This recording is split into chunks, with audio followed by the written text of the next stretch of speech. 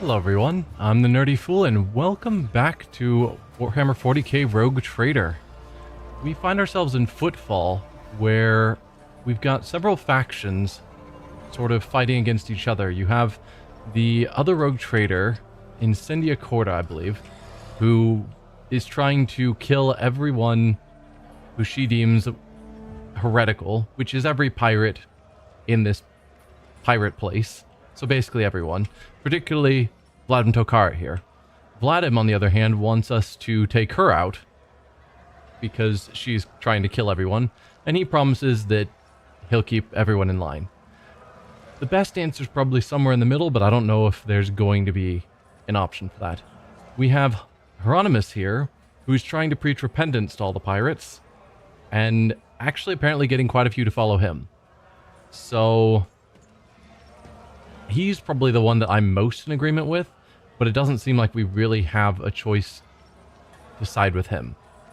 It's either betray Vladim and help out Incendia, or betray Incendia and help out Vladim. In the meantime, Jai is wanting to take out, I forget his name, Falco? Something like that, who apparently killed off all of her crew. And they're supposed to be hiding out in the sewers. I'm guessing that's where this goes. So that's our current plan, is to head down here to the sewers.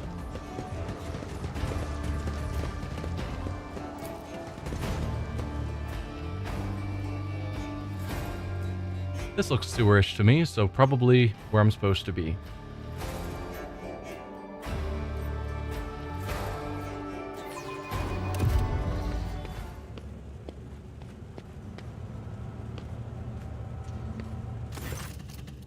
Welcome to the kingdom of thieves, killers, and smugglers, Shireen. All the finest goods on Footfall, every last one of them, have passed through these tunnels. Jai throws up her arms in a theatrical display of reverence. As I said before, Falco's jackals are patrolling every nook and cranny of this Aji-cursed place. See those scumbags over there? We need to avoid them, and not draw any attention to ourselves, or else we might as well dump a pile of grok shit all over the plan. But now we are going to follow the plan. If you will follow me, Shireen, I will refresh your memory. Avoid the patrolling scum. We reach the sewer canal and follow it to the east almost until the very end. We connect the gas cylinder to the special intake. Ironically enough, it was previously used for cleaning the air. Then we need to turn the valves in a few spots so that the gas reaches the correct chamber. I wish I knew exactly where that ash mag was holed up. And the final move, like all the best regicide players, Shireen, we find the service cogitator and send the gas along the pipes. I'm sure I don't have to remind you that we must do all of this in complete silence. Not even the sewer rats are going to notice us, let alone Falco's lot. A game of regicide is not won on the final move, but with a strategy planned in advance. You can barely hear Heinrich's disgruntled muttering as he surveys the tunnels. This whole operation is the opposite of that. I mean, at least there's a plan. It's not just go in and kill everything. Approach the thug on patrol. Hey, you filthy rats. Run along and tell Falco that the rogue trader is coming for his head. That seems like the opposite of her plan.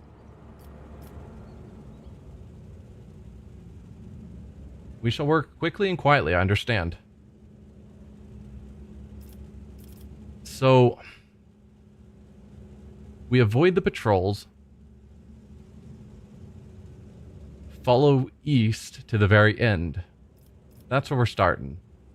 Connect the cylinder. Turn random valves that we don't know to get the gas to a location we don't know. And then use the cogitator to send the gas. Quickly and quietly. Got it. And may the exalted emperor light our path. How do we know which direction is east? I suppose from our map. So this way. And avoid being noticed. There's no stealth mechanic, I don't think.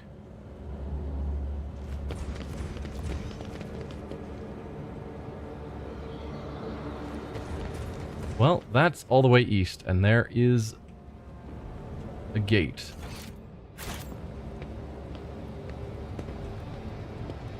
I'm hearing footsteps.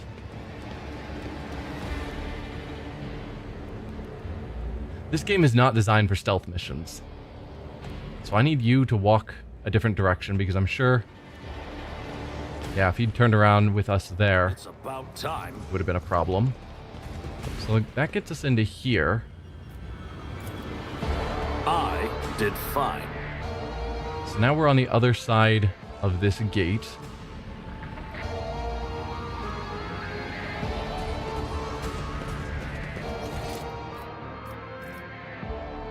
I guess by continuing east, are we supposed to be going up this way then? Is this just for loot?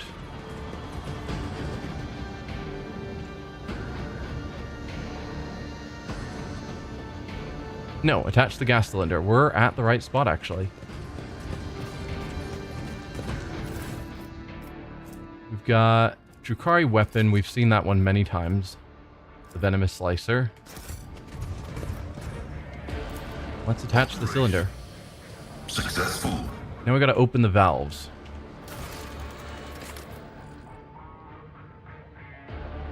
Sewer ventilation is cut off from several locations.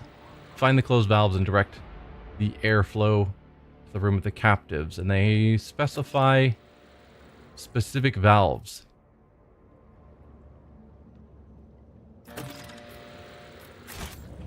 Okay. We don't know where any of those valves are yet. Victory awaits. This is a valve. Okay.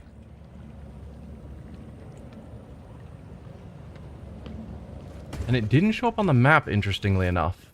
Oh, yeah, there's. I didn't see it a moment ago when I... Hoped.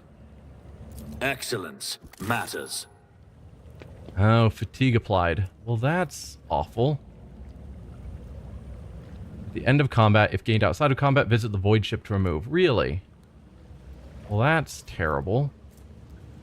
Strength, toughness, and agility don't really matter. Movement points being down isn't great. My warp sight reveals something. Your warp sight revealed that trap? Really? Some goods there we'll want. We'll have to cross over. Can be done. The idea of trying to sneak through here without getting ambushed when we don't know where the patrols are going to be. None shall Stop. stand in my way. Alright. Oh, you can just disarm directly on this trap. Perfect. Searching is my observance. This explorator is blessed with multifunctionality. My success is an irrefutable. Got another valve over here. Okay.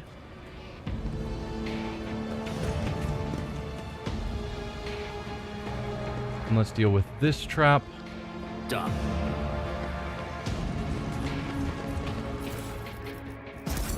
Grab some random nonsense. I won't tolerate weakness. Okay. So we've got 3 of the 5 valves. So we don't see them on our map until we basically stumble upon them. And we may stumble upon Falco's crew first on accident. Not seeing anything highlighting. I'm holding down the button to highlight stuff, hoping it'll show me. Oh, hey there, patroller. Any chance you want to turn around? Thank you. Let's move quickly. New challenge for me. Okay, we got another trap there, but I thought I saw... Okay, I'm seeing valves, but not the valve we need. There is a valve we need. How would we cross? We could cross here.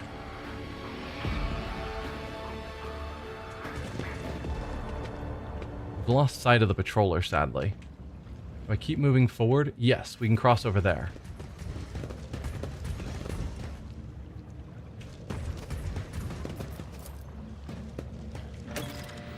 One more valve needed.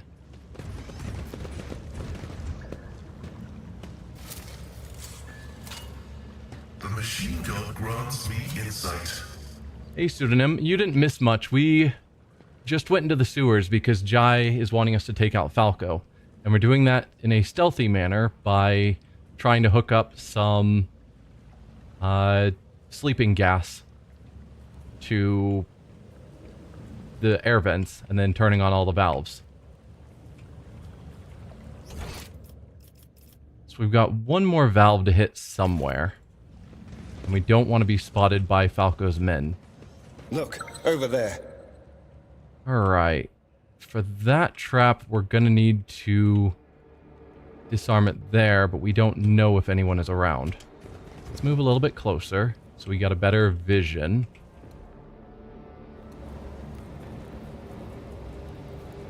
I can't tell what you're saying. And I can't turn the screen. There we go. Let's not be too hasty, Shireen. Falco's patrols are up ahead. We should blend in with the shadows and move quietly. Thrown damn it, now Falco definitely knows we're here. We must save my crew, hurry. It's about time. I don't know why your crew... So, did we just fail that mission? Yeah, we failed that mission. Somehow, this game's not designed for stealth. So wherever Falco's hiding,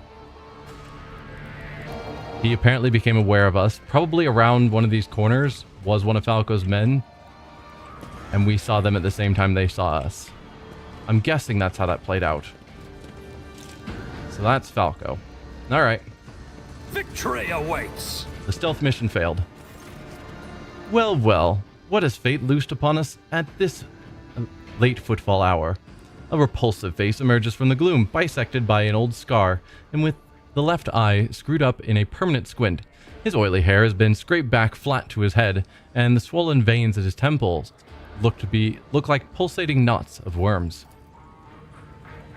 Get out of here! He won't let you go! The bruised and bloodied face with swollen eyes is hard to recognize as the once radiant visage of Tora the twin. Please! Fate is for lawmen and drunkards, Falco. Jai spits out in the direction of the twisted face, trying to maintain her composure, but she cannot keep her eyes from straying to the faces of her beaten associates. But we've come here under our own steam, and you know why. Take your hands off the rifle and release my people. The smuggler's face seems to cleave in two as he opens his mouth in a twisted snarl. I knew it. Even with your pack of whelps on the line, I knew you'd pull something like this, Hidari. You show up here with him? Falco points at you. We both know how this is going to end now.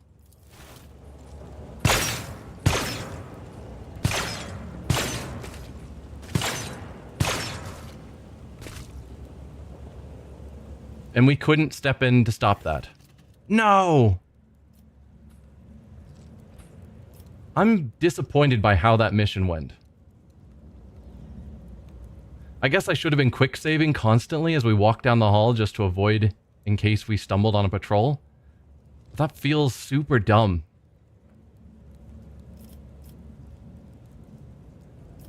Jai, I'm sorry. Prepare yourself, Falco. You're going to be punished to the full extent of Imperial law.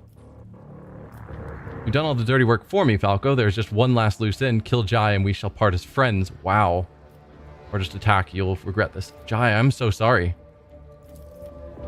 The cold trader seems deaf to your words of comfort. Her eyes are bereft, and yet at the same time filled with rage. Prepare yourself, Falco. You are going to be punished to the full extent of Imperial law. Ooh, think you're going to take me alive, your lordship? No. A ragged snarl of a smile splits the cold trader's face, and he laughs nastily. I'd like to see you try. What? No, he's going to die here. Like the filthy cur that he is. It's what he deserves. Jai pulls out her weapon and levels it at Falco.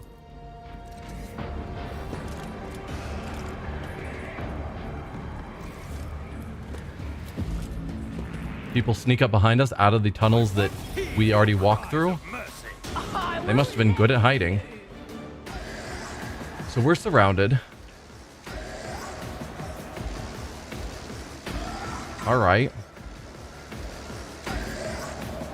Falco, what do you got going for you besides 562 health? Wow. Good dodge. Not great armor. When his wounds fall below 50%, it heals to full wounds and gains bonus movement and bonus movement points and an additional attack per turn. So when you've got 560 health, and when we get you down to 270, if I'm mathing right. No. Whatever. When we get you down to half health, you fully re-heal it and get tougher. This creature gains plus 12 damage and plus 20% armor penetration. Aha.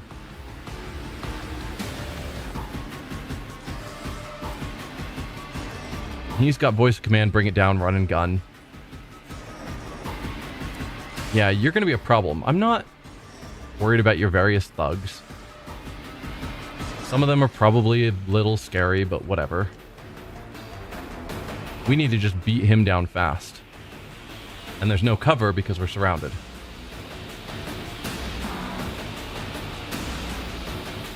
Alright. Also, this corner doesn't count as cover. And yet I'm sure if we stood here, we wouldn't be able to see.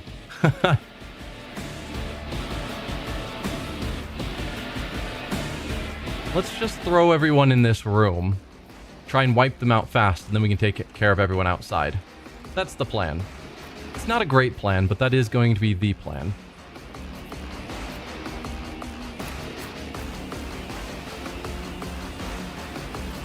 We'll just throw the three of us ranged characters.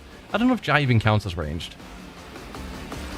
I think so. We gave her plasma proficiency, so we're going to use her ranged. And then the rest of you. Pascal.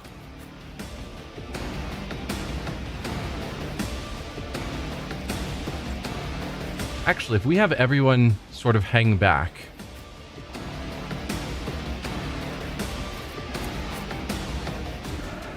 Oh, there are enemies right there at the doorway. Anyway, if we have everyone hang back, Cassia could use her third eye, which may be a good call.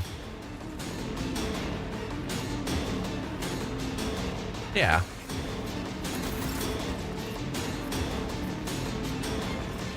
So we'll start out with bring it down on Ignatius, as always. I'm not accustomed to being ordered around. Once per battle, the rogue trader may choose an ally, including themselves, for 1 round. All targets' weapon attacks ignore enemy's armor. Neat.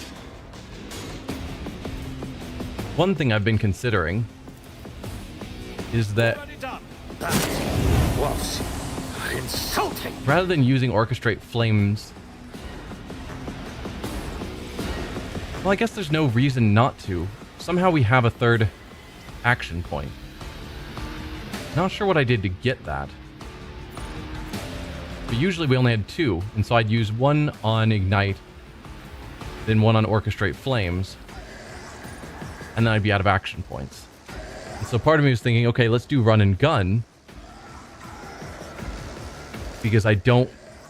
Orchestrate Flames just means that I stay burning. I don't get a test to put it out.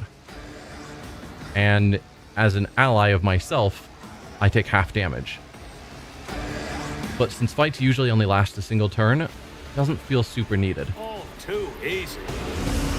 Let's do Run and Gun. Molten Beam instead. We'll take out a bunch of Falco's health.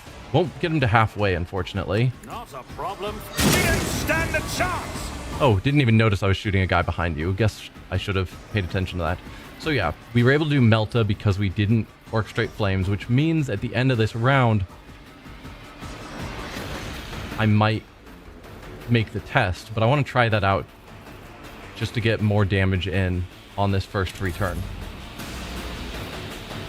So then we do Inquisitor's Tenet, If I may. High momentum. which gives us our high momentum. Me. Give ourselves a couple of the basic bonuses.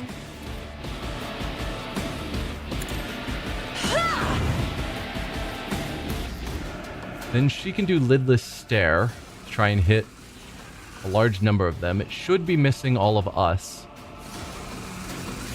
Okay, if I want to hit that one, I miss basically everyone else. So let's grab all of these guys instead. I'm sorry, painted black. Perfect.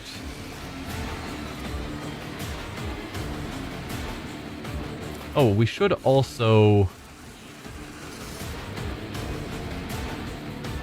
do some of this Isn't this a job for the since they're serfs? free.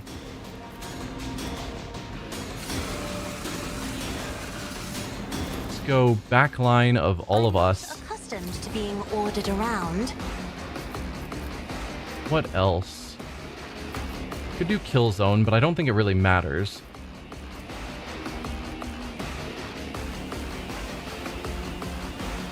Let's do held in my gaze on him. Actually, let's do that afterwards. She can give Ignatius his free turn, because I don't know if him healing up would undo any ongoing effects like being immobilized, since we know he's going to get his health back. As long as I can do... Wish I could do the math. What is half of your total health? 562, 500 would be 250, 60 would be 30 more, so 280, 281. So to get you down to 281, I need to do like 30-ish damage. I can do that easily with Ignite, so let's not waste a Melta, since this is only 1 AP. Nothing I can't do. There you go. You should... I mean, you did heal. Didn't look like a full heal to me. But maybe that was actually the carryover of the damage.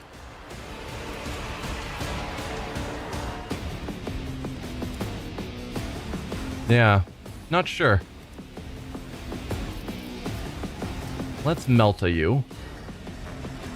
I could actually move somewhere and Melta someone else with him. Like if I was here and then melted, I'd get this other guy as well. Or if I was there. So then the question is, which of you is more important to kill? Probably you.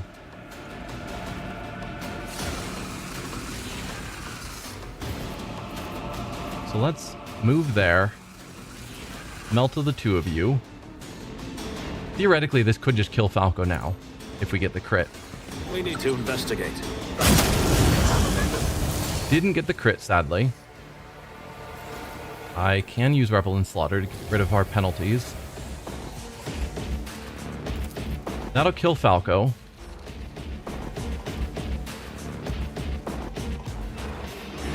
Already done. Opposing me was your biggest... Perhaps I should have gone with Firearm Master. Or no. Steady Superiority. That'll use my momentum My time to give me an additional now. action. So we've got one guy with 2 health back there. You with 39. Alright, where are the next actually scary people? If anyone. Kind of out here.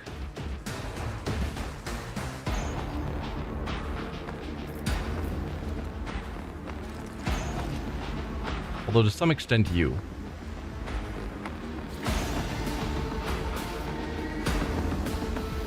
Not really any way that I can hit groups.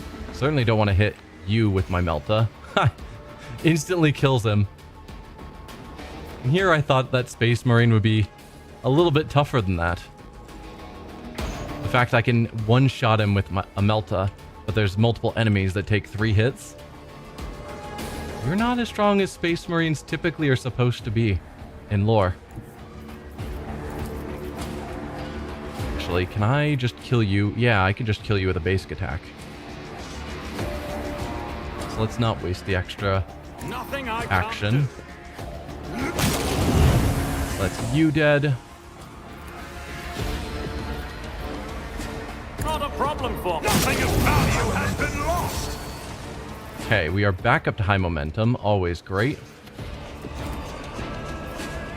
Got 1 action point left. I could run and gun to move forward and be in a better position to hit some of these scarier enemies rather than just wasting it on this 39 health guy or this 2 health guy.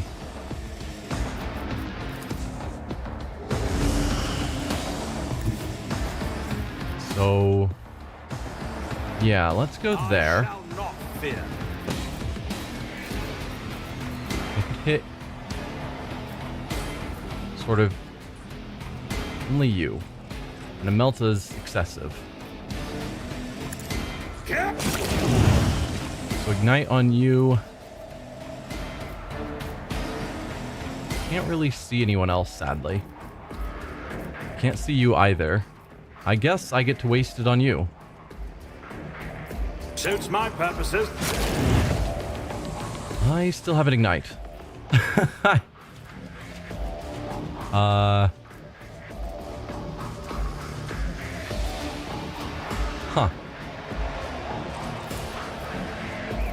Well, now my current positioning doesn't feel as smart.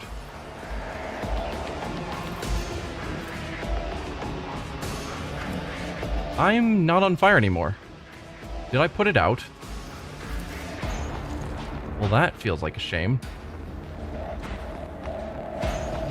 Nothing I can't do. Alright, we'll light myself on fire again and orchestrate flames. All too easy. Since nothing better to do. There we go. Back to Cassia. Have you just kill this one. I am a navigator. Try to die with grace, at least.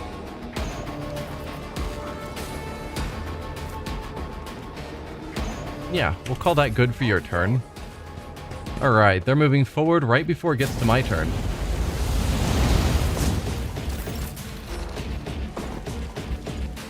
Let's move where I can actually hit multiple of them. Probably there. We'll get both of you with one Melta, and it does. Suits my purposes.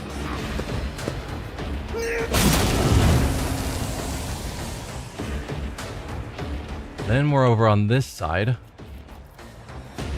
Nothing I can't do. No way to hit multiple, but I could run and gun to reposition. Probably to here. Not a problem for me. That should get you two. Suits my purposes. Stand a chance? And then single ignites. It's probably sufficient. Opposing me was your biggest mistake.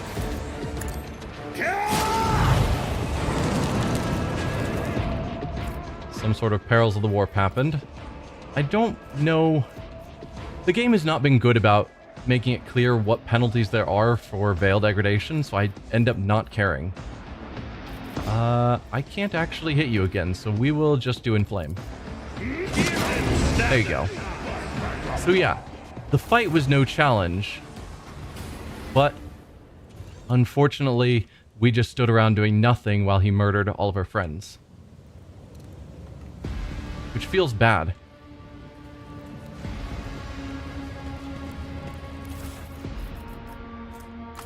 Basic knife, don't need. It's a good looking flamer, I think. 29 to 44 feels good. Range of 3 is terrible. Which I think is why we haven't bothered speccing anyone for flamers.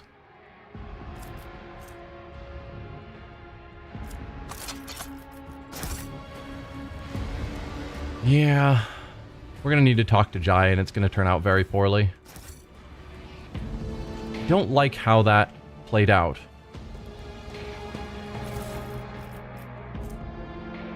Ooh, good chainsword. When we're with Abelard again, we can compare that to what he's got.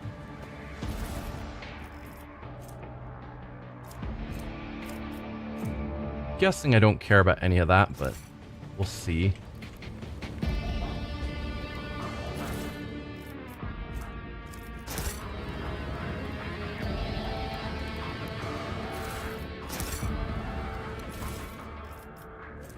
Needle rifle. A little bit of toxin. Okay damage. Good armor penetration. So it's like a weak sniper rifle that does a bit of toxin. Probably not. And all of you. Las gun. Don't care about. And we'll take the grenade.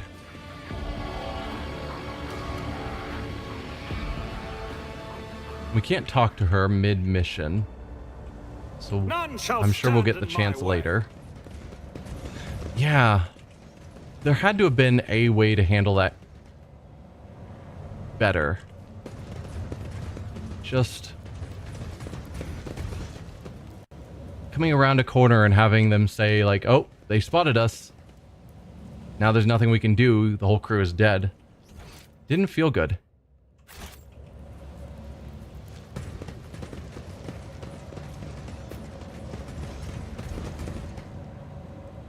Follow my lead! Where are you going, Shireen? The hunt for the void rats has only just begun. Has it? I thought we had killed them all, but I guess we did sneak past some. So are you wanting me to actually go around and murder everyone we can find? I guess knowing her, that is the case. Let's see who else we can find.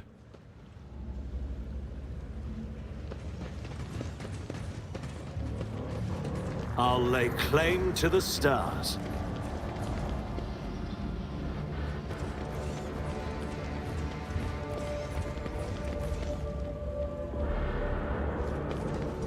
Probably this is where we would have had to go at some point.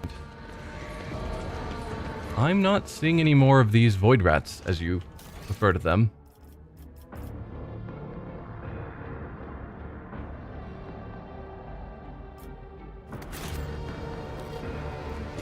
I mean, making him pay. We killed him. Not sure what else you want to do to make him pay. It's about time. Yeah, no one else over here. Just sort of going in circles. This cannot be. Excellence matters.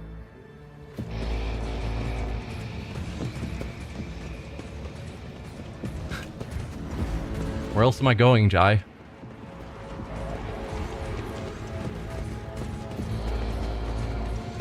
When we were stealthing, there was a guy over here, but again, I'm not seeing that guy anymore. Tolerate weakness. So I feel like we killed everyone.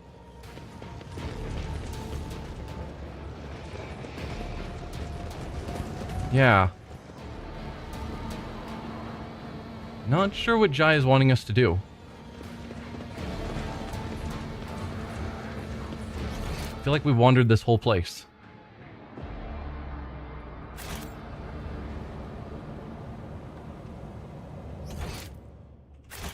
Let's go back over here, where the fighting took place.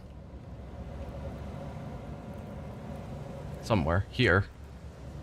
And see if there's something else around. Like, we looted Falco, we looted her crew. Victory awaits. I don't think there's any more secret loot to grab. At least nothing that I'm seeing.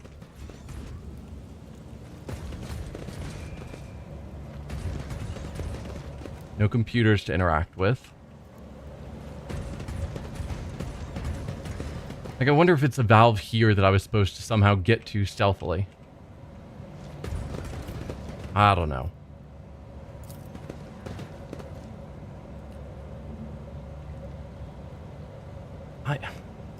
No? A new challenge for me?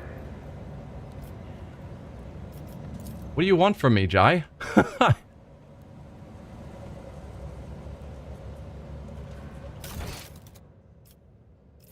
We've accomplished all the missions. Dispose of Falco.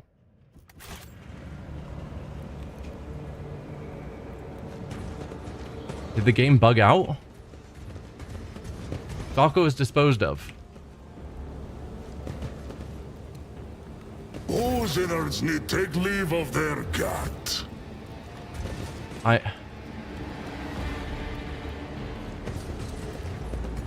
think the game bugged out. None shall stand in my way. Because we just wandered all through here. Journal's not showing any place to go. Or any obvious quests. Just dispose of Falco. But it's not like I can pick up his body or anything. Alright, gotta Google it.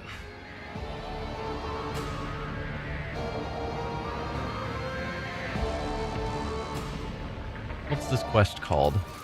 Rat hunting.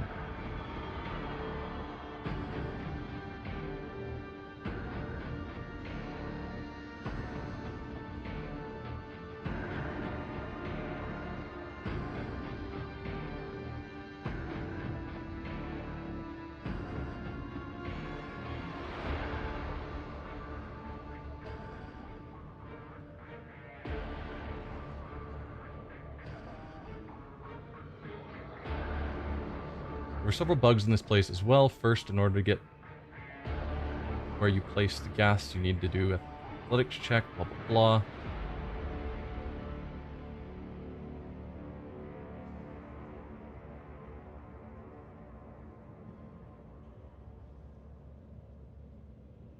You can go to where Falco is before turning on the gas, and as you talk to him, you can actually help him kill Jai. Yeah, I didn't know.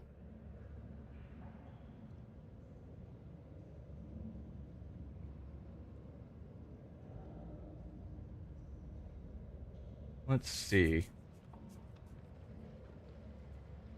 Doing the rat hunt in the sewers, got to fight Falco, but when I kill him, Jai's dialogue doesn't trigger and I cannot leave the sewers.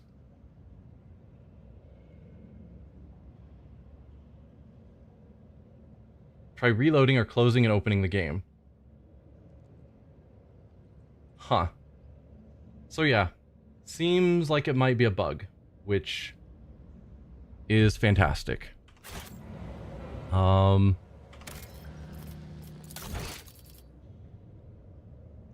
Where was my last save? We had an autosave. Martyr's Endurance.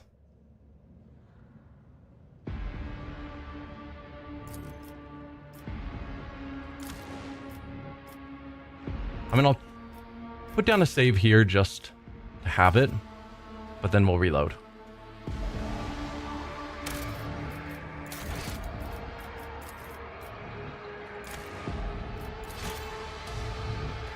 I mean, Owlcat games are known for having bugs.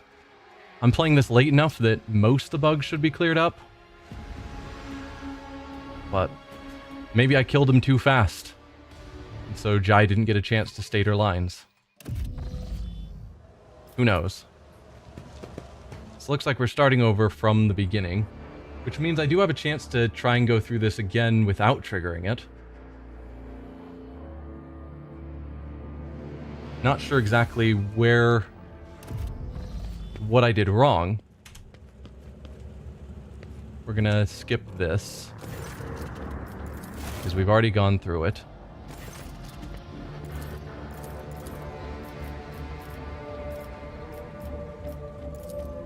We'll go quietly.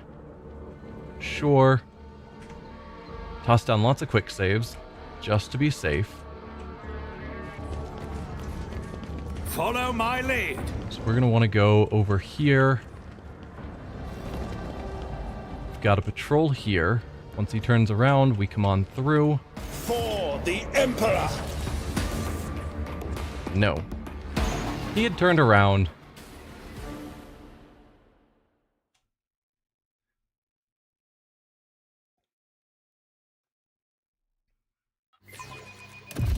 I disagree with I that. won't tolerate weakness.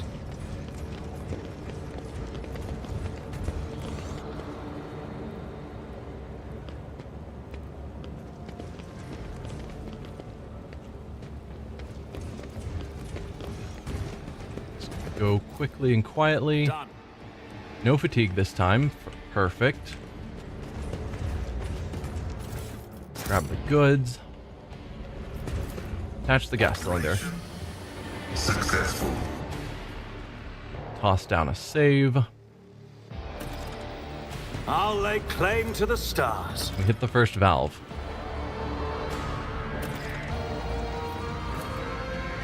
I rise to the occasion. Another quick save.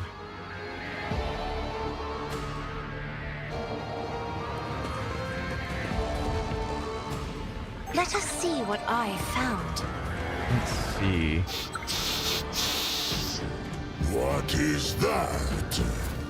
That is a trap disarm. This explorator is the best functionality. The machine god grants the insight. Valve number 2. Perfect.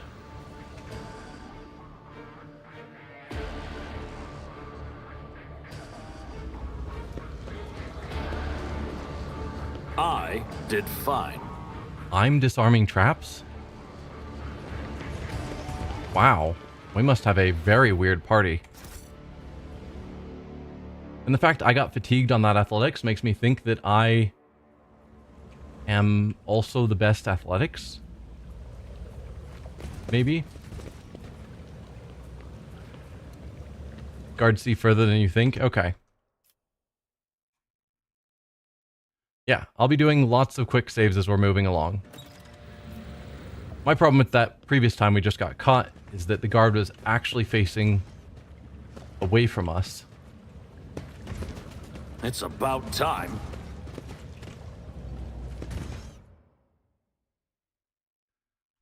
Am I making multiple quick saves or am I overriding them? Okay, we do have multiple quick saves. Looks like 3.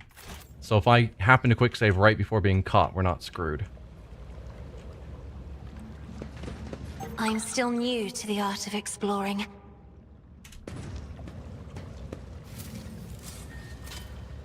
My success is an irrefutable. Facing doesn't matter? I'd be disappointing if that's true. A new I challenge. guess it for would me. make some sense to how we had got caught.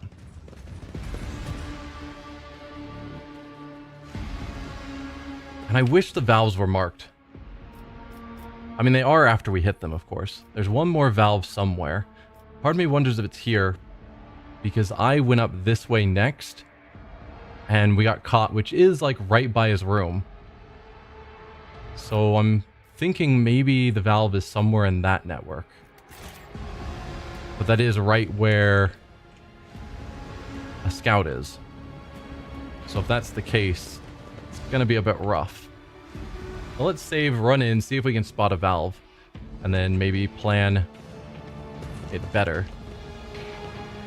So I know there's a patrol here somewhere. There you are. So we need to make sure you don't see Ulfar. Just turn around and walk away.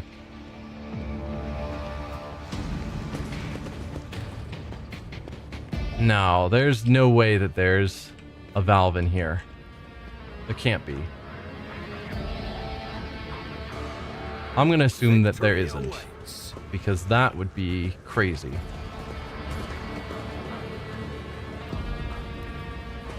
Thank grass for my sharp senses. Right, this is where we were caught before.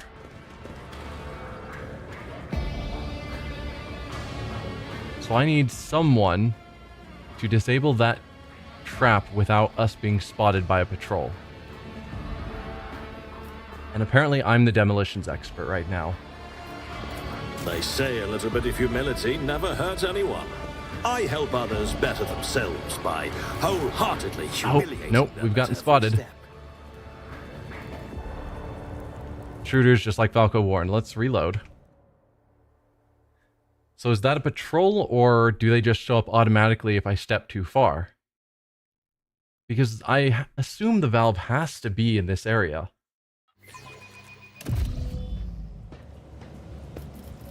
But if there is a patrol...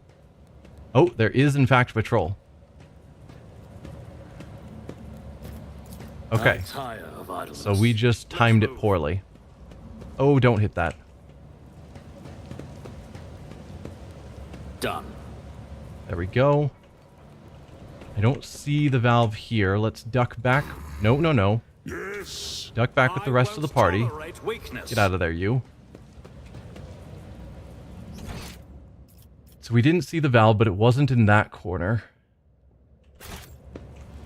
Do I think it's going to be up here? I don't think this is where Falco was. I think his room is over here.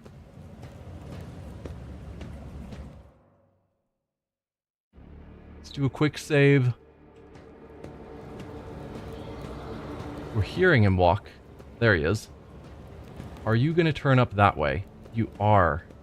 So we need to wait for you to walk back down and over so that we can sneak up there to see if there's a valve.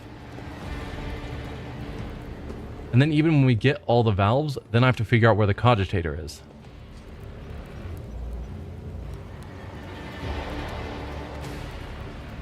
Which, this kind of looks like it could be something to interface with. It's got this giant pipe going to it. Or over here. Something. Not sure. There we go. Come on by. You don't see us. We'll save now that he's just gone by, so I don't have to wait again if we have to reload. Follow my lead. O Messiah, grant me the wisdom to Hit that proceed. quick. Oh, did we trigger him? We triggered him. Okay.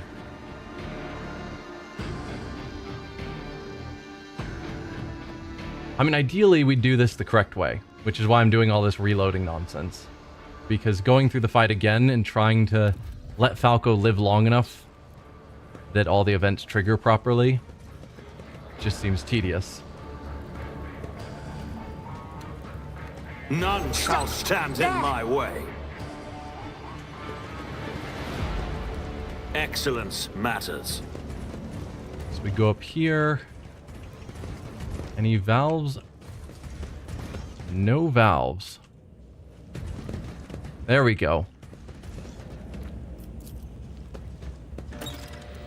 I think that's all the valves. Rune carved shuriken cannon. 12 hits, but the rapid weak shots feel so terrible in this game because of how armor works, where it just reduces the damage on each of those shots. It's much better to do one big hit, which was the case of the Dark Heresy game as well when I played, like the actual tabletop. When the wearer hits an enemy in melee range, all allies adjacent to the wearer get 15 temporary wounds. Perform an attack of opportunity against the enemy hit by the wearer. Yeah, I don't think many of our melee characters have a bunch of allies adjacent to them. So it doesn't feel that useful.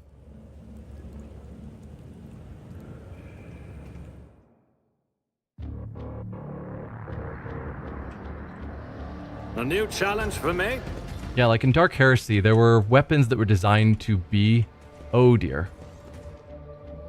There were weapons that were designed to be anti-vehicle weapons that were just basically machine guns. But they did pretty low damage, just lots of shots. And so against the armor of vehicles, it would actually just negate all of it. Let's tuck into the corner as best we can. Hope he doesn't actually walk this far back. But then you'd have someone with a sniper rifle that would just do one hit of like 30 damage, and it would punch through the vehicle armor no problem and do tons of damage to the vehicle. And so it's like the items, the weapons that were specifically marked to be anti-vehicle weapons weren't good against vehicles. Heard some footsteps. Wish we could vaguely see him, but it doesn't seem like he's coming this far back. Toss down another save and hope he's starting to walk away. I'll lay claim to the stars. Alright, let's get out of here. Should be safe here. Now, what's the next step of your terrible plan, Jai? It's time to proceed with the final stage of the plan, pumping gas through the sewer ventilation using one of the abandoned cogitators. Which means we need to find an abandoned cogitator. And I'm guessing all we have marked are valves. Yeah, so we've got to find a cogitator somewhere. Chances are it's going to be over here.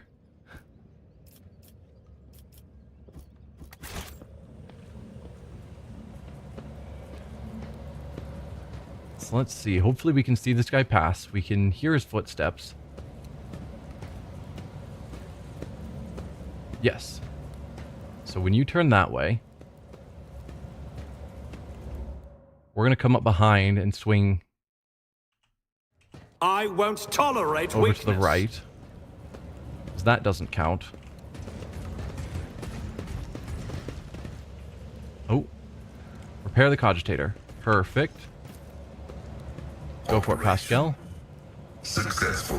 You hear the discernible grumble of a drowsy gears from deep inside the cogitator, but the machine spirits obey and awaken the cogitator screen. Can you do your thing? Did that count? No. There it is. I'm trying to go really fast.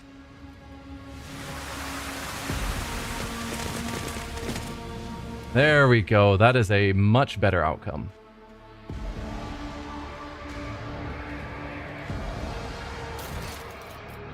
Jai is certain that Falco is holding her gang in the sewers, a location that is difficult to navigate and traverse. It is sure to be a trap, both for Jai and the captors. It's time to enter the tunnels via sewer passage.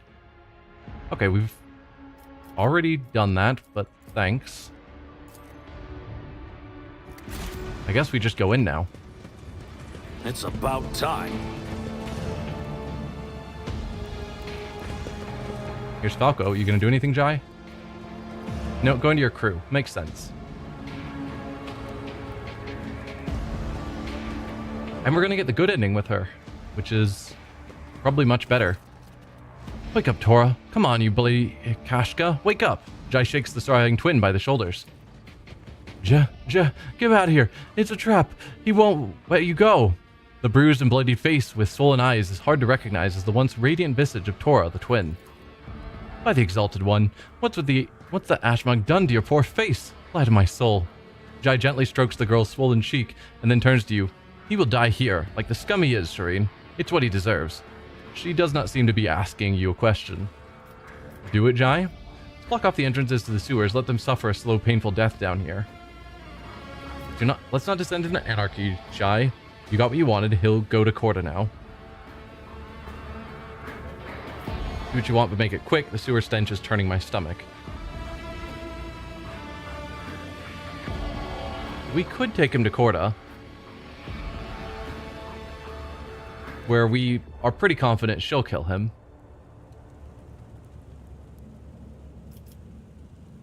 That might get us on better graces with Corda.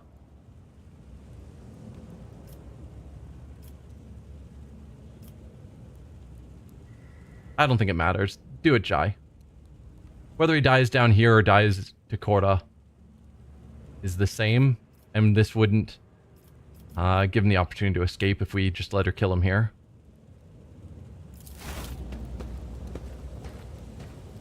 Technically, Corda should be the one making the doing the judgment and killing. Oh yeah, using plasma point blank. That's certainly effective. Without another word, the cold trader draws her weapon and carries out your sentence. That's for my brother, you piece of shib. A few scant tears trickle from Tora's watery eyes. Oh, so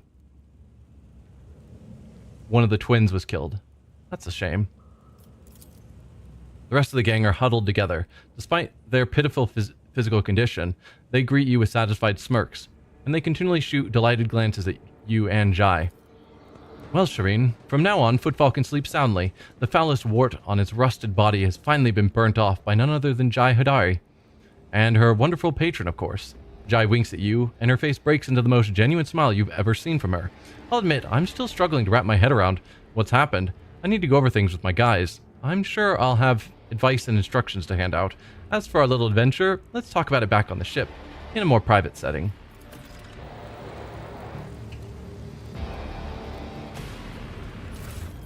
So we can still loot you. We don't get to loot everyone else. But I suppose that's fine. Stands in my way.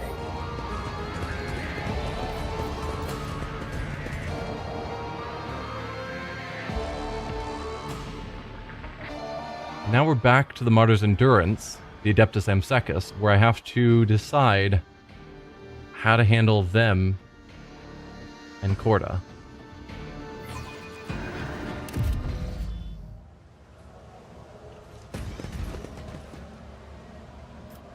That goes back to Footfall. I guess I was hoping I would get better options from Koronus and Octaviana. Because those are people that we generally respect.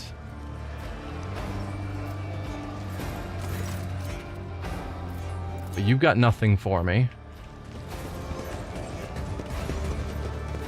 Anything further from you? No. And Riza? We already talked to you as well. So yeah, our only option is we have to talk to Tokara. And either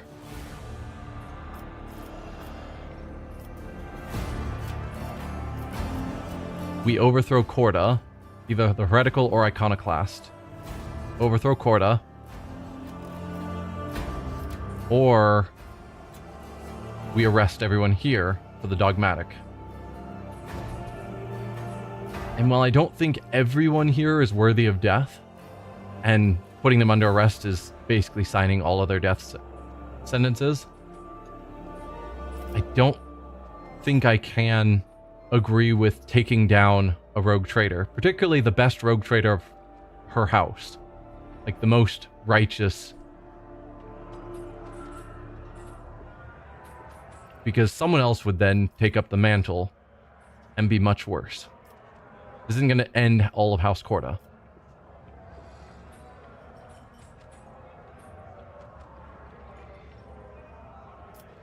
But yeah, it is costing... I'm guessing plenty of the people she's killing are fairly innocent.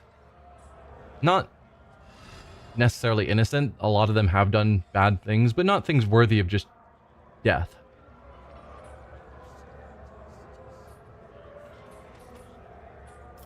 I'm gonna have to go dogmatic. Draw your weapon and shout, in the name of the law, every insurgent present here is under arrest.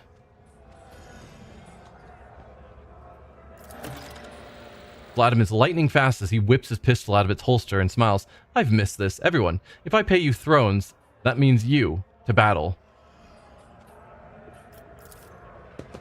Enough, Vladimir. I was hoping I could temper your pride, but you are too rooted in your arrogant and heretical ways. All you faithful to the Emperor, let us take a stand for his liege, Rogue Trader von Valencius.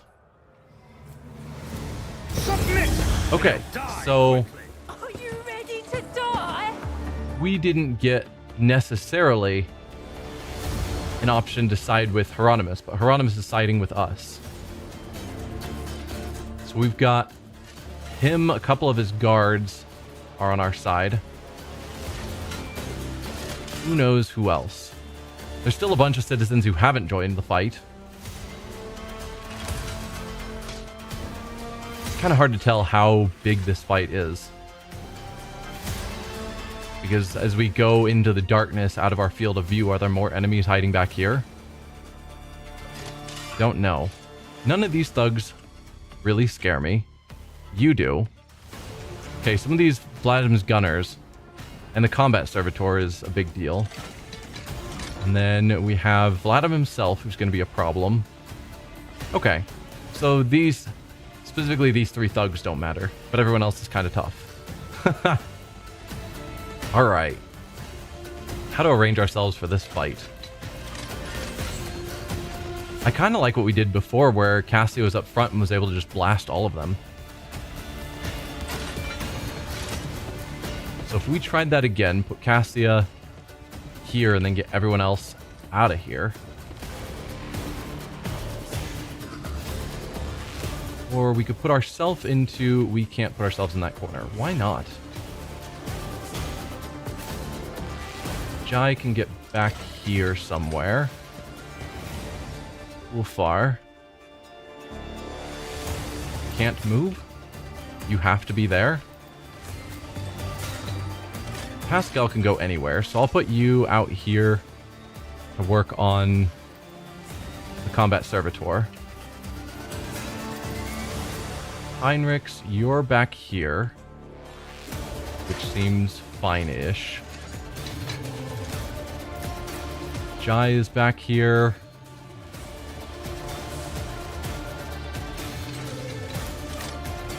Yeah, Ulfar can't move. I guess it's just because he can't get by this gunner and they're not giving him movement. I don't know. It's weird that he has no ability to move. Same with ourselves. We can move between these 3 squares. I can't start here. Can this battle not start? Because I can't start next to these guys. Well, it's given me the option to start the battle. But Ulfar can't move. And I can't start in either of these positions. I have to be here.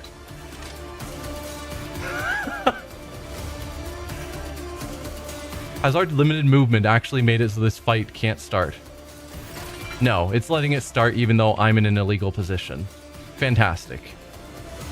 I don't really want to be adjacent to them. That kills my plan of Cassia blasting in. But alright. Me. We'll go bring it down. Lord Captain. Start with igniting ourselves. I am actually inclined to do Firestorm right here.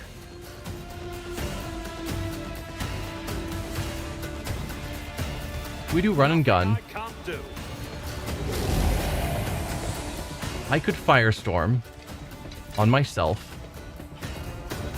It does hit 3 of them. Versus if I did Melta instead, I could hit 2 of them. But harder. 2 for double damage versus 3 for just a single ignite damage.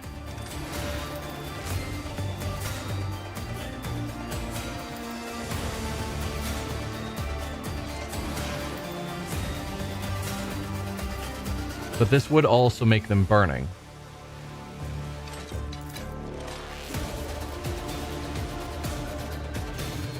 At least I think it should.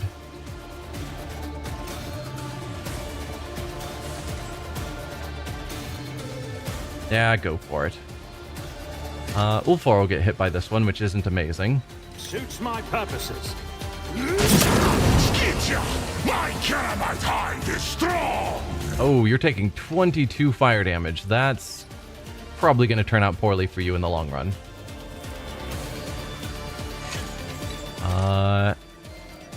I guess because I've got the points, I'll do Orchestrate Flames on myself. And then Inflame, which is going to do stupid damage to Ulfar. We might take Ulfar down really early in this fight on accident. All too easy. Nothing of value has been lost. This is a battle! Okay. Oceans bleed! Got rid of one of your guys. Another one's nearly dead. Sure. Back to Cassia. We can do Inquisitor's Tenants, which will easily get us the points we need. Give more points to Ignatius. Isn't this a job for the serfs? Before we give him his extra turn. In the name of House Orselio, I shall prevail! That'll kill Vladimir and may kill that other guy in the corner. Not a problem for me. And you would think that upon Vladimir being killed, everyone else would immediately stop. I am fear incarnate. We'll use that so that I can Nothing I get more can't do. kills, and they'll actually count towards our momentum again. Which will be good if we get to Jai's turn, which we're not going to. But then she, having high momentum, could use the same ability to give us another free turn. Alright. Can I get an angle where I can usefully take out multiple people? I mean, if I went somewhere like here, and then used Firestorm on myself again. If I use that here, I hit both of them for a good amount of damage, but I would also hit Jai, Cassia, and Ulfar again. Possibly I don't want to do that. If I was here and then tried to melt a... No, I don't hit both of them. And I doubt I can hit you through them. Yeah, there's just not a great way to get multiple enemies. There we go. That's something.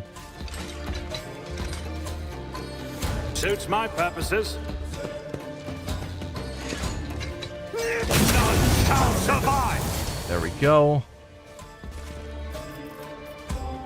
I can run and gun again, which could get me over here to get both of them.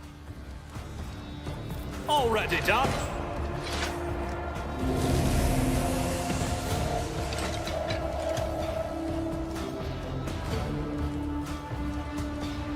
From here, I can get both of them and you, and have... No. Could I... From here, can I hit both of you? No, because you're out of line of sight. So I need to be in a position where I can see you guys. Maybe I should be taking out the combat servitor first. Oh, I don't want to be lined up with Hieronymus, actually. If I melta here. So that's fine. And that's going to be fine. Alright, combat servitor first. My tactics are flawless.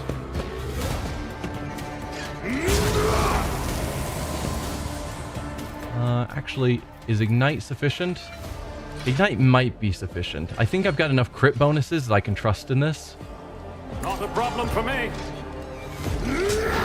I was wrong. Either way, he should die at the start of his turn, which is what really matters. Suits my purposes. You guys down.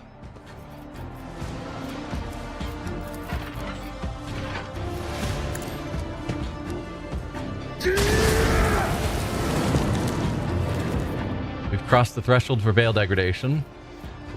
You still are alive and you're not taking ongoing damage. So I probably want to hit you. What do we have left? Oh yeah, we've got the thug there and then both of you that are basically dead. And I've got plenty of actions remaining. So we'll take you out. Let's take you out. Already done. And just because I can, we'll take you out. Oh, I didn't see you over there. Oops. You're gonna actually live because I wasn't paying attention.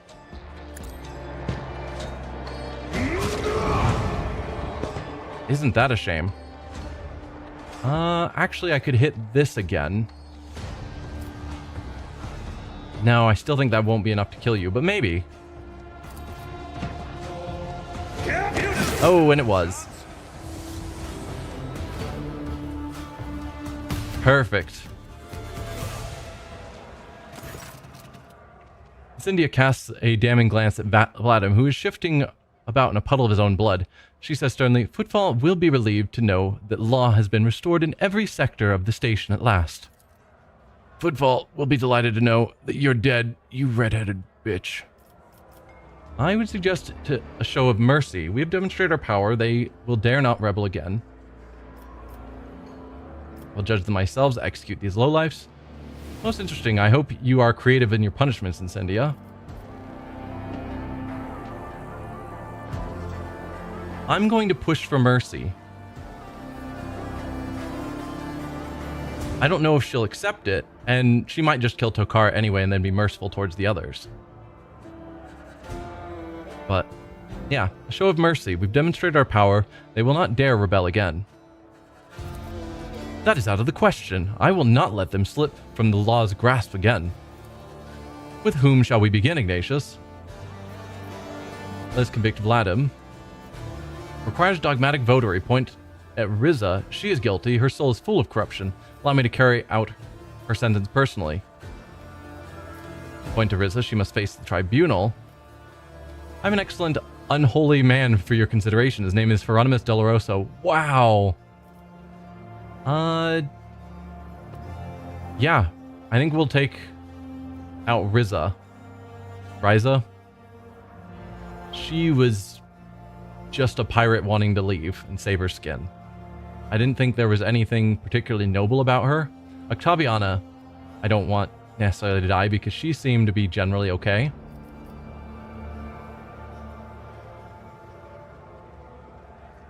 And this is the dogmatic option. It's weird that the dogmatic option is take out Riza first by ourselves before we go after Vladimir. But okay. Me? Riza bares her teeth and grabs her weapon and stares at the enforcers like a hunted beast. But I never fought against you. I never backed Vladimir. And because of that, we are supposed to pardon you for your past offenses. Commoner Riza, you are charged with piracy, with aiding and abetting rebels, and with blasphemous heresy and worship of the ruinous powers. Ignatius, I grant you the right to enact the Emperor's justice. Feel a little bad, not overly bad, but a little bad. You think you can judge me? Riza whips out an amulet. That's true. When we talked to her, she was holding on to something when we convicted her of darkness in her soul. She was holding on to something in her cloak that might have been a tattoo or an amulet or something. An amulet with a beast-fanged head crowned by horns. She looks at you grinning ominously. You shouldn't have done that. I have something up my sleeve in case the worst came to the worst. I, Riza, reject your accursed justice and your accursed emperor. I accept the deal that was offered me and surrender myself to the edge of daybreak. Die, Ignatius von Valencius. So she had accepted an amulet of the ruinous powers, but didn't think that marred her soul and that it was a backup just in case she needed it. The fanged head opens its mouth, roars, and spits a flaming arrow at you. You're trying to attack me with fire? Really?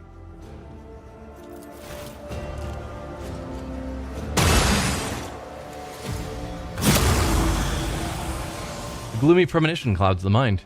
Your hands fold swiftly into the sign of the Aquila, which meets the blow like a shield.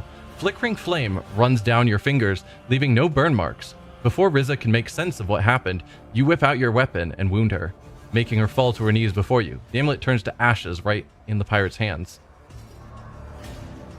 Huh. I mean, I would just assume that the fire wouldn't burn me. I'm a pyromancer, and a pretty good one. And then I used a weapon to wound her.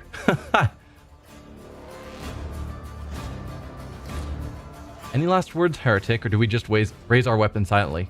I'll give her her last words. I'm not a monster. The pirate holds out her hands, terrified. Spare me, your lordship. I beg you. I had no choice. I had to protect myself. Wait, let me... Riza takes out a small data slate and hands it to you. This contains the coordinates of my secret stash. You're welcome to everything in it. Just let me go, and you'll never see me again. Riza, by siding with the archenemy, you have betrayed the Emperor himself. For this, you are a heretic sentenced to death. Perish, heretic. Or just kill the servant of the archenemy. Yeah, you sided with the archenemy. For this, you are punished to death, or sentenced to death. The weapon in your hand starts glowing blindingly. Your holy attack atomizes Riza before she has time to utter her last curse. Wow, that explosion of guts. Faith, the shield and the smiting blade were gifted by the Emperor to his servants. I saw the light of our protector in you all along, Ignatius. I'm glad he chose you to enact his punishment. Corda looks serene, and her voice has mellowed. Her face is completely calm, no longer visited by her nervous tic. Are we helping her get through what she was dealing with? Like pulling back from the madness? Which would make sense for however long she's been here, not sleeping, just on stimulants. She's thought she alone had to hold the tide. Us showing up and standing with her probably gives her the feeling that she can relax a bit. That we'll take over while she, gets a nap maybe. Corda surveys the bar and asks in a ruthless voice, who will face trial next? Let's convict Vladimir. I hope we don't actually have to convict Hieronymus. He's generally a good guy. Son Tokara, I charge you before the Emperor's stern gaze, with contempt for the creed he gave us, with harboring lawless heretics, with crimes against his loyal servants, and with armed rebellion against his will. Yes, that's what they say about me, and what they say about you is that you're an obscure huffing maniac who kills people for sport. Bloodham, do you have anything to say in your defense? Your handling of Footfall has been overly harsh, Incendia. You share the blame for their rebellion. I mean, somewhat. Death is the Emperor's peace, and it must be earned. Let us turn him into a servitor on my ship. That will teach him obedience. Wow. I think going all the way to votary might be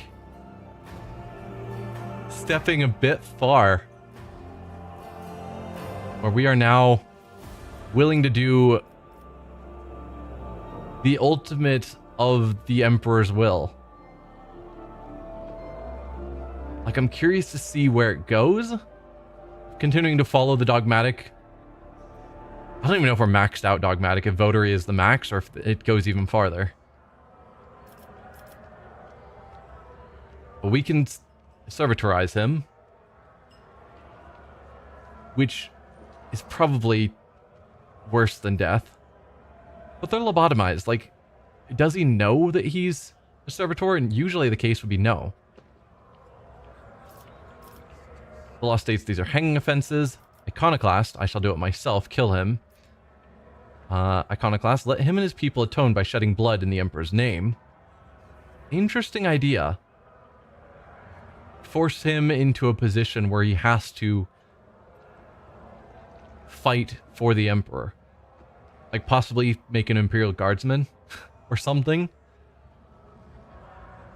Reticle, the people shall know. The people must know what happens to traitors, torture him to death, and broadcast his screams live on Footfall's Vox station to provide you with the best executioners for the occasion. Smile, let's dispose of him as he disposed of people. Let's throw him for a loop. Don't know what that means. I'm not going to try and spare Vladimir. I don't think he was necessarily a good person or good for Footfall.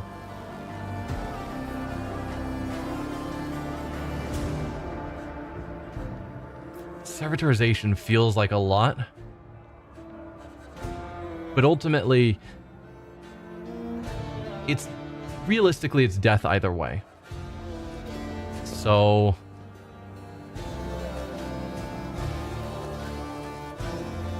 yeah. Death is the Emperor's peace, and it must be earned. Let us turn him into a servitor on my ship. That will teach him obedience. There is truth in your words, Ignatius. Goodness is born of servitude. Blood and Tokara, for your crimes you will undergo servitude, imperatus, imperpetuous, and be passed into the ownership of House von Valencius. Vladimir looks at you in disappointment. So you're denying me a quick death? Then again, an eternity as a mindless walking pile of scrap on your ship is better than another second next to this crazed monster. Corda surveys the bar and asks in a ruthless voice, who will face trial next? I'm not... It'd be interesting to have her consider him, because having her see his deeds and say, potentially, he's done well enough, he's pardoned for whatever crimes he may have committed, could be interesting. But given that we are titling him in this case as an unholy man, I assume it's just set up to him being killed. And I don't want that. So, on that, we can conclude the trial. I don't think Hieronymus Doloroso has done anything that I feel is worthy of death. Hieronymus nods at you surreptitiously and folds his hands into the sign of the Aquila. Justice has been done. Enforcers arrest the lesser rebels. They will face trial in due course. Incendia's voice is majestic and imperious, causing everyone to bow their heads in obedience. Thank you for your aid in cleansing and Footfall, Ignatius. The Emperor protects. Gain 500 reputation with the Drusians. Nice. So several of those individuals that we murdered were key people for trading. And I'm not sure what happens.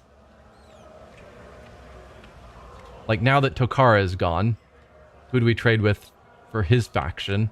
And I think Rizzo is also one of the faction leaders we trade with. I mean, we never actually trade with any of them, so it doesn't really matter. Well, I don't think we need 3 of these great swords, but I'll keep 1. We definitely don't need these. Just basic las guns. I'll keep one of the chain swords just in case it's better than what we have already. Armor 65 with a 75% dodge penalty. More armor against humans. And more perception. Interesting, we'll keep one of them. And then I will, of course, keep all of our large medkits. So that's that. Anyone left to search? Seems not. Alright, level ups. So we could grab a new psychic direction. Sanctus still seems interesting, but it's mostly for melee range.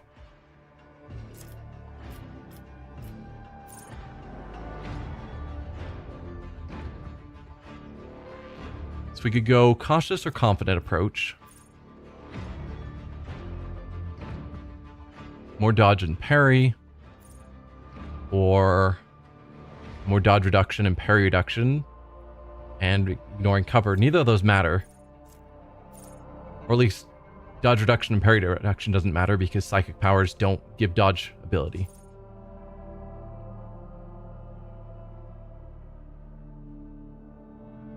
Minus 10 penalty if failed. Impact damage, piercing damage, energy, and other damage inflicted blind the target.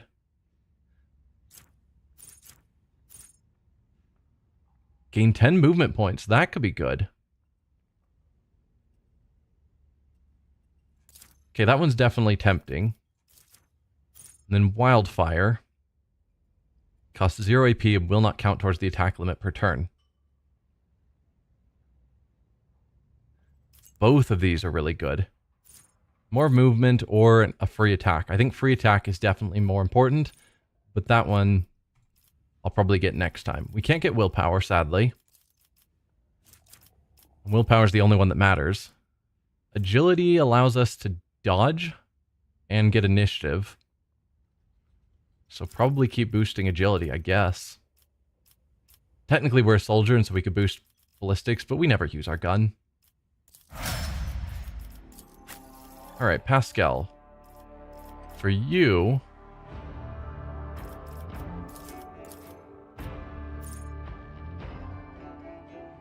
all enemies hit to run away.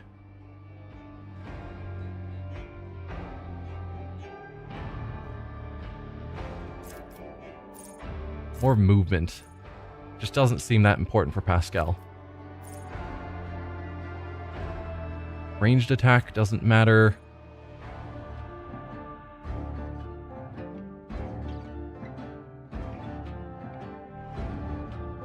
More movement. I don't think I'm going to use any of this.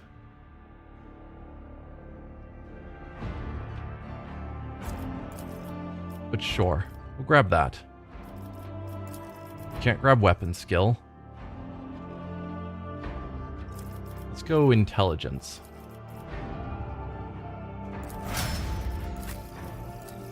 We're getting to the point where we're running out of really useful abilities.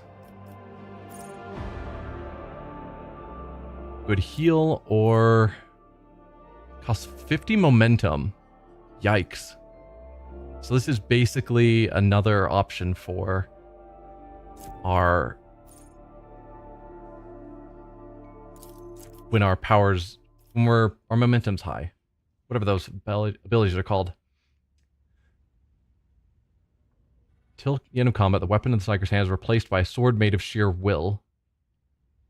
Single target attack and an area attack, like a two-handed sword. Can be used to release a cone of fire or a line of fire, like a flamer. Damage is the same as that of Purged Soul,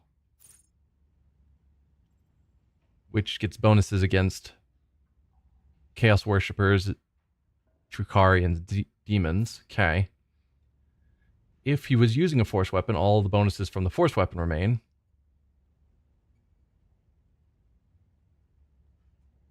And a +4 damage. Interesting. I think I'd rather just go with a heal to everyone. Maybe that's not that important. What about metabolic overcharge? Target gains an extra turn.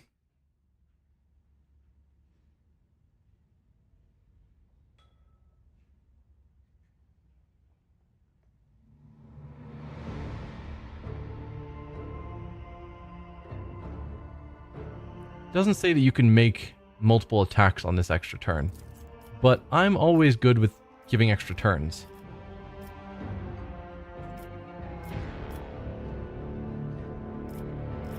And then ability score upgrades, probably weapon skill.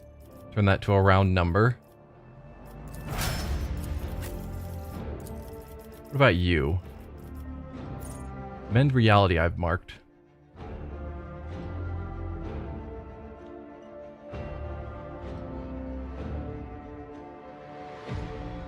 Alright, that would protect us.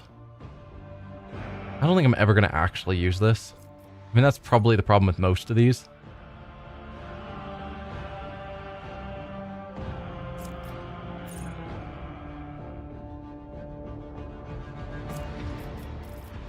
And that one looks pretty good. Just a whole bunch of damage.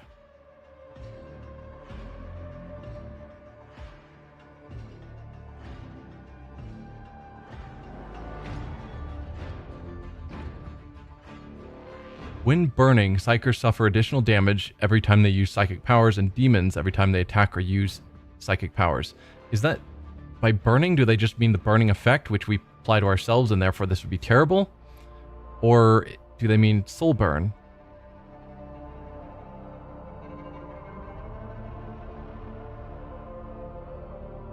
Because this just is an area effect that makes our character die instantly. That's bad news.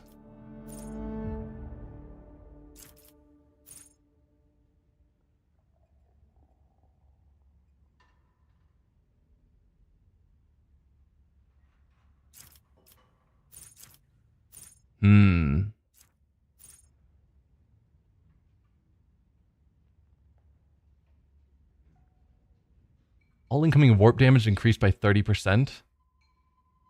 Whoa. I mean, it's really only on one target. So if I'm trying to just beat down one target, that would help. But usually, I'm fighting a whole group. Yeah, we'll just go with Immolate Soul. I think it's fine. Can't boost your willpower, which sadly is the only thing that matters for you. Perception and Fellowship, I guess, are okay. We'll boost Fellowship to get it to a round number. Jai, who I'm probably never going to use again after this mission.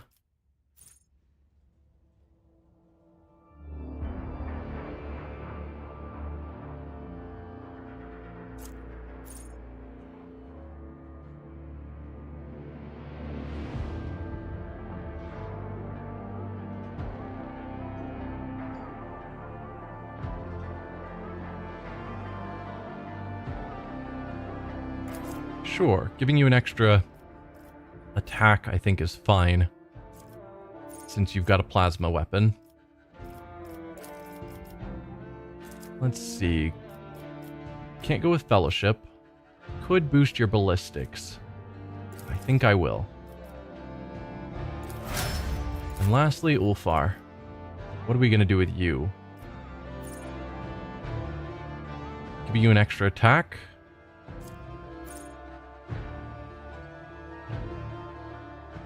Or Reckless Rush to get you into a fight better. Because you're sort of split between weapon skill and ballistic skill. I think extra attacks feels good. Keep boosting strength? Or do I get his toughness? I don't think toughness matters for him. Let's round out your strength. No, your strength is already... Let's keep boosting weapon and ballistic skill, I think. Make you attack better, or hit better, rather than do more damage if you hit. I think that's fine. So, Octaviana is still alive. Do you have anything further to say after all of that? Upon noticing you, Octaviana quickly bows. Judging by her expression, she is trying her hardest to conceal her fear. What will it be, sir? Lowering her voice, Octaviana adds, I have a private message for your lordship. The Casablanca mission has tasked me with expressing their eagerness to continue their partnership with House von Valencius. My colleagues would like to assure you that they had no stake in Vladimir Tokar's activities that incurred your displeasure, and do not view his personal misfortunes as an act of hostility on your part. You are, as before, our valued and respected partner. So, she's now taking up the trade with the Casablanca mission. So you're with the Casablanca 2. I attacked one of your own. You have no intention of seeking revenge. I wish to make a deal with the Casablanca mission. What happens to you and the Amsekas now? I wish to make an announcement. I wish I knew what that announcement was before I make it. What happens to you and the Amsekas now? Octaviana shrugged sullenly. I don't know if Footfall even needs the Amsekas anymore. I might have to close up shop and start some new business, but the enforcers don't bother us anymore. Vladimir was the problem. He forgot he was a smuggler and started playing the rebel. Without him around, the Casablanca found some room for maneuver and began negotiating with the new authorities. In the current chaos, the mission is able to offer ships, connections, and resources that justify a more tolerant disposition from House Corda. So you're with the Casablanca too? That's right. There are far more Casablancan agents in the Expanse than most people think. We prefer to operate discreetly. It's as simple as that. Why reveal the entire network when you can do business through a few public contacts? Vladimir used to represent our interests on Footfall. Now our leadership wants me to become the face of our organization. It's a dangerous position to be in. I attacked one of your own and you have no intention of seeking revenge? We are a business enterprise, not a blood fraternity. In a situation where one rogue trader is encroaching upon our assets, we would rather secure the support of another house than feud with it, and Vladimir's death makes no difference. Come to think of it, his fall was only a matter of time. He let his guard down and started making mistakes. He signed his own death warrant when he decided to go against Corda instead of looking for ways to negotiate. What you did was just the finishing touch. I wish to make an announcement. Octaviana nods, fills her lungs with air, and yells out in a booming voice, Hey you, bums, layabouts, crooks, shut your traps. His Lordship Ignatius von Valencius, who has graciously honored us with his presence today, is about to speak. The bar quiets down and all eyes turn to you expectantly.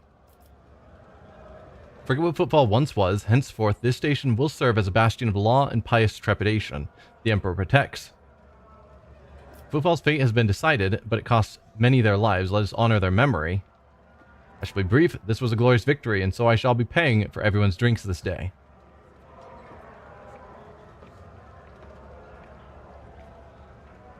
Interesting. I don't like to, because that's sort of honoring the memories of those who, like the pirates and whatnot.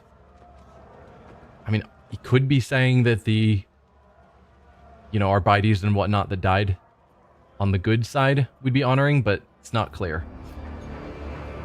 Clearly stating that this is going to be a lawful place versus just stating it was a glorious victory where we killed all the rogues and villains. It's kind of saying the same thing, but this one's saying it in nicer terms and giving them drinks.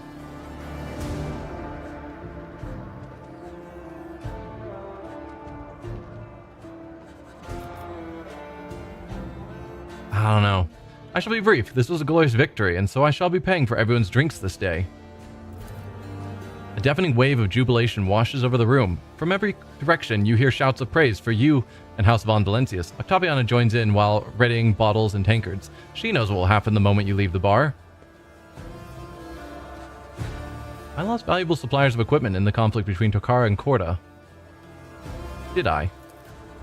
As for old Riza, I have good news for you. Yes, she passed on, but her hordes of plunder are still on footfall. One numbskull from her crew is always hanging about the bar. You should talk to him. You'll recognize him by his daft way of speaking and his stuttering. I'll be going. Until next time, sir. So there's someone hanging by the bar. Follow my lead. We've straight up xenos here. Seriously? When we were in cages, we got fed and we got zapped, but nothing else besides that. Oh no, these are the xenos that were mutants in cages that we ordered them to stop with. Now we aren't getting any food, and on top of the zapping, there's hitting and kicking and stabbing too. I want to go back to my cage. Sorry. So there's someone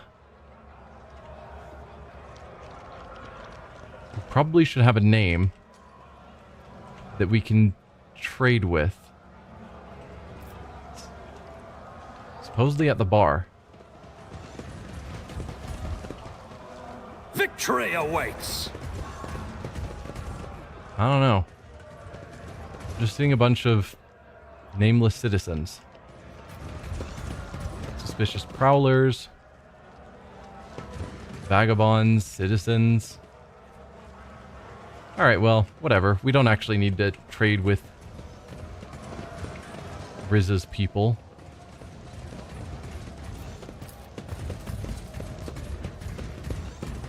I wonder if that opens up our ability to talk to the Inquisitor now.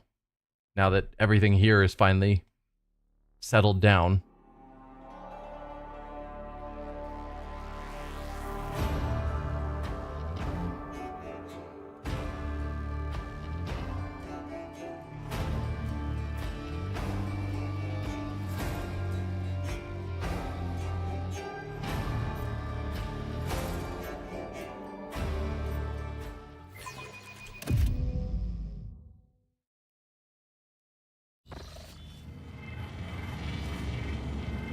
Alright, so we're back to here. A new challenge for me? Position troops.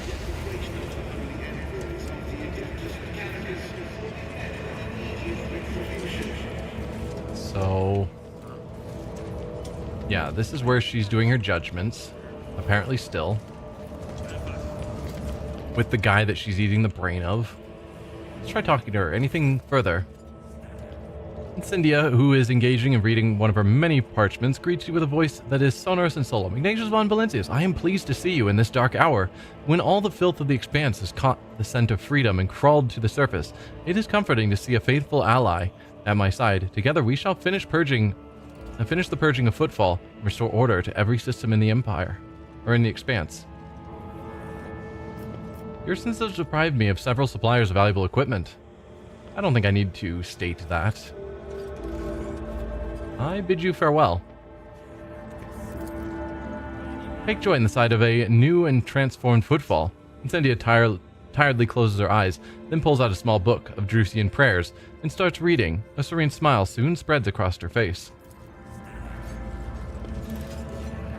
I guess probably the accusing Hieronymus would have been about the fact that he was involved in killing off her whole house and raising her in torture to become who she is. Because that's the only thing he confessed to that was wicked. And that would have probably turned out very poorly if we had... Weakness. Palace is presently closed, so we can't go in there even now. Interesting. So I guess we just need to leave Footfall now. That strikes me as odd. So be it.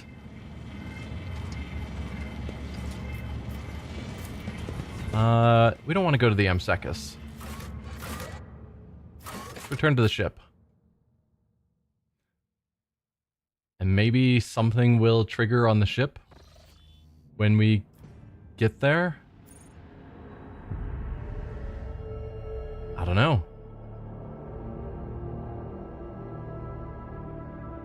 I would have thought that the Inquisitor would want to talk to us at some point, but maybe not.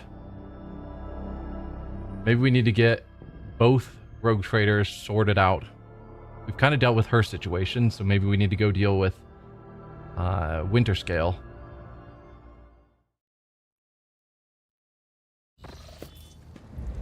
Yeah, no event taking place here. Let's talk to Jai. Since we saved her friends. Serene. Oh, glorious son of dozens of worlds and billions of subjects. Have you come to converse with Jai Hidari about the sweetness of her soul? Or do you wish to speak to a trade representative of the Imperium? Well, does the guise of one of the most powerful people in the Expanse suit me? Jai remained staunchly serious for a few moments before filling the bridge with her gentle laughter. You're beautiful no matter the guise, Jai. I would like to see the real you as often as possible. I don't think so. You are not committed enough for this burden. Yeah, I'd rather you be yourself rather than taking on this guise.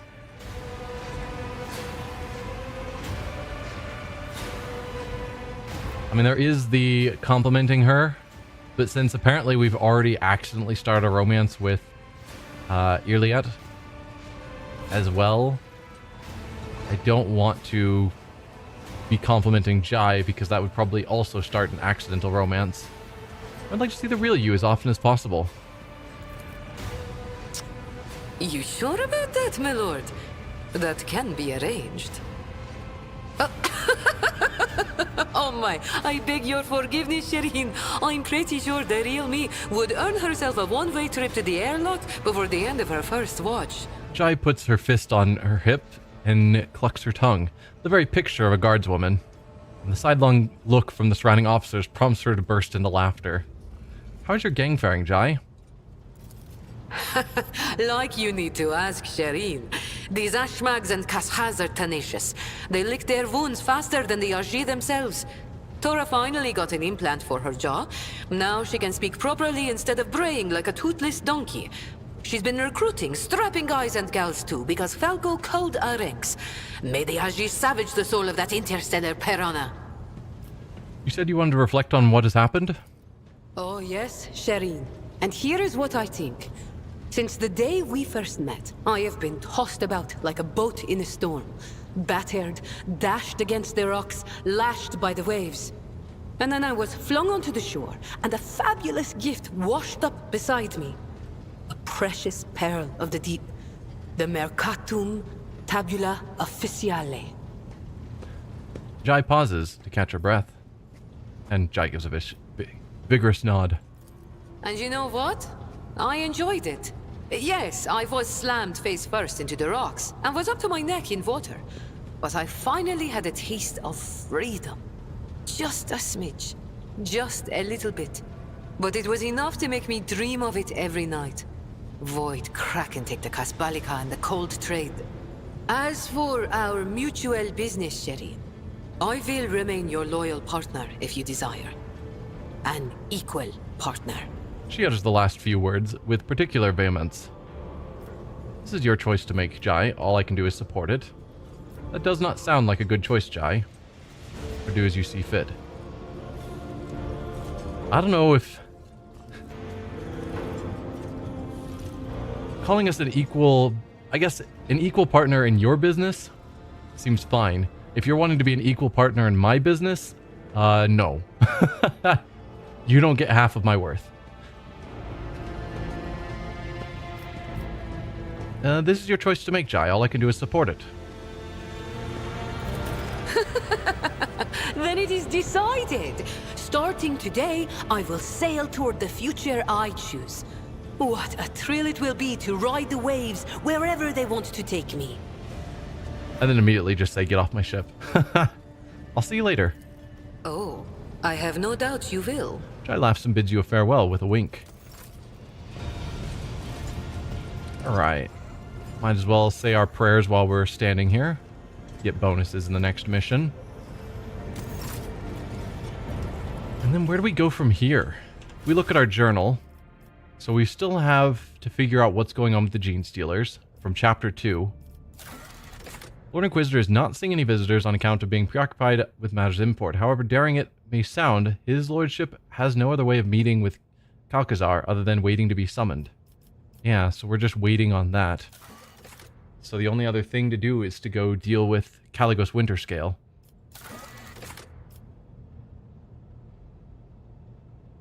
So it is time to discuss the findings and discoveries with the very entity that asked the rogue trader for his help in the first place. So talk to Nomos. Definitely want to do that while we're here. Travel to Dargonus. For House Wassarian, good. Adira's, we don't know where to go.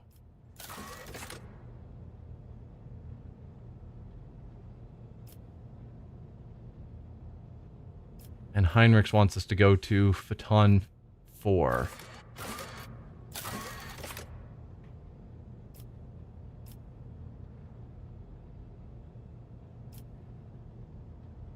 The development project, we're working on that.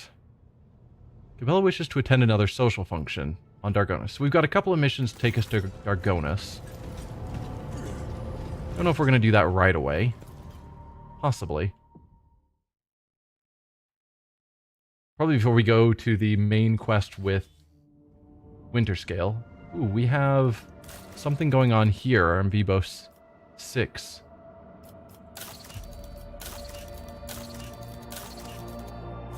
Okay, no projects that we need to deal anything with.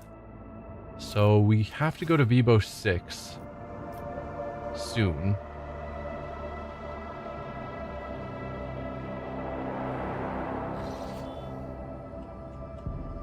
No new locations have opened up, it seems. Besides, there was... yeah, that one. Reach the system mentioned in Emelina's message. Right, no, we were going to talk to Nomos. Forgot about that. Let's do that before we head out.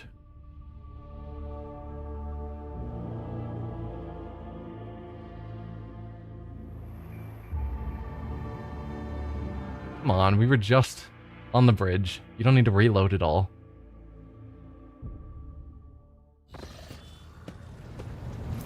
Alright. Nomos should be over here. Massive figure of the Malatic Asclepius is frozen before the cogitator in a praying pose. Without raising his head, he addresses you. I salute the ruler of this ship. I see you found your great spirit, Asclepius. I have found a miracle, and the end of my worldly road. I have never seen and never will see anything more meaningful than the spirit of Nomos. In the face of its multitude, we are all nothing but the fixed values of an erroneous function. I must take my leave. Cybergargoyle's gaze tracks you as you walk away from the cogitator. Was that it? No. We're supposed to talk to Nomos. But I tried talking to Nomos, and it went to Asclepius. Nomos are here. What do you want to talk about?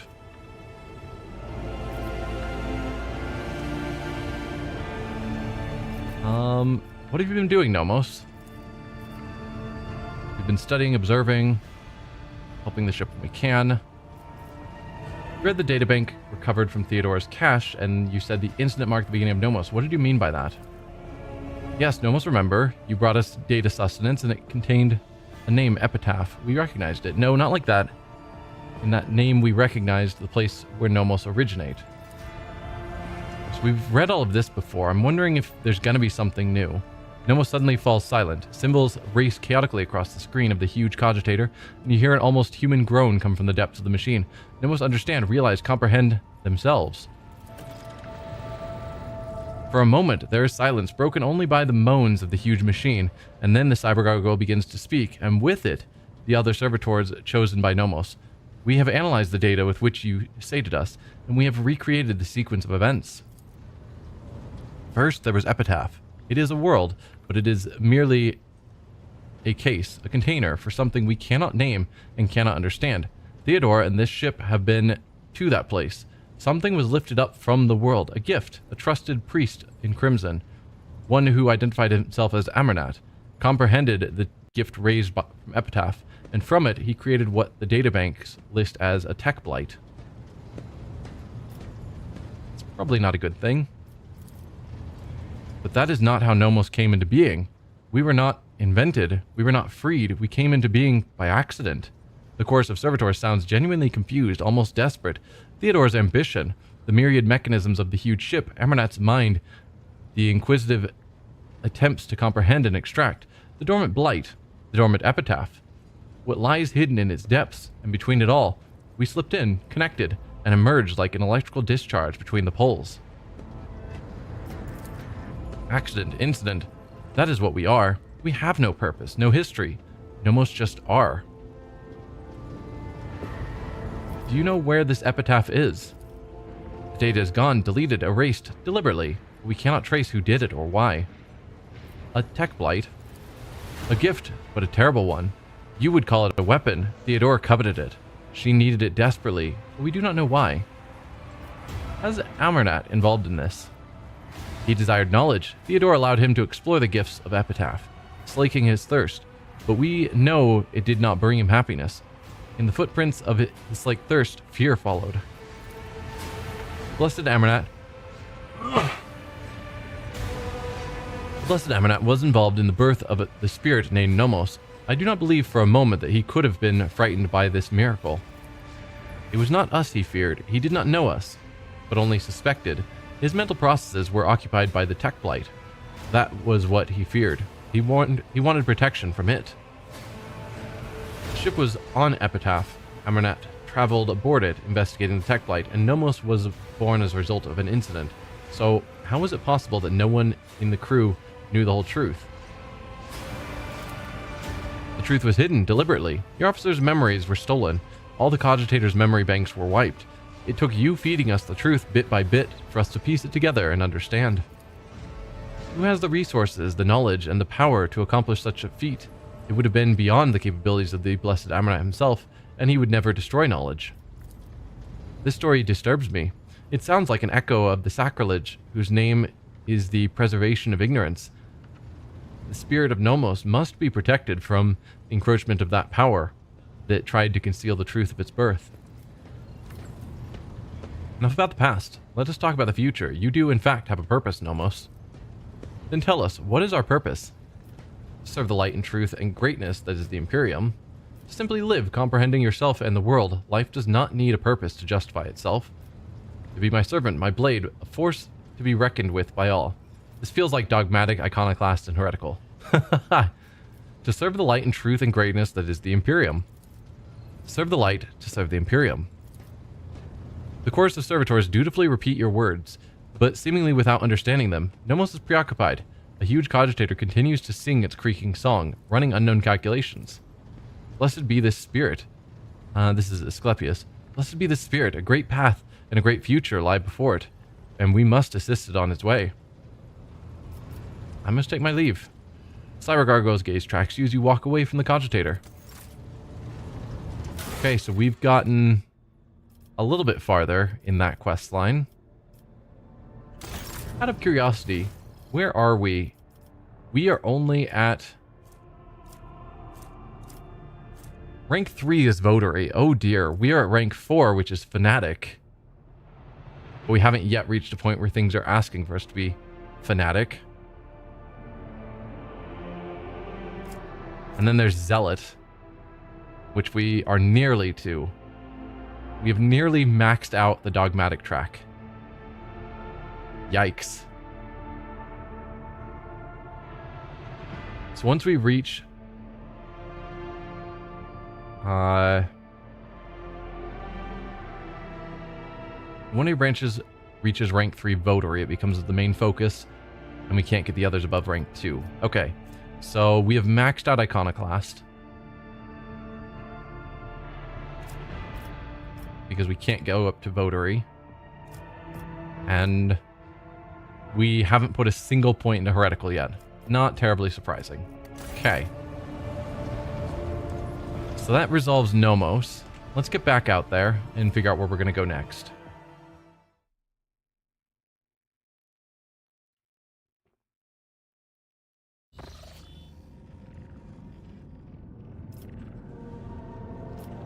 So here's where we need to deal with Winterscale.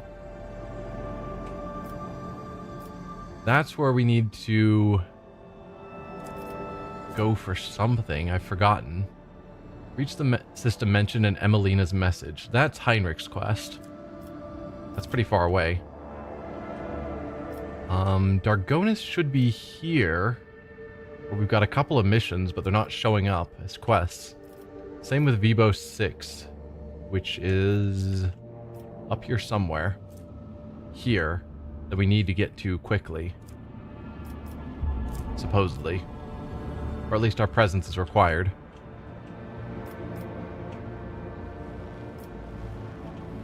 Let's go to Vibo 6, because I think it'll be quick.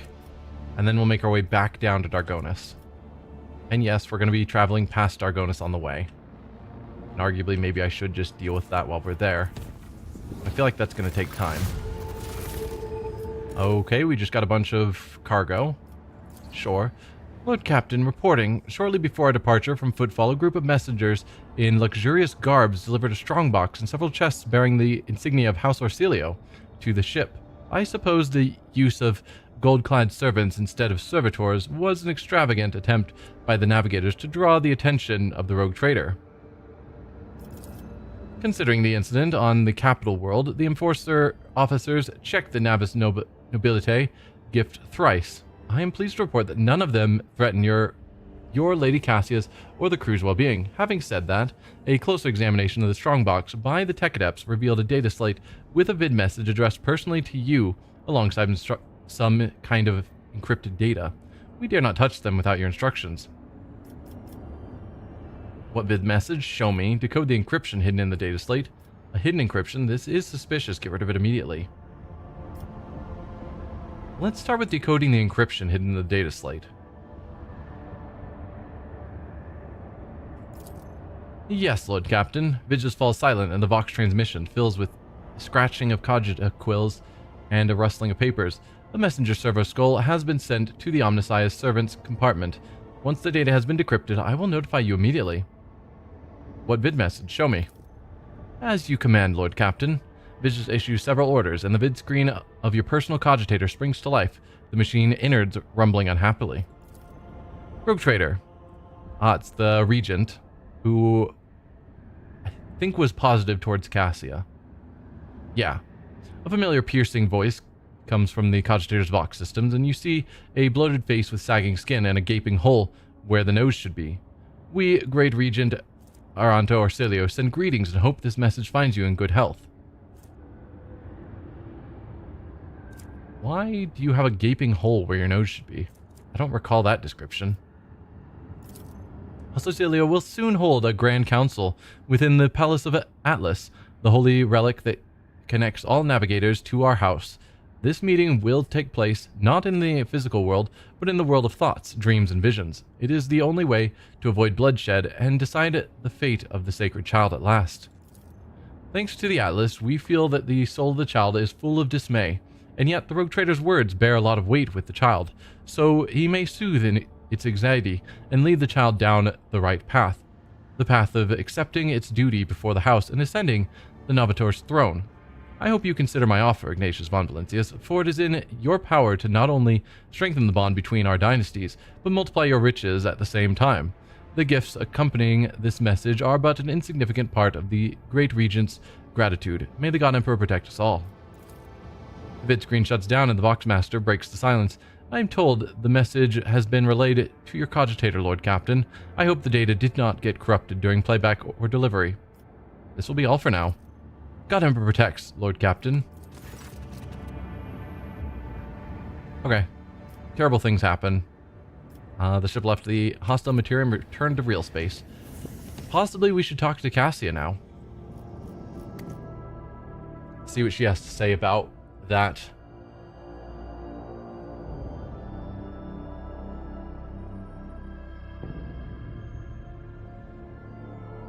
Because they want her to take her place at the head of their house. Because right now, the Regent is at the head. Is that going to have her have to leave her post on our ship? So I'm not cool with that. Or is it a thing where she's just taking the official position but still doing her duty here? Words cannot describe how boring the bridge is without our stimulating conversations.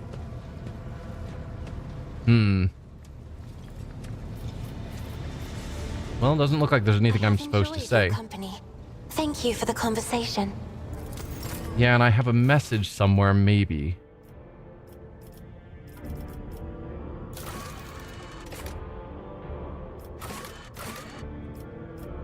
No, so we still have just the same 3 companion quests. Abelard's, Adira, and Heinrich's. So whatever's going on with Cassia is not a quest yet. So presumably they will contact us later.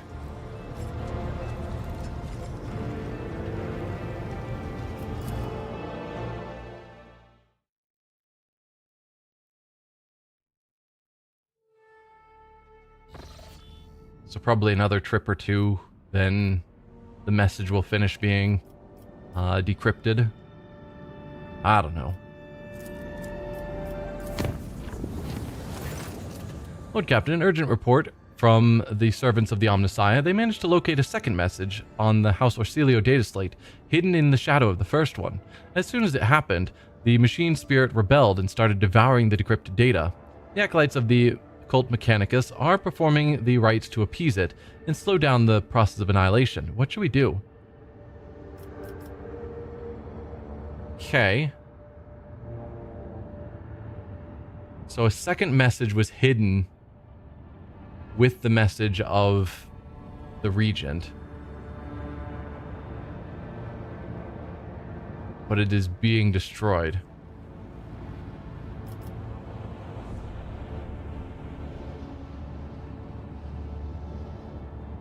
So we can display the message right away to get what little is left. We can just destroy the data slate. Or I'm no longer interested in the affairs of House Orsilio. Tell the tech priests not to waste their time. Display the message on screen right now. I'd rather get what little information we have. And hopefully it doesn't, branch out and start destroying data on our ship or something. The comm bead echoes with the furious clicking of Vigidus' augmented fingers. A moment later, the vid screen on your cogitator shows the recording through a wall of static. Lady Navigator Alina, so she was the other side of that we demanded the 2 family halves work together. Rogue Trader, Lady Navigator Alina, the one who staged an attempt to assassinate Cassia right in your palace, politely smiles at you from the vid screen. I have no doubt that your servants would find my trace. They are far cleverer than the ones employed by the great regent of House Orsilio. She does not bother to hide the venomous disdain in her last few words. I feel extremely awkward that our first encounter took place under such unfortunate circumstances. Truth be told, I saw a worthy person behind the lofty title only after fate put me on the death's precipice. You hesitated to end my life despite holding it in your hands. Your noble deed gave me enough food for thought. Despite everything that transpired, I still believe we may become loyal allies to one another. I presume you already know that House Orsilio will be holding a grand council in the depths of that accursed Atlas very soon, and we cannot ignore the call, for we are bound to it against our will. If you convince this Lady Cassia to reject the Atlas and break the centuries-old shackles binding our house, we could turn over a new page. Having said that, I will accept a different outcome. Should the child die, I am not going to shed any tears. I will accept any choice, Rogue Trader. My people have nothing else to lose. But you could benefit from our friendship. There are mysterious shadows dancing in Lady Alina's eyes. There is an emerald among the stars of Martianus. My gift to you for sparing my life. Head through the storms and torrents. Then. Kind of missed the end of that. Head through the storms and torrents. Among the stars of Martianus. We'll have to look on our map and see if we can figure out what that's referring to. The vid recording cuts short and you hear the Voxmaster's voice in your comm bead. I'm very sorry, Lord Captain. The servants of the Omnissiah could no longer restrain the machine spirit's hunger. I hope you were able to see the vid message through to the end. There's commotion, but we survived. Okay. Still nothing to talk with Cassie about.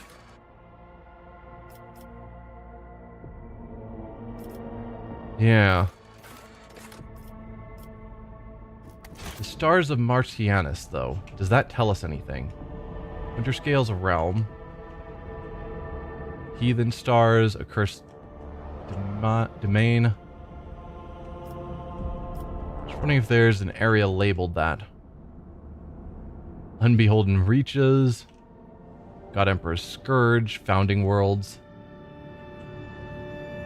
Cauldron. If so, I'm not seeing it. There might be a star itself called like Martianus or something. But nothing is standing out to me. So, who knows? Lord Captain, multiple critical systems are failing throughout the vessel. This is a safe journey that I just took. I'd like to let you know. Half the compartments are no longer responding. The ship is falling apart. We request your lordship's presence on the bridge immediately. That was a safe trip. It was green. I'm quite certain.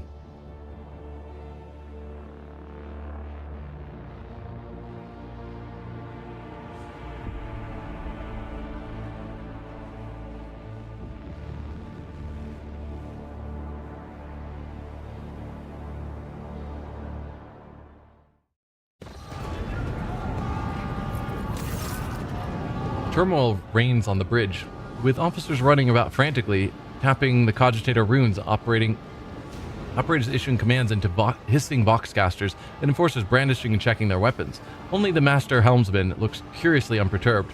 However, his even scowling face clearly cannot hold any more grim dissatisfaction. I'm glad you made it here in one piece, your lordship. The crew is running ship damage control procedures. This situation has been recorded in the ship's log as critical. Mr. Starback and I are temporarily in charge of the bridge. I'm organizing the technical staff while Jocasta musters the enforcers. The Honorable Vox and Infernus Masters have departed for the affected compartments to take charge of their subordinates, but remain present on the Vox line. I wish to know what disaster has befallen us. Your combead springs to life. Infernus Master speaking. There have been several large explosions throughout the ship. The cascading blackout has knocked out lighting, transportation lines, air filtration, and heat control across the entire vessel. Multiple fires detected. All Infernus Guild forces have been deployed for emergency repairs. We will save the ship no matter the cost. Right now, we are blind, unpowered, defenseless, sinking spittoon drifting through the abyss. The total volume of outages was nearly enough to turn us into an adamantine casket. The crew has suffered heavy casualties due to explosive depressurization, loss of air supply to the compartments, multiple fires, and failure in the transportation systems. The numbers are getting worse by the minute. Was this an accident or sabotage? It's clearly sabotage. While we do not know this for certain, I am convinced that we have been attacked from within. We are now more vulnerable than ever. Her voice is followed by a hiss from the Voxcaster. It might have been a chain reaction caused by an accidental failure. The ship is old. That sort of thing can happen, but I commend Mr. Sauerback's vigilance. It is appropriate at this hour. Where is my retinue? Fizz's voice breaks through the shower of static gushing from the Voxcaster. They were in their quarters or carrying out their duties when the incident occurred. Immediately after the emergency meeting, I will summon those you requested to the bridge as escorts. Where's the high factotum? At the time of the accident, Danrock was on the freight line inspecting warehouses. He has not been in contact since. We are assuming the worst. So, the mission where we fought against, what was his name, Nemesis or whatever? Which was tied to the Gene Stealers. He was stabbed. I wonder if Danrock has been a Gene Stealer this whole time. He's had a parasite growing in him. Maybe he's behind this. Because we've been wondering how to progress with that quest, or at least I've been wondering. Would have been waiting for this. We must come up with a plan of action. I've already put together a priority order for the repairs of the critical systems, but many of the bays have descended into bedlam and riots, making the work difficult. People are terrified and think they're about to die. In addition, some decks have become inaccessible. The trapped crew members' time is running out. Sadly, the optimal survival strategy for the vessel does not include the survival of those poor sods. Save the vessel, the enforcers must quell the riots and ensure that the work is done. Rescue the crew members from the damaged compartments. Either we all survive or we all perish. I do hope it is obvious to everyone that my treasures, trophies, and relics are to be rescued first. Everything else comes second. I would say rescue the crew. It'll do more damage to the ship, but we've got lots of scrap to repair. We might lose some treasures, but I think overall that's fine. Rescue the crew members from the damaged compartments. Either we all survive or we all perish. I doubt we're going to all perish. It's probably just going to be more damage to the ship.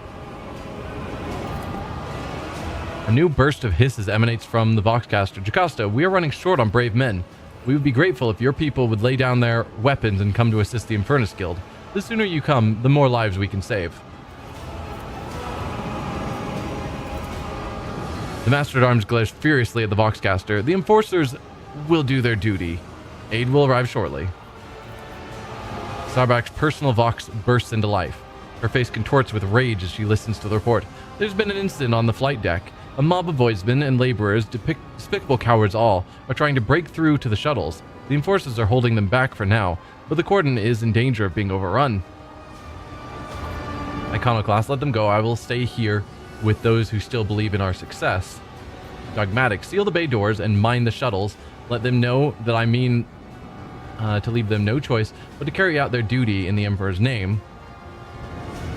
Tell them they have my permission. Gather them all in one compartment, then seal it and vent it into the void. I have no need for cowardly refuse. Wow.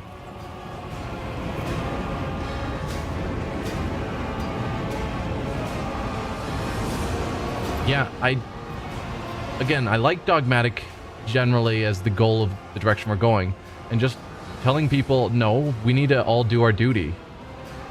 I'm mining the ships. As long as you alert people that ships have been mined, it doesn't feel bad. At least not overly bad. Having anyone who can get to a shuttle just take off in the middle of a crisis is not the way to survive.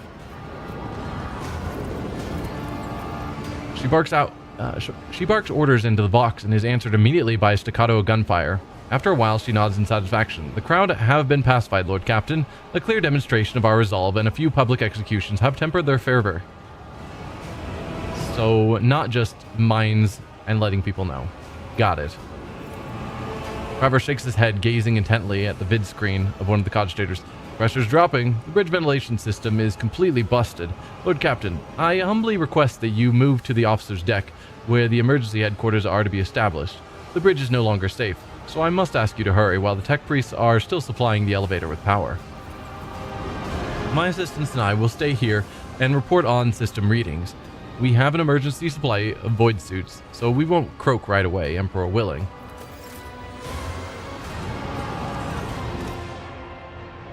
Alright, well, Jai, you can go.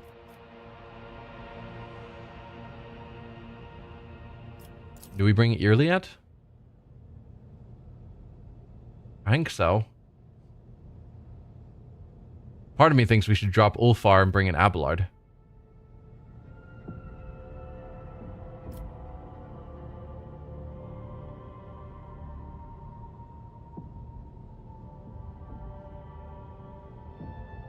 No.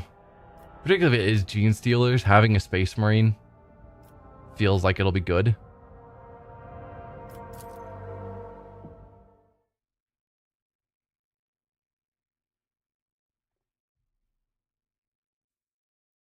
Oh, we're going down to the freight line. Interesting.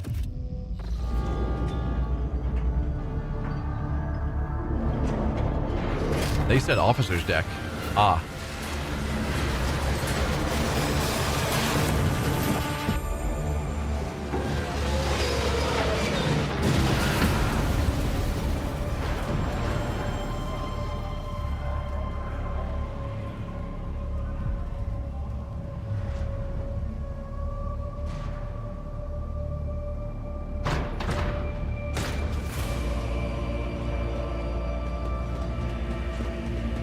Yes, because I'm the one who kicked down the door. The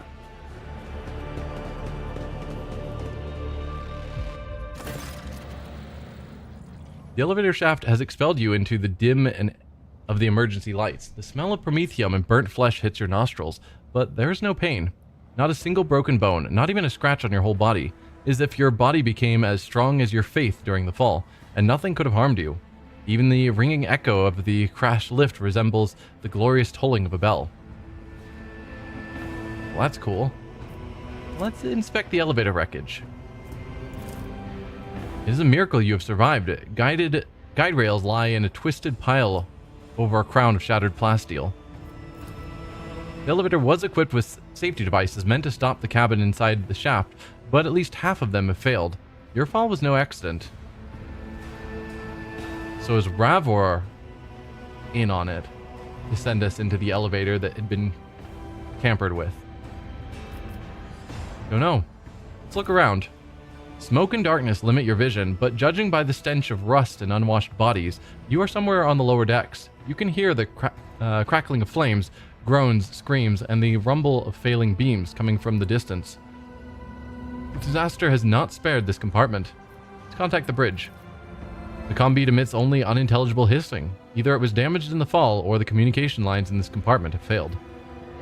Let's move forward. So we need to escape the lower decks. First, we need to level you up several times. So, hot on the trail. Bounty Hunter designates an enemy in a 10-cell radius as trailed and finishes the turn. An ally kills the trailed enemy. Bounty Hunter gains a bunch of stuff. Or raid until the Bounty Hunter's next turn. Whenever an ally attacks a target marked as prey, this attack deals plus 8% additional damage and gains half of the Bounty Hunter's current bonuses to critical hit chance and critical damage granted by Hunt Down the Prey. Alright. I'll go with raid.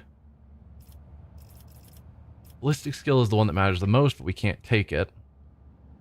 Agility lowers their... No.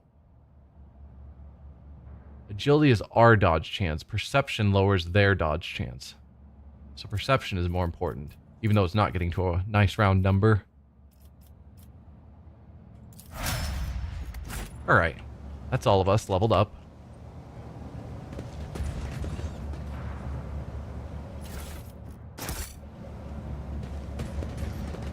Oh yeah, that's the marching order we want.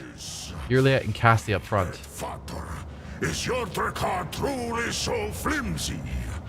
That would have been a shameful day. The sacred mechanism is not to blame for this incident. All required litanies of actuation and maintenance have been performed. Hypothesis: the cause of the failure was the excessive mass of the unit Ulfar. No. You know the elevator can hold more weight than that. Come on. That's just insulting him for the fun of insulting him. Alright, let's put you guys up front. And then... us. There we are. A much more sensible marching order. I'll lay claim to the stars. Also, the fact that we already determined that the brakes on the elevator had been sabotaged, to immediately say afterwards, yeah, it's because you're fat. I mean, just that he weighs a lot as a space marine, but still. Nothing to go over there for. So we've got a bunch of enforcers down here.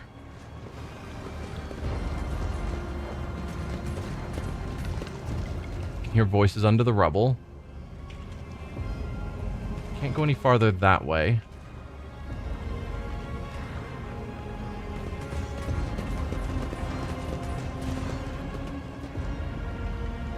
Let's see. Nowhere to go there. We can't go up there. So just forward here or here, looks like. And that's a dead end as well.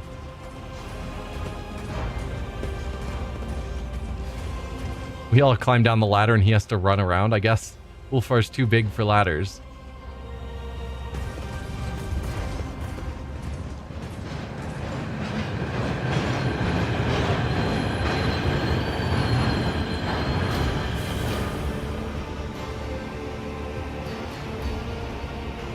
Friends or enemies?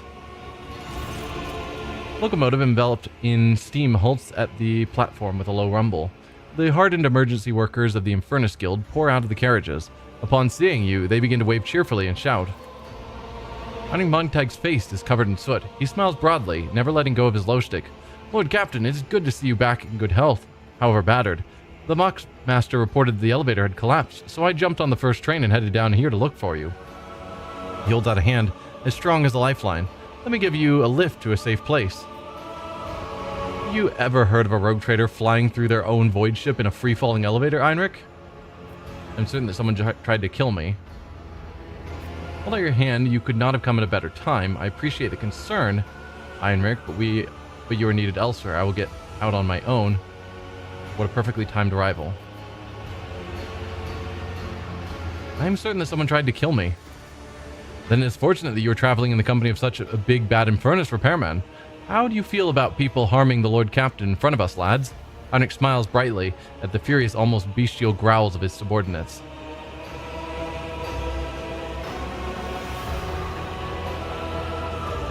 I'm now just questioning who is actually on my side. When we fought the Gene Stealers, he was very adamantly on our side, because I know I questioned whether he was honest at the time. And it seemed like he was very clearly on our side, so I don't want to distrust him now. Have you ever heard of a rogue trader flying through their own void ship in a free-falling elevator, Heinrich? No, I think that's a first. Heinrich raises an eyebrow and says politely, Lord Captain, you sure know how to make a dramatic entrance. Maybe you really are the bringer of woes that simple folk painted you as. Are you sure you didn't curse the elevator? That old thing transported rogue traders for hundreds of years, but then you stepped inside and down it went.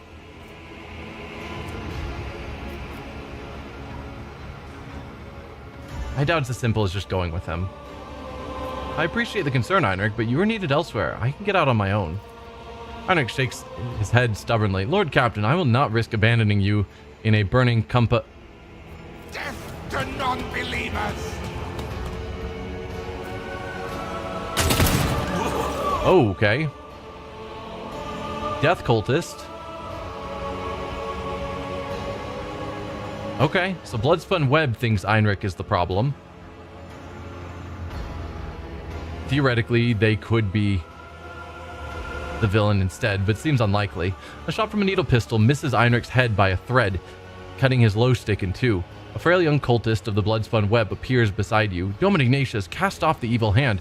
It holds only betrayal and wrongful death. Heinrich Montag is not human, and he seeks your demise. Is he the Gene Stealer? No. The Infernus Master pulls the last of the low stick from his mouth and asks in a low voice, have you lost your mind, you damn fanatic? Let's take a closer look at the repairman. We don't have 100%. Only a 97%. Still a success. The Inferni looks baffled by the act, but the astonishment soon gives way to righteous indignation as huge burn-covered fists clench into instruments of murder. But they are not the only instruments. You see hands slip under clothes and curl around weapon grips. Somewhere in the crowd, you glimpse the all too familiar glint of gunmetal.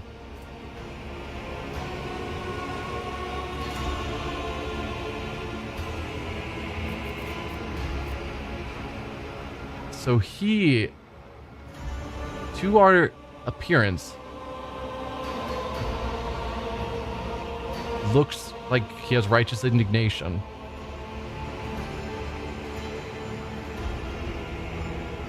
But somewhere in the crowd, someone's pulling a gun. What is your accusation against him? You are being hunted, Dominic Ignatius, driven like prey towards the hunter. He is the hunter.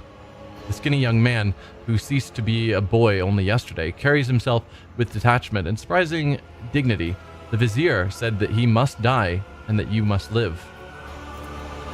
I understand that the situation is critical, but damn it, I am a senior officer on this ship, as much as I hate to remind you, and you are a little mutineer who almost put a hole in my head. You have any proof of treason?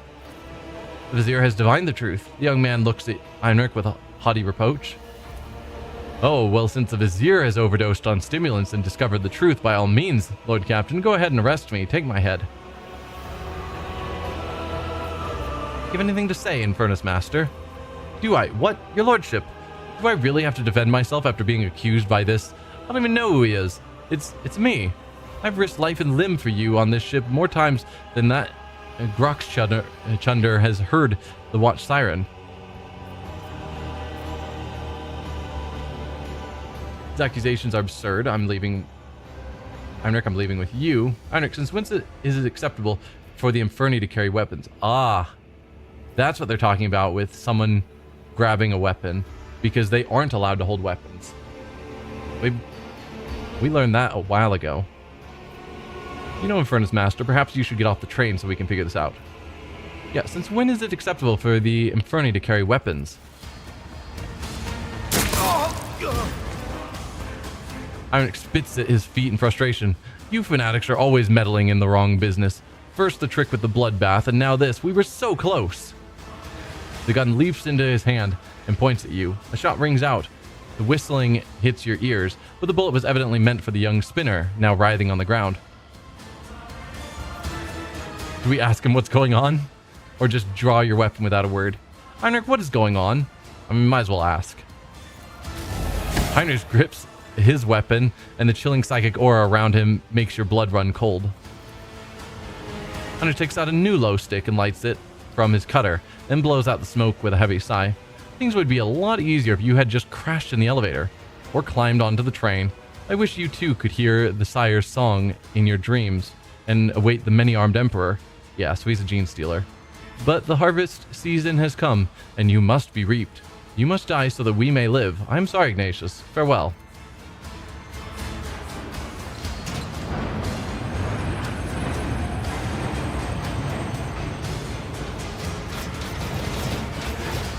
Okay, well, this will make progress on that Chapter 2 quest of dealing with the gene stealers.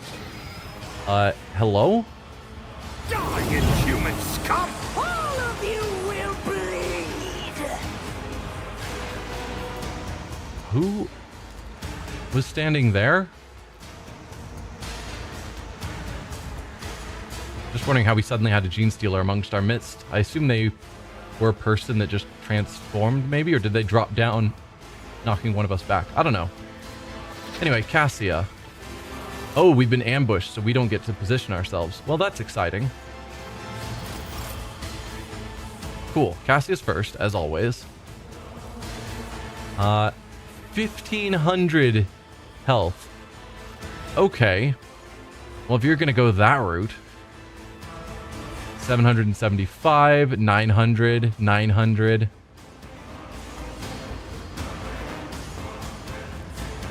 We've got various Infernus that are against us, so they must be part of the Gene Stealer cult, even though it doesn't show anything on them. Yeah, they're listed as xenos. Yeah.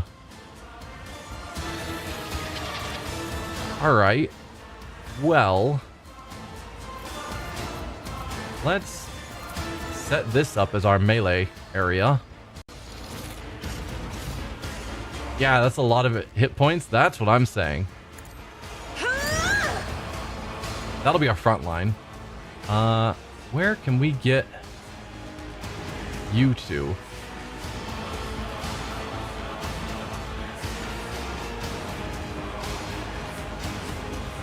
If I put her here, she probably can get a good angle on a lot of them with her third eye. If we were there... yeah.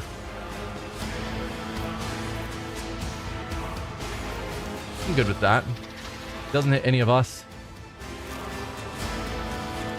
So So yeah, let's have you run over there. And then, of course, bring it down on Ignatius, who is here. Not used to the helmet. Me? If you insist, Lord Captain. I think the helmet only gives us bonuses against demons, sadly.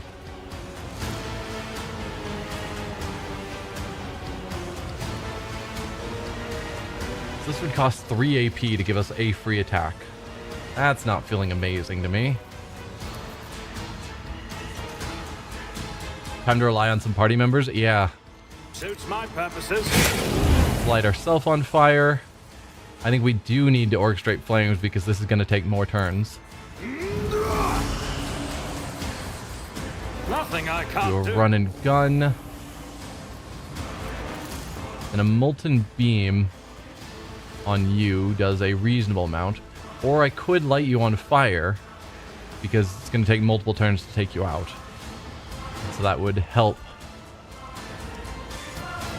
I don't know. Probably the molten beam. There's also something to be said for attacking, say, here, where I would hit 3 of the enemies, taking 2 of them out. But I don't think these guys have enough health to really matter. 84, 71. We do a bit of damage to you, but meh. Suits my purposes. Molten beam on you.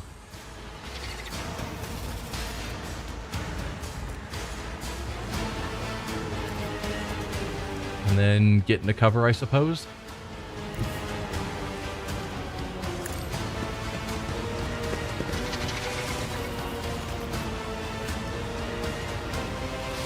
Battle, the rogue trader may choose an ally for 1 round. Target's weapons, attacks ignore enemy's armor. How much armor do you have? Not actually that much, 22%. Because you're the one I need to deal with. Getting some of my allies to be able to get through that would be good, but it's not armor. So I think I will just end my turn there. Let's go. Oh, she can't use this on us. We are too far away. Well, we can do I'm not accustomed that. to being ordered around. I'd like to get that. That seems to be a no. Well, let's hit all of them. I am a navigator, not a servitor. And use Inquisitor's Tenant. If you insist, Lord Captain. High momentum. That'll allow her to use this on us to get us another turn. We don't get the willpower bonus. A plus 32. You sure you can't move anymore? No. Well, that is a shame. So we're going to be doing a lot less damage than we could have otherwise. Alright. Do I just keep focusing down the Gene Stealer? I think that is the smartest call. Yeah, I could hit him. But besides that, they're basically all out of line of sight from where I am now. Alright, let's just kill you. Not a problem for me.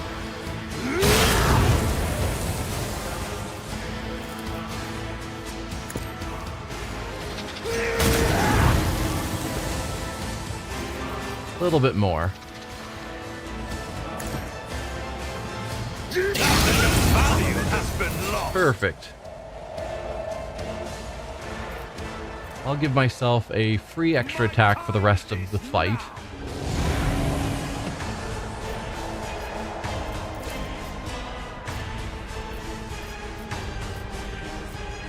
Okay. We'll do Firestorm instead.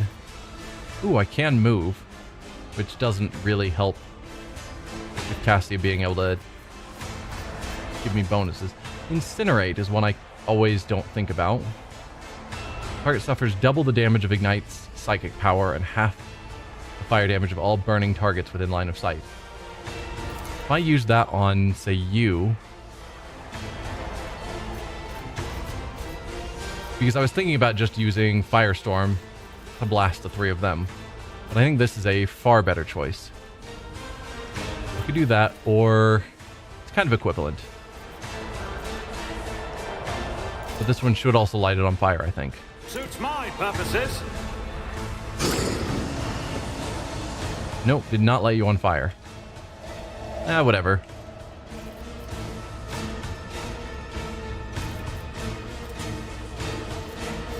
Let's kill you guys with fire. Already done. Didn't die. Okay. Well, that's a shame.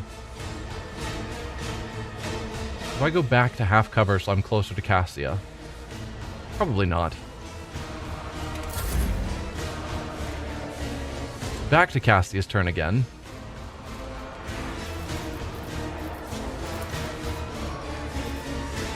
I think we just use this a bit more, probably. These are just single targets, I think, right? One creature, a line. But no, in this case, I think that's the smarter call. Fury of House Orcelio. You're still alive. You're still alive.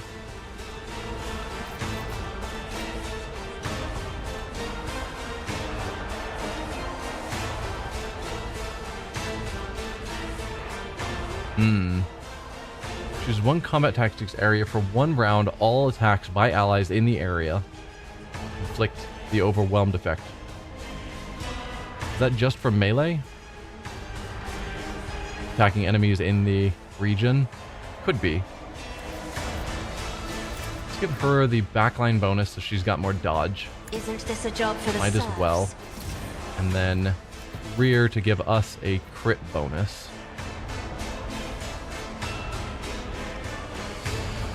Maybe we go here so that Irliet can get some crit bonus. Because I think that'll help her more. And yeah, Cassie's turn ends and the fight is still ongoing. That's a rare thing. Such is the will of chaos. Ha! Lots of dodges on our part, but you killed your own ally. Fantastic. Okay, so we can pull Irliet back, and then she's got shots all around. Who can you mark as prey? You can see these 2.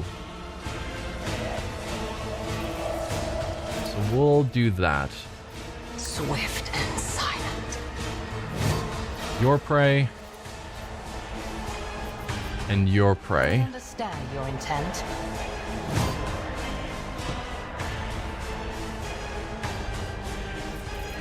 Don't suppose that shoots through to him. It does not. So let's go with... What is your guys' difficulty considered? Only 3. Really? With 900 health? Alright. Call perfect spot for you. I am not your xenos pet monkey. Then Cold Bold. If I must. Piercing shot gives it a guaranteed serves your crit. cause. Then take your shot on this one. I understand your intent. Ancestors guide me. Good solid hit.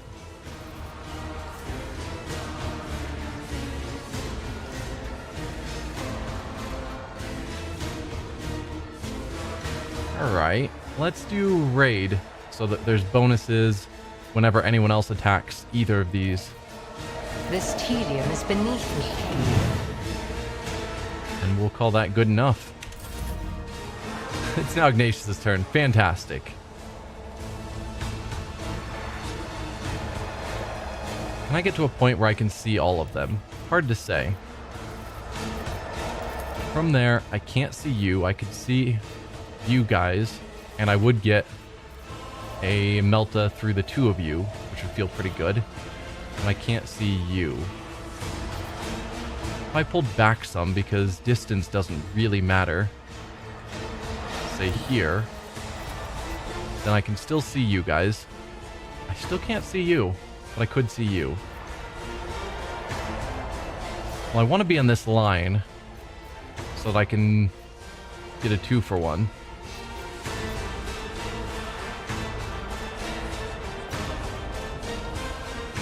I mean, theoretically, if I move far enough back, hopefully I can see you. I can't target you. You are now out of my range.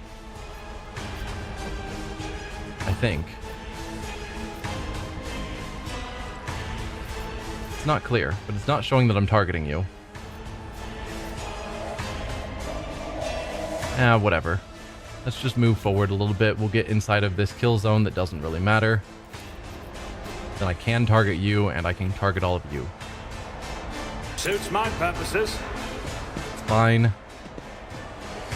You don't stand a chance! So that's you dead.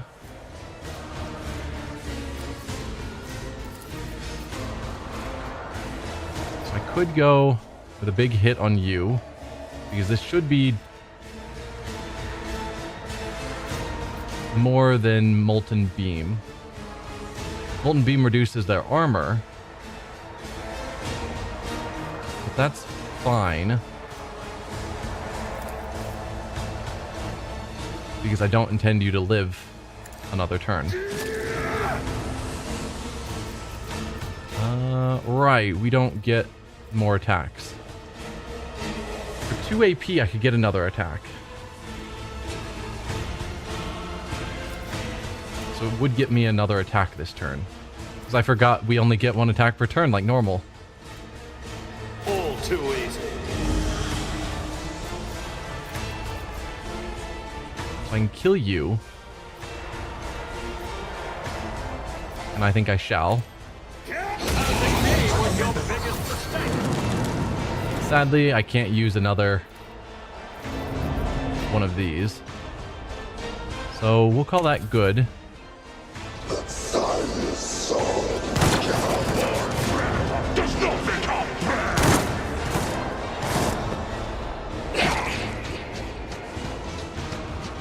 Alright. Oh. Did you just one-shot Ignatius? Well, that's bad. That's decidedly not good. Just one-shot kill. I guess I shouldn't have been that close. Left the melee to the melee people.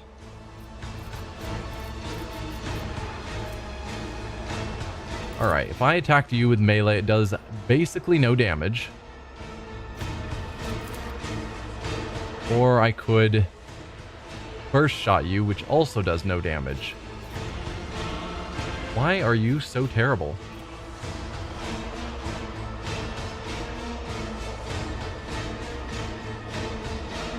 So I could do devastating attacks, I could do kick.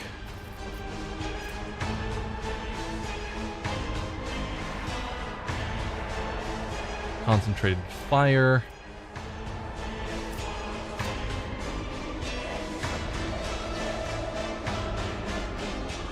Let's do concentrated fire and rapid fire and confident approach. So shall it be. Then we'll take a shot here. 60%, is that because of how close you are? Because we're attacking in melee. If I step back, would you have a better chance? Maybe, but you'd get an attack of opportunity against you, which I wouldn't be thrilled about.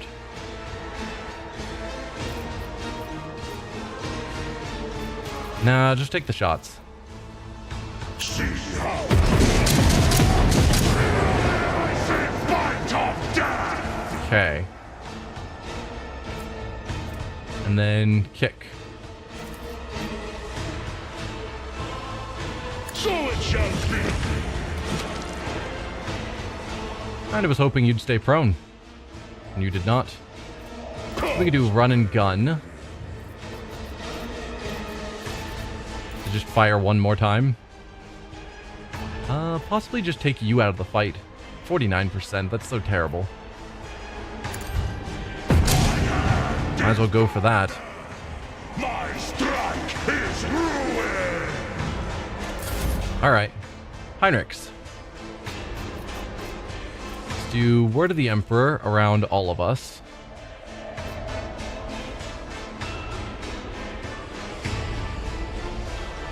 Yeah. For the thrones. Anything you can do to wake up Ignatius, because this fight would be a lot easier with him in the battle.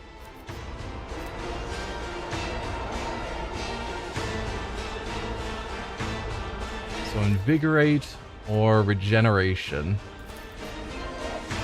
Not a valid target for regeneration. Not a valid target for invigorate. No, so we're just out of the fight. That is awful. All allies affected by Word of the Emperor gain the Hammer of the Emperor. Next time they deal damage, the damage is increased by 34 and the effect is removed. Seems good. Oh, I don't think I caught Irliet in the range because I forgot she was back there. That's disappointing. Yeah, really gonna need them? I mean, luckily he did a lot, so we've got these two that are nearly dead, and then one guy back here who's half dead. So it's really just seeing if we can take down this guy by the rest of the team.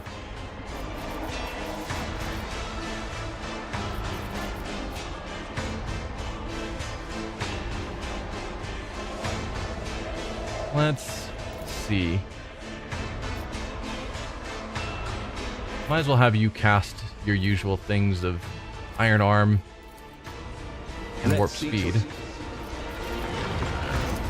on yourself. Low momentum. Oh, we were all the way down into the low momentum area. Yikes. Well, let's charge you. Parry. Well, darn. Take another swing, I suppose. Naturally. Parry again. No one's hurt, so we don't need to invigorate. Alright, Pascal. Do I send you here to try and take this one out? Infernus Marksman is actually next in initiative of our people.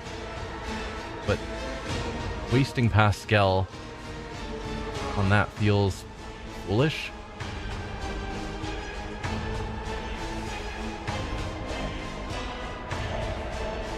Are you burning? You are not. Alright, go behind this guy and strike him. And please don't miss. I guess, analyze enemies gives exploits, and exploits are chance to hit, right?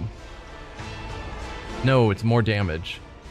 Was it expose weakness that increases their dodge and parry? Okay, so yeah, go here. Analyze enemies on him. Then expose weaknesses on him.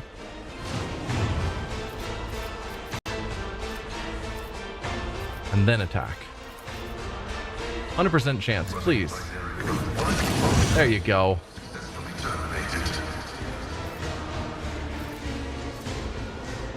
And I don't know about the rest. It's fine.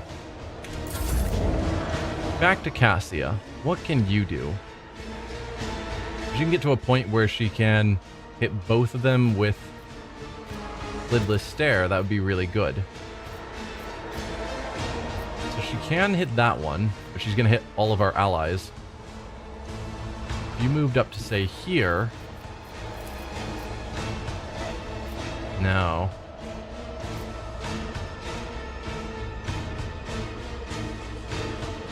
How do I get you?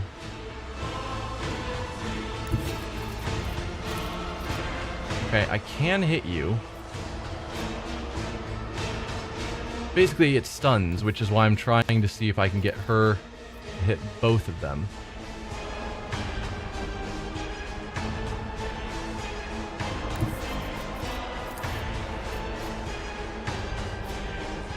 But no.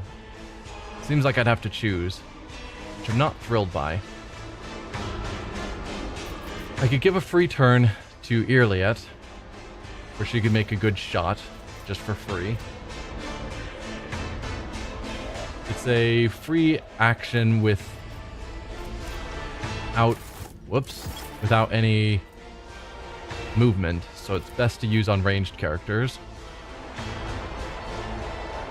So we'll start there. So you've got 3 actions to spend. I think we'll do Claim the Bounty here, just to finish you off.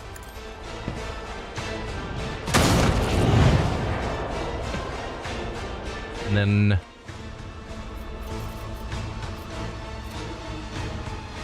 Piercing Shot or more damage. Reducing armor.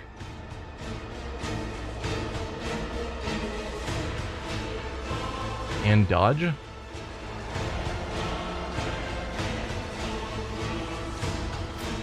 We already marked as prey, yeah? I think so. Or not.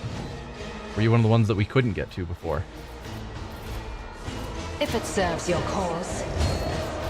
Alright, hopefully you've got the shot. You do. If I must. There we go.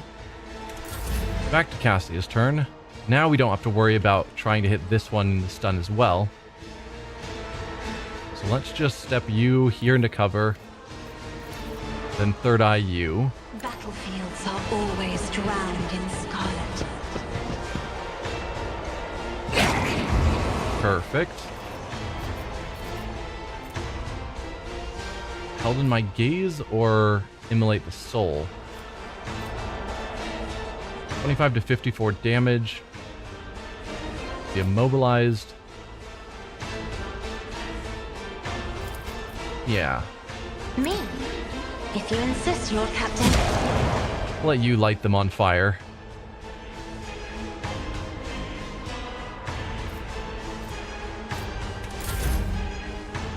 And back to Irliet. I am not your Pull the bold. Piercing shot. And shoot him. If it serves your cause. There we go. Death Cultist is bleeding out, breathing with a barely audible wheeze. You are unharmed, Dolmen. The temple, the Vizier is waiting. He can help. Let me take you. The blade slips from his weakened fingers and falls to the ground with a clang. Examine the spinner. Heinrich was shooting to kill, and a perfectly aimed shot has torn the young man's lungs to shreds. It is a wonder he has not choked on his own blood already. I mean, spinners don't really have names. I don't think. Pick up the cultist's blade. I'm afraid you are no longer a fighter. Leave the enemies to me. What do you know about what is happening here? Is this a mutiny? Take me to the temple. We must get you to a healer before you die of blood loss.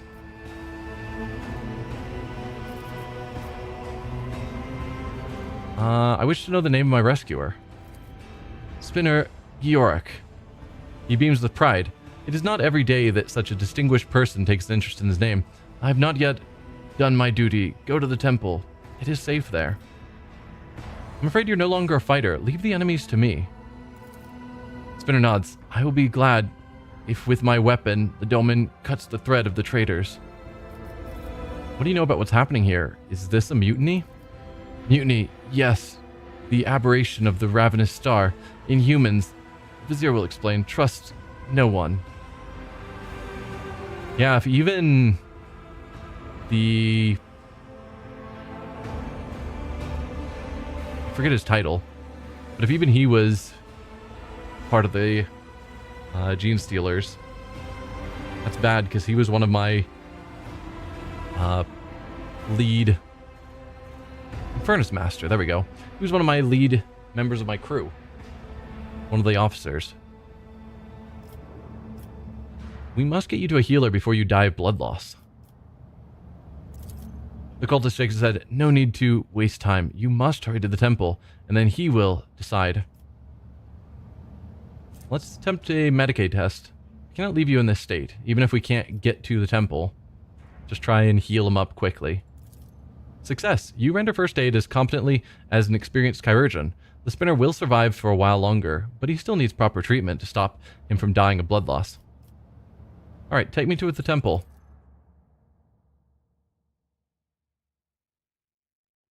We didn't get to loot anything there, which probably is disappointing, but oh well.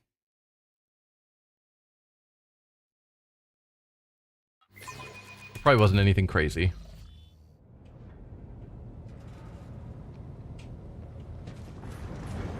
Bunch of death cultists. Our allies are all hanging out here. And the Vizier.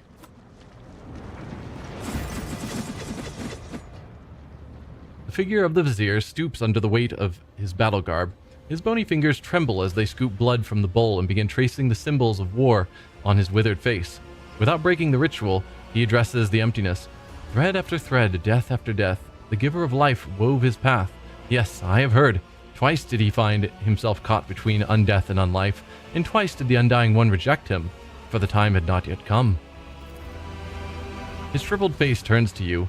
His lips quiver in joyous anticipation. Once again, the tenets of the web lead us along the thread of righteous struggle. The foe, the flagship's tormentor, until now unseen, has shown its face at last. My blades have left their sheaths, and duty commands them to slake their thirst with monstrous blood.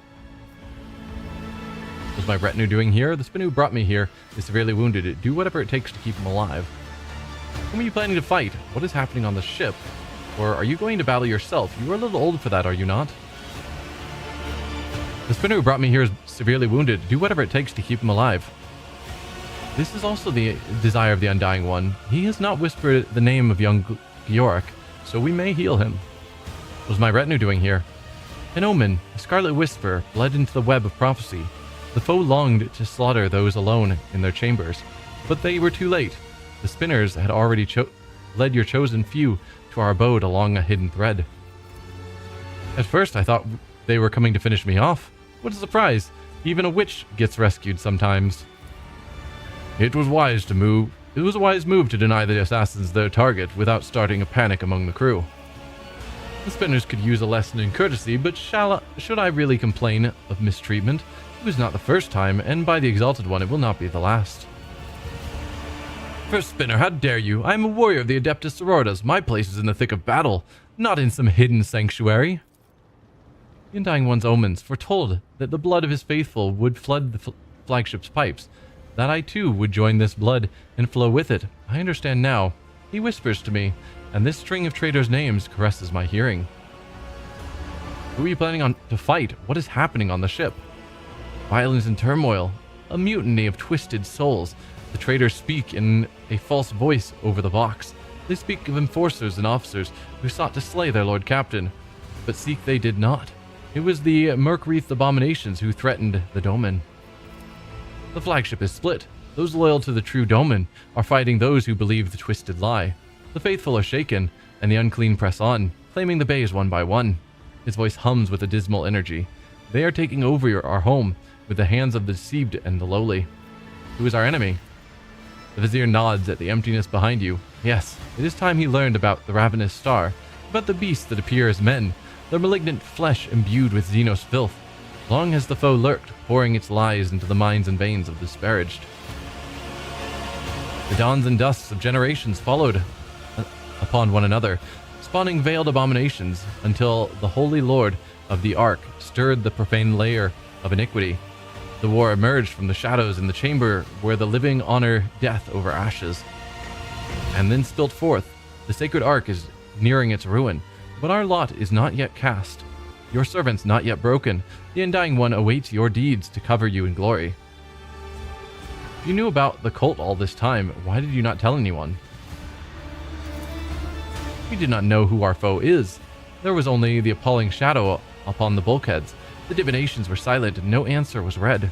But the signs changed when the corruption assailed your flagship. The Undying One bid us bare our blades, and among the deaths of the wicked, answers rang out. At once I sent his spinners to those of the lower bays that should not fall into the foe's hands. Others became guides for your chosen few. But I killed the cult's leader with my own hands. One sees now that this was but a pawn, ushered into place merely to deflect the falling sword. The player knew the game was forfeit and thus made a trade. A few of their tribe sent to the slaughter so they might sell the lie that the foe was dead.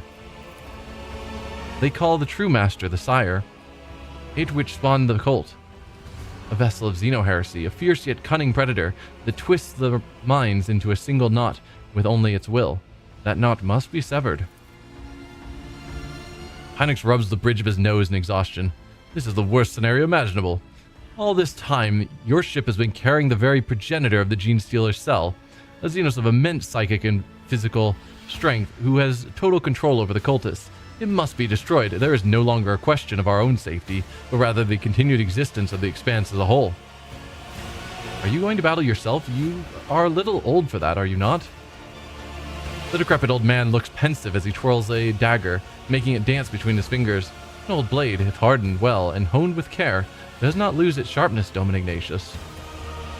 I smell no reason to worry about this one's head staying on his shoulders. His bearing tells me all. This worn body belies the spirit of a mighty warrior, the kind who stands tall in the midst of battle, knee-deep in blood and with a grim prayer on his lips. You seem surprisingly well informed about what is happening here. The man blind and wretched knows nothing, but he knows all. He points a knotted finger at the majestic statue. He reveals the truth to this unworthy speck, warns him through divinations, and the spinners who dance upon the threads help him grasp the visions. Come, dress our wounds. We have many lives to take today. The death spinner mends the wounds of the breathing with a bloody thread. A horde of predators hunts you, Lord of the Ark. Here, in the dark tunnels, the faithful stand in their way, but death is whispering for them, and they will not last long. Go back to your people, Dom Ignatius, for it is difficult for them to die without your voice. The Voxmaster's pleas still echo through the bays, and the muzzles still bark. The spinners say that the Enforcer's post has not yet fallen. The end is not now. May the tenants of the web guide your blade, Dom Ignatius. Be swift. We got a Saint's Bone Charm, worn by a Death Cult assassin. When the wearer gains a stack of Blood Blessed, they also gain plus 20 toughness for 2 rounds. Does not stack. Okay. Break through to the Enforcer post. I think we've already examined everything in this room. Possibly things have changed, but I doubt it. So we go back out this way to another compartment. The spinner, his face covered in carved bleeding glyphs, makes a respectful gesture of invitation. Let us show you the way, Doman. Show me the way. Same team seems fine. Arguably, we could bring Cabela because she's apparently... This is her DLC. She's not very good in a fight, and these fights seem pretty rough. So... yeah. Let's go.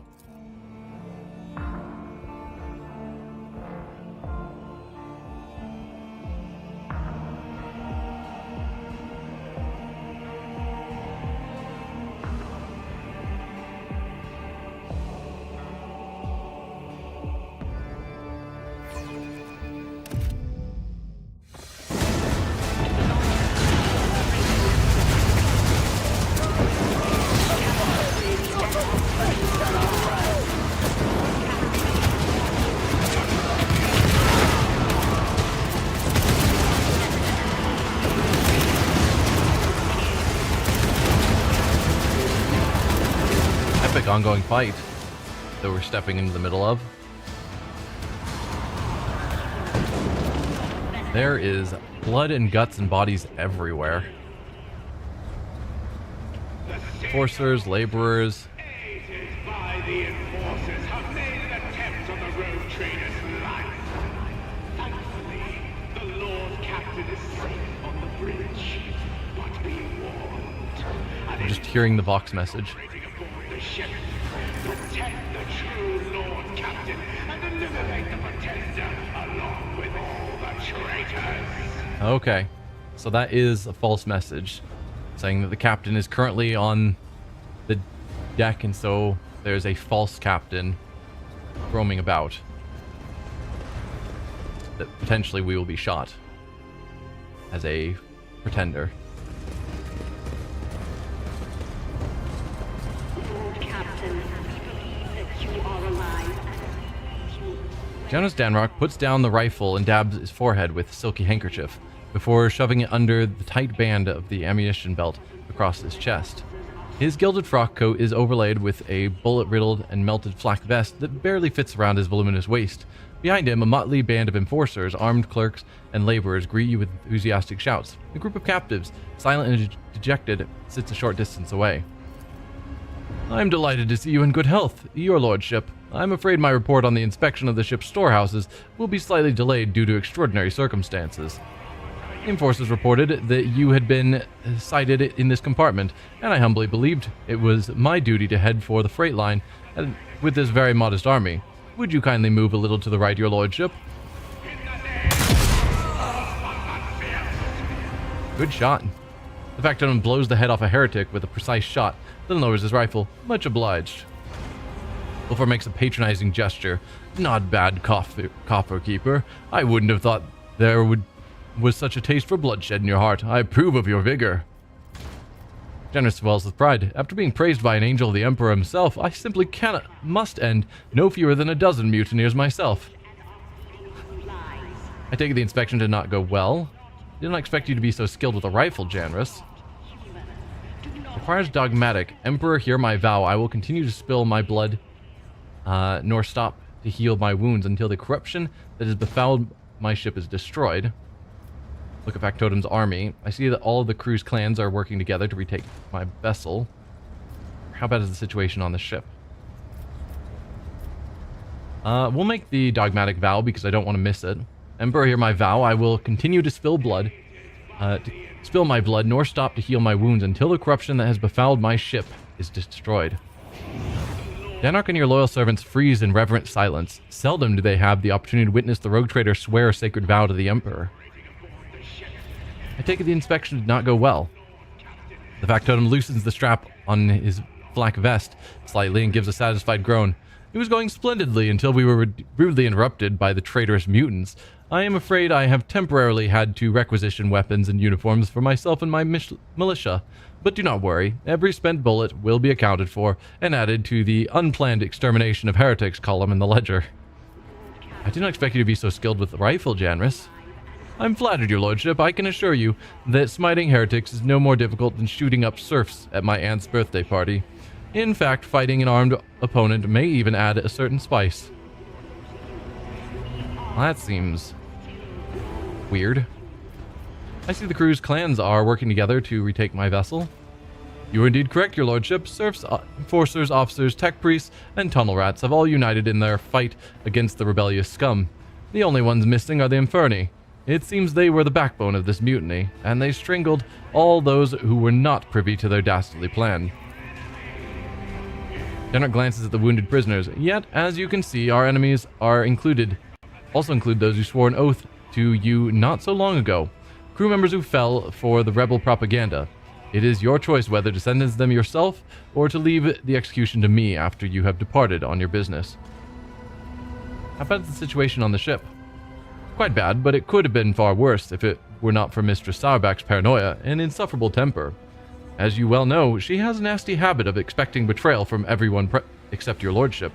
She had therefore taken care to draw up special protocols for all sorts of mutiny and had stationed agents on every deck. When the ride began, these agents took out many of the seditious officers and mounted a defense. In addition, I had been informed of at least 3 cases in which the officers inciting the enforcers to mutiny were shot by Jocasta's personal aides. It looks like she had already been keeping an eye on her least reliable subordinates. I should give the Emperor a candle in gratitude for making such a suspicious hag. I should warn you that many of the rebels were carrying enforcers' equipment during the battle. Apparently they took it from the soldiers assisting in the rescue efforts. Those traitors from the Infernus Guild stabbed them in the back. Be careful. What do you intend to do next? Why, I intend to die for you, your lordship. Every member of the militia, from brilliant forces to puny clerks, nod in somber agreement with the high factotum. But I must admit, we are quite exhausted from fighting our way here, and we are not really suited to being an assault squad. I think your lordship should head for the enforcer's post. You will be safer there. Meanwhile, we will take a breather and smoke a few more dozen heretics out of their holes. God Emperor willing, I will not have to die a glorious death with your name on my lips, after all, and will instead be auditing the damage the ship has suffered, as well as the losses among the crew. It is a routine procedure, one in which I have become quite proficient.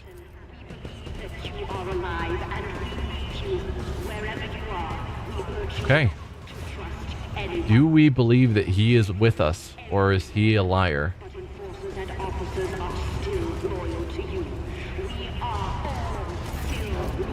A group of shackled commoners are huddled together on their knees. They wear no armor, just filthy rags and tattered coveralls. Some hide their gaze while others sob quietly or mutter prayers. Only one woman, swarthy and heavily built, glares at you. She is trying to appear proud and fearless, but her lip is trembling. What are you waiting for? Just end us and be done with it. Isn't that what tyrants do? Are you from the cult of the Ravenous Star? Cult? At first, the woman looks confused, but then a bitter smirk appears on her lips. Is that what you call our liberators? To you, anyone who fights the oppressor is a heretic. So I am a tyrant, then? The woman nods. Tyrant, oppressor, butcher, choose whichever one you like. Who put you up to this rebellion? The liberators are true heroes. When the fiery death rained down on our slums, not one of your enforcers lifted a finger to save us, but the Inferni went out of their way to pull children out from under the rubble, mend wounds and comfort widows. They opened our eyes.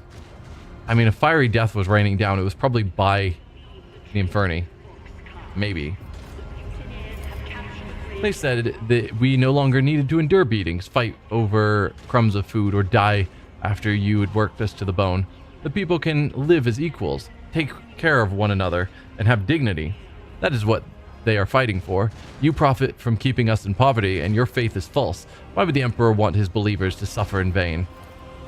Even the ship's confessor renounced the false covenant and went on to raise the folk hero Nemesite, and you killed both of them. Cassie sighs. The Imperium's history has shown time and again that the rabble is incapable of building a civilized society without governance. Alas, peasants do not read historical treaties. The Infernus Guild set up the very disaster that killed your children and your husbands and wives. They are using you. Probably true. Their Nemesite was a mutant freak, just like these liberators themselves. Purple skin, crests on the forehead. I trust you've seen those before. Execute them. I sentence you to death for rebellion. Execute if I am a tyrant, then I must live up to expectations.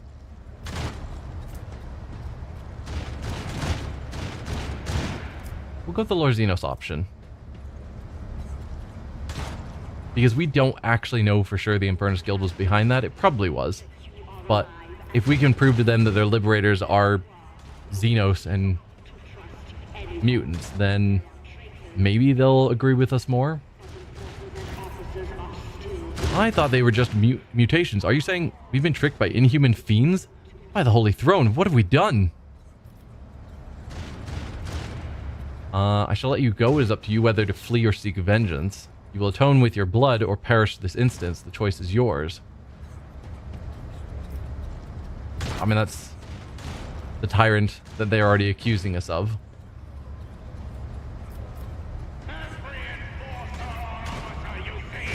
But no, you can get forgiveness through bleeding for the Emperor. You will atone with your blood or perish this instant. The choice is yours. Forgive us, Lord Captain. The woman draws a quivering breath. We won't forget your mercy. Give us weapons and a round of ammunition, and send us forward. The bastards will answer for everything. Even death is kinder than false hope.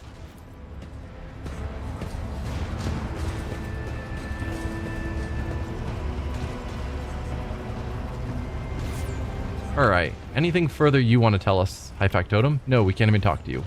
Enforcers? Keep your eyes sharp. Those things could come crawling out of the pipes or drop from the ceiling at any moment.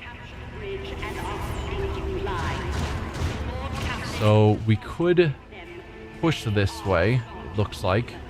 No, that might be dead ends. Trying to figure out where I can explore versus where are dead ends. But it kind of looks like it's dead ends either way. Where? Okay. Let's head... Oh, we can't even go that way. Well, that answers that. None shall stand in my way. We could use the elevator. That's probably where we're supposed to go. Let's grab those various goods.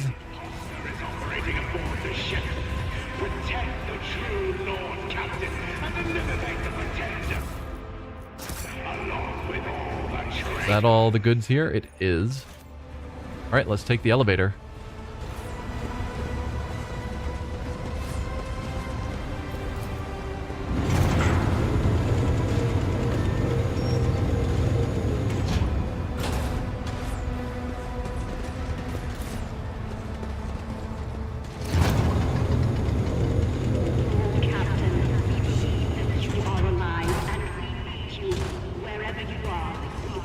Hopefully we can contact someone who can contact Jocasta, Sarback. Let her know that we're alive so she can pass the message on. The shop smells of burnt meat and scorched hair. The counter mercifully hides the source of the odor.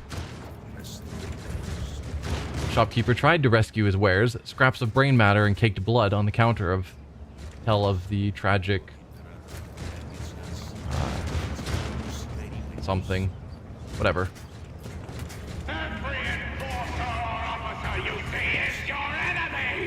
Oh.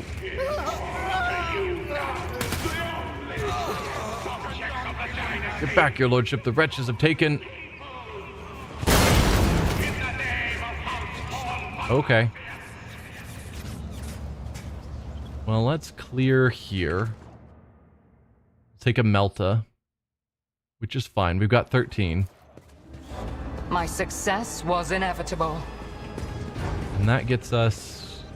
some goods. Perfect. Including a well-maintained heavy rock saw.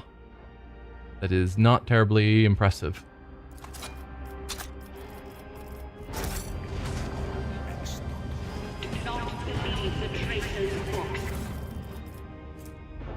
Don't need a regular bolter or an auto gun.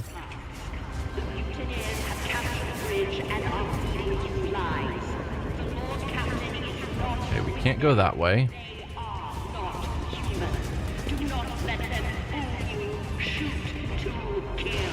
His lordship is alive. We're here. We're holding on. Glory to House von Valencius. Okay.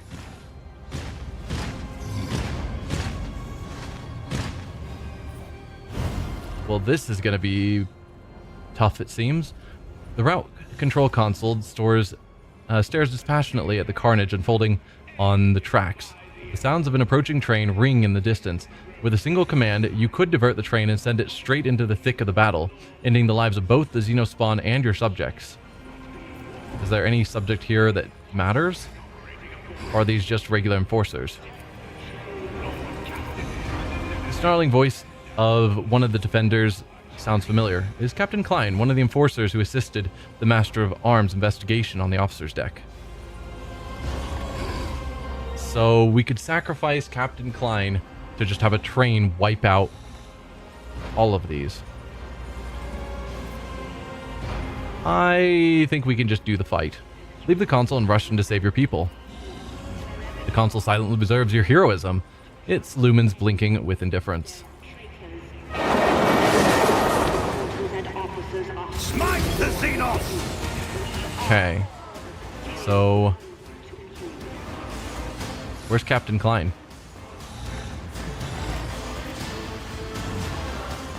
I've been lied to.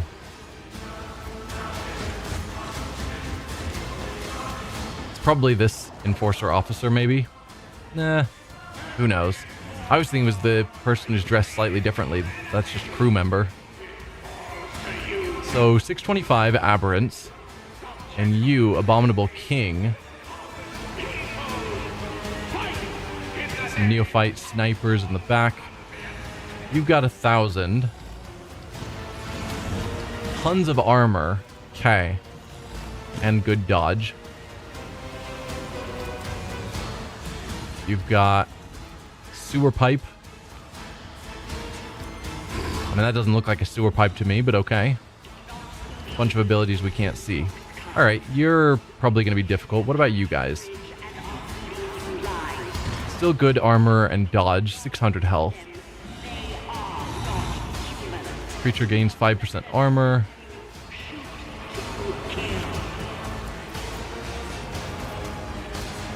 Heavy industrial hammers. Alright, sure. Let's move forward as much as we can, because we are really far back. How far can you get forward? Alright, you can get there. And I... stuck all the way back here. Because they look like they're all melee guys, so I don't think we need to be this far back.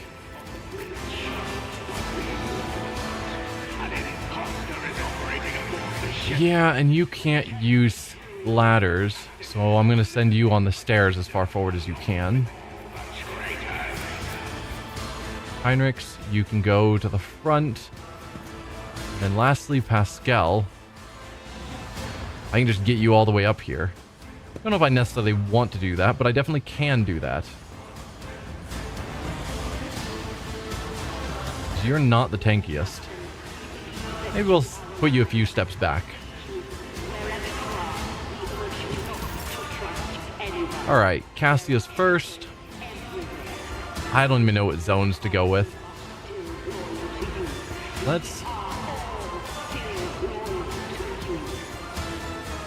We could move her here. From there, if you used your warp sight,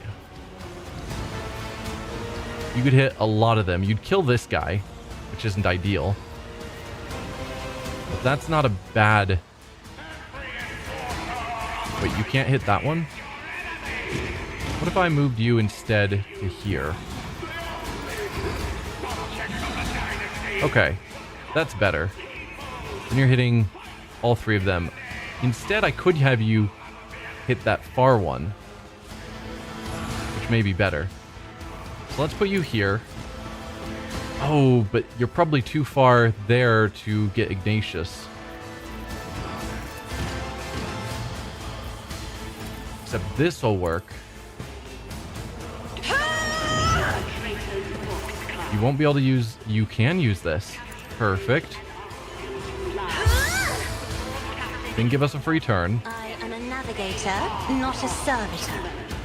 We get a tiny bit of movement. Heinrichs is in our spot. Come on, man. Go there, light ourselves on fire. I think. Suits my purposes. We'll orchestrate flames. Then run and gun to get more movement.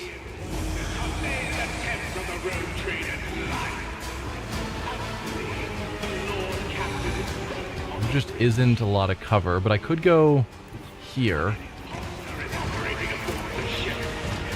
And I can hit you. Well, how about that? And it should burn some of your armor, I think. Nothing I can't do. Good hit. And...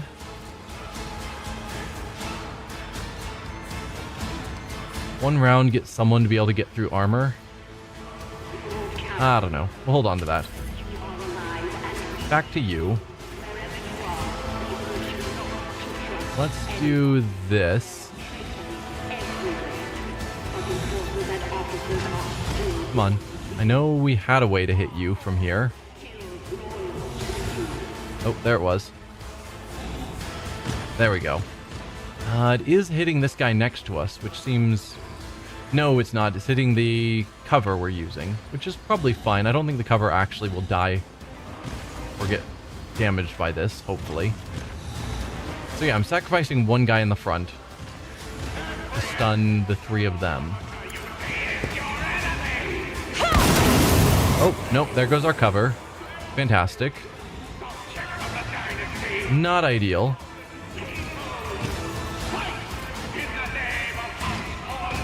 So I was thinking that hopefully we'd do enough damage where I wouldn't need to use this. Well, that seems to probably not be the case. Could still do Point of Curiosity, or Held in My Gaze to do a lot of damage to one enemy.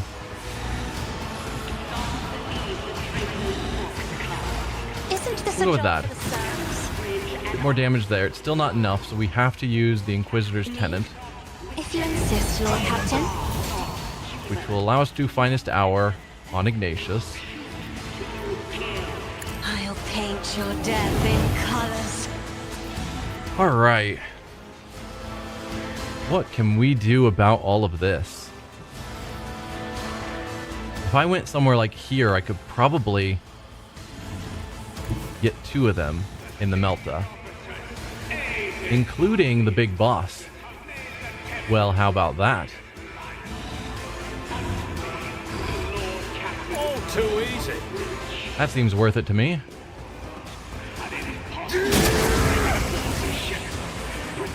Hi, Abominable King. Why did it just shift to focus on you? Oh, it's your turn suddenly. Because you're nearly dead?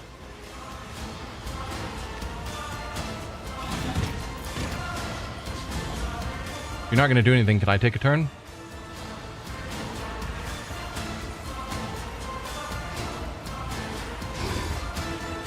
Please? It is, in fact, still my turn. As soon as you're willing to take your turn. Thank you. Not sure why you didn't do anything, but that's fine. Let's kill both of you. Back to high momentum, always great. Get us another free attack. Does that hit? No, I can't hit. Okay, I can take out both of you snipers, but not while hitting this guy, unfortunately. Same thing here, nothing I can do there. So I think taking out 2 snipers is more important than taking a bunch of damage on you. Probably not. I think I can actually kill this guy this turn because we get 2 more attacks. It's current free attack and then 1 more. Nothing I can't do. That's a good first hit. That wouldn't kill you, so we have to do a Melta. This theoretically might not kill. It does need a tiny bit of a crit. Probably still worth it though. Didn't quite kill. You're left at 10 hit points. But we can't ignite. Oh, we can actually Melta again. And we don't need the Melta here. So let's ignite. You're dead.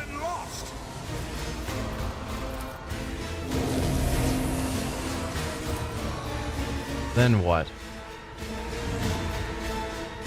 Let's start doing some more damage on some of these guys. Or work on the snipers. Looks like you're the next enemy. I think. Yeah. I can't reach you, never mind. So of the ones I can attack, you've got a turn coming up pretty soon. You're already on fire, but I can make your fire more so. Nothing I can't do. There you go. I can run and gun. Let's light another one of you on fire. Suits my purposes. And another one on fire. Or hit you guys again. So I'm planning to do Inflame. So lighting more enemies on fire is better. We'll go with you because you don't necessarily die automatically. You did. And then Inflame. Not a problem for me. You guys aren't dead, but you're pretty hurt.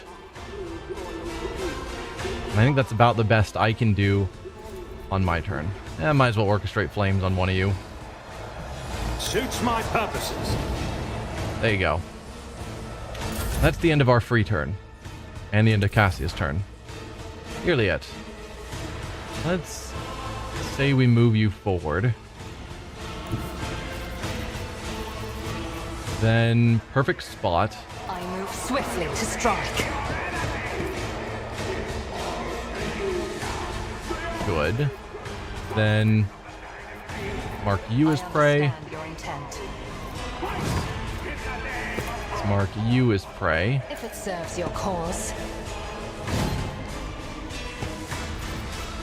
And just because we've got you at 141, you're the same. We'll just mark you as prey.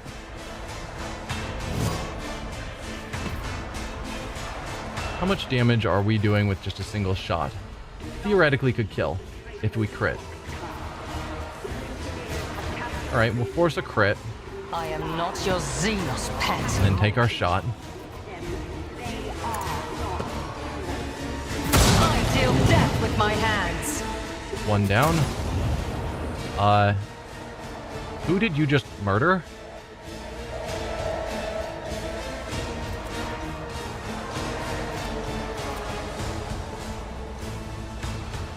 You just shot someone behind us, and I'm unsure who that was.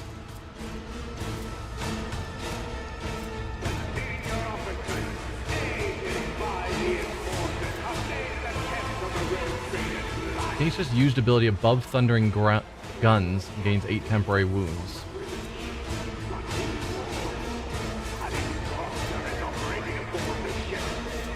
I'm trying to follow what just happened here.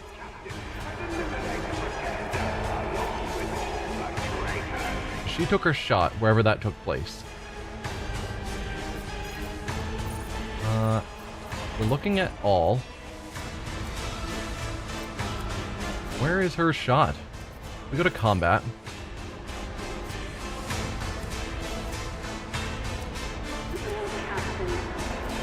Momentum changed. Hunt down the prey. Bloodied armor effect. Aberrance. Blah blah blah. Abominable King's been dead. I don't... Normally you're able to see the math or what's occurred. I don't know who that was that just died behind us because I didn't think we had enemies behind us.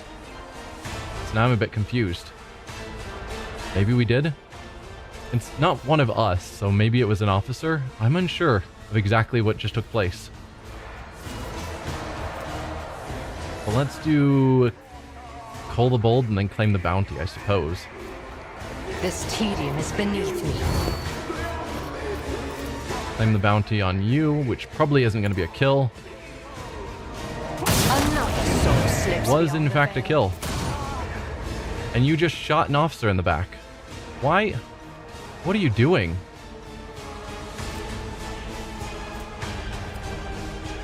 And the numbers aren't showing up here. It's still that same ability. I'm not seeing what we're actually doing for combat. Strikes me as odd. In my sights, we'll focus on this one way in the back. If they're still alive, you get a free shot next turn. Alright, Enforcer Officer that got shot in the back. It's your turn. Are you going to stand there and do nothing? I mean, maybe they're all enemies. Yellow doesn't necessarily mean they're on our side. They just seemed like they were fighting the Xenos. I don't know. Something weird is going on. Also the fact that they're not actually taking any actions. But hey, whenever this Enforcer gets done not doing anything, it'll be Ignatius' real turn. There we go. So I've got just the two of them to kill, I guess. So let's move as far forward as we can. You are outside of range, unfortunately. So let's hit you. You're dead. I can hit you, actually. Perfect. Nothing I can't do. There we go. Shock for the Emperor and the Rogue Trader. There are traitors everywhere, but enforcers and officers are still loyal to you. Enforcer Klein. Wretched scum, I fought worse than you and Argonis. With a look of disgust, the Enforcer in the protective mask grinds his boot into a lump of mutant flesh. From the sound of his voice, you recognize him as Captain Klein, the man who performed the autopsy on the mutant during the investigation. I thank your lordship for the timely assistance. I thought it was my fate to go down in Aberration's gullet, like poor Ginevri, but the Emperor had other plans for me. How did you end up in this compartment, soldier? Mr. Sauerback sent my squad and me to the freight line to take charge of the situation. She heard that you had been spotted here and wanted us to lend your support. Ginevri is dead. She sacrificed herself, covering our Sally from the upper decks. She wanted to tell me something before it happened, something important. I could see it in her eyes, but she didn't get the chance. Now I will never know. Klein clenches his teeth and winces in pain. Glad I was able to help. What comes next? Give me a situation report. I attribute your inability to defeat the enemy on your own to a lack of commitment. All survivors are subjected to disciplinary action. Yikes. Give me a situation report, soldier. The Enforcer post has been lost and is swarming with mutants. Alas, the only ways to the upper decks lie either through the post or through the transport tunnels, but there are enemies there as well. How did the mutineers manage to take over the post? By treason. Captain Frenzo ordered the Enforcers to leave the outpost and led them into the tunnel under the pretext of suppressing a mutiny. As soon as they reached it, however, he began spreading propaganda in an attempt to stir up irreverence among the soldiers. He urged them to join the mutiny and eliminated the senior officers. I arrived just in time to execute the traitor Frenzo and reclaim control. I ordered the squad to return to the post and take up a defensive position, but it was already overrun by mutants entering through the elevator shaft. They lured us out and then seized our fortifications. What kind of propaganda was Fresno spreading? He claimed that the Enforcers were being pressured into oppressing their fellow crewmen for the benefit of the greedy superiors. He called for a change of order, including reprisals and penance for anyone who had participated in the crimes of the ship's rotten hierarchy. Klein pulls his respirator aside and spits morosely. As far as I knew Frenzo, those speeches of his were completely out of character. Which means Klein might be lying? I agree, Lord Captain. We found a bite mark on his body, one that we've seen before. I suspect he was compromised against his will. We'll take back the post. Emperor protect you, Lord Captain. We will cover the rear if the enemy comes out of the tunnel. Be careful, the mutants have mined the guard post. But there is something they didn't know. Klein squints nastily and hands you a small copper rod with a connector. This is Frenzo's data key that activates the Eclipse Patrol. The train control nodule is vulnerable. If something were to anger or confuse the machine spirits, it could easily lead to catastrophic accident. A trainload of crushing shells, for instance, or worse. That's why there are tech creations embedded in the walls. They are potent enough to rip the power out of any device. This tiny object contains a spark of unadulterated rage primed at any moment to expel the power from all devices in the Enforcer's post, reducing them to a pile of lifeless metal. Insert the data key into the cogitator by the entrance, and the post will be hit with a devastating pulse that is lethal to machine spirits. It will burn out the detonators and turn mines into harmless chunks of Ficeline-stuffed iron. And presumably, if we'd killed him, we wouldn't have gotten that. It's about time. Capture the bridge and are feeding you lies. Lord Captain is not with them. They are not human. Let's see. A Weber, we don't need. Reinforced body glove, don't need. Weber, don't need. Okay. Do not let them fool you. Shoot. Rebel sniper rifle, don't need. Kill. There we go. Sometimes it's hard to click on them.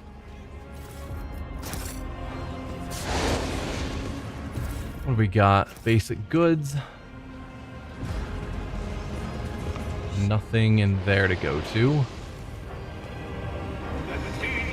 Enforcer, Lord Xenos. The unarmed workers tried unsuccessfully to shield themselves and their loved ones from bullets. There are no traces of mutation on their bodies, but bullet holes and Enforcer boot prints. Well, that's sad. I mean, you guys were just mowing down innocent civilians?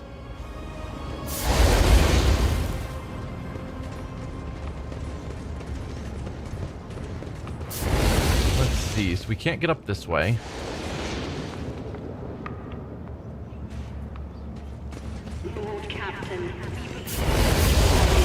we're gonna get burned, aren't we? Wherever you are, we urge you not to trust anyone.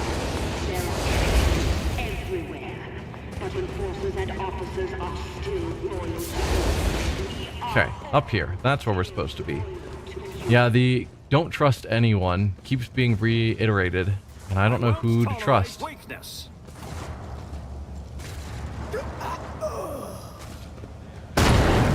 Oh, goodbye.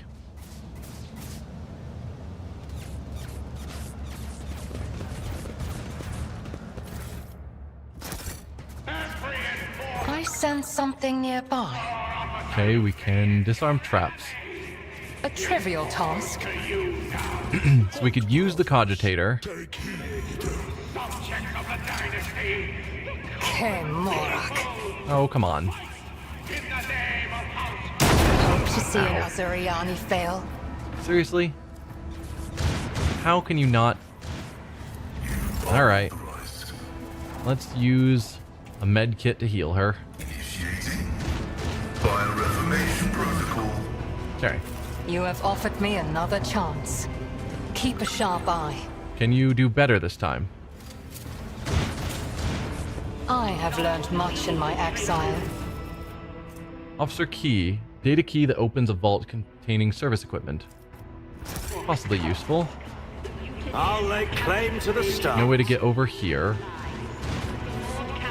So we could use the key in the cogitator to disarm the mines. Or we attempt to disarm them all ourselves. Which mid-combat seems bad. So sure, let's go for it. Screen flickering, the cogitator dutifully keeps watch at the entrance to the post. There is a slot matching the rod given to you by Captain Klein. Alright, let's activate the Eclipse protocol. The cogitator accepts the rod and draws it in. The vid screen flashes a torrent of lingua technis, confirming the protocol's activation, and you hear a growing hum from beneath the door. Then, amid a crescendo of noise, the vid screen suddenly turns black and singes you with a burst of sparks.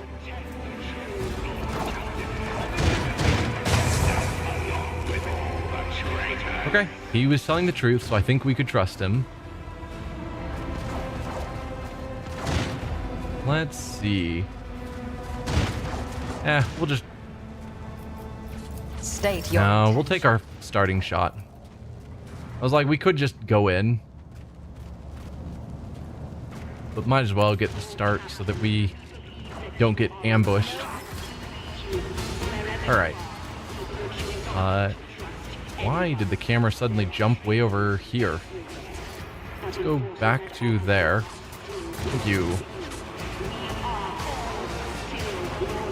How much damage did we do to you? A good amount, actually. We need to move everyone closer because we're too far away. Oh, hello. The Harvester. The woman before you radiates an alien beauty.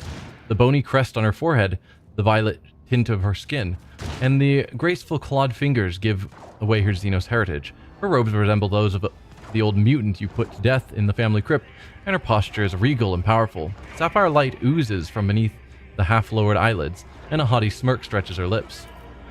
Biting whispers burst through your head, digging into your mind and probing your thoughts, tasting them. The woman does not move her lips, but you hear a voice speak. You fight in vain, genetic remnant. We have already won. The Sire's song echoes in the dreams of those who are pure. The rest are destined for oblivion. The Sire's powerful phalanx has extended, and soon the others will follow. Whatever you plan to attempt, it matters no more. The Harvester. Whispers sink their fangs into your most painful memory as into an exposed vein, while the canker in your soul echoes ominously in response.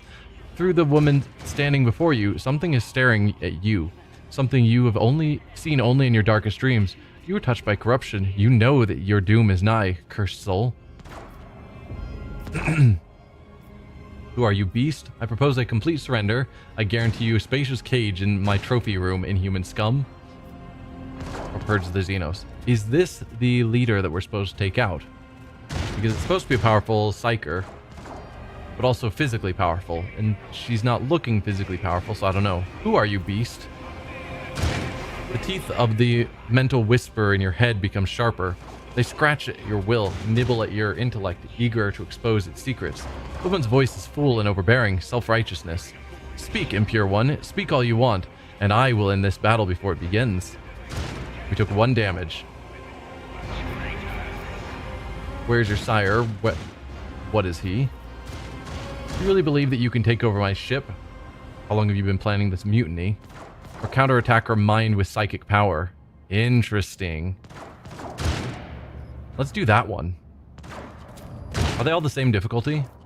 Looks like it. Let's counterattack her mind. You banish the alien thoughts from your head and clamp the Magus's mind in a vice before she can put up a mental barrier. The woman clutches at her eyelids and with a scream, sapphire light and dark blood pouring from beneath her eyelids, she howls, "The Reaping!" Did we do significant damage to her? None at all. Perfect. Alright, so we already moved Cassia into position. Let's move ourselves forward as well.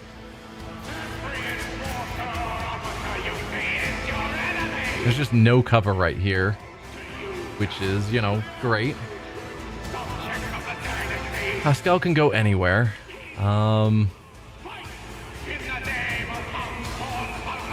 Let's send you over here, I guess.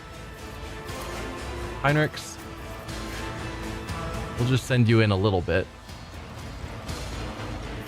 And Ulfar, how far can you get? Ah, you can actually get in a ways. So we'll send you here. Start the battle. Alright.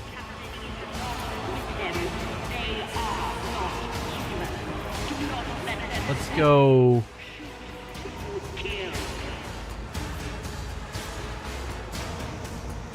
Sure. We'll say that's our front line.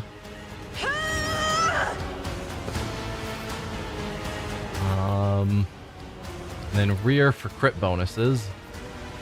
We'll put here, I guess. Isn't this a job for the Sirs? Dodge bonuses don't matter because we're not in cover. Alright. Let's boost up Ignatius. To being ordered around.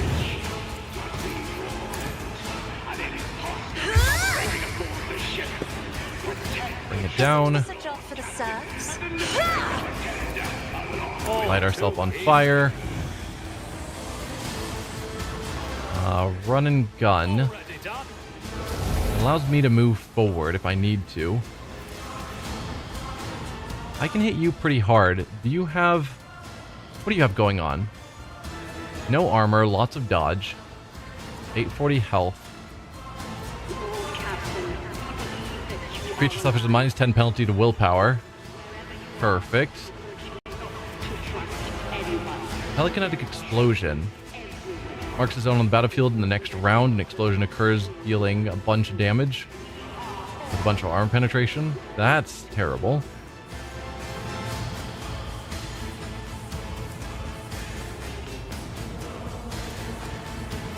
Creature's immune to mental damage and cannot be stunned. What counts as mental damage?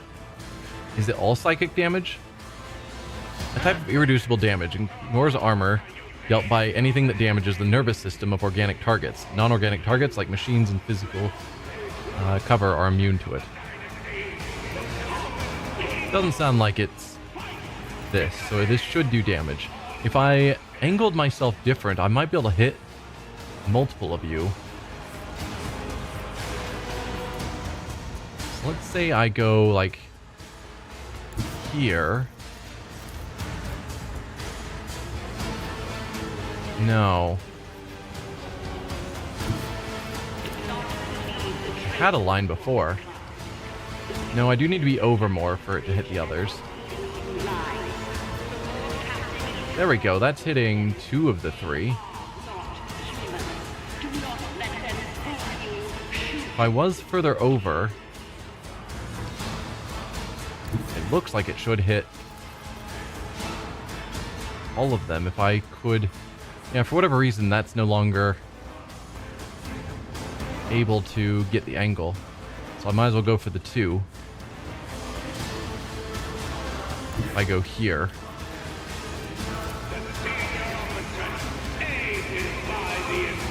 So we'll start there.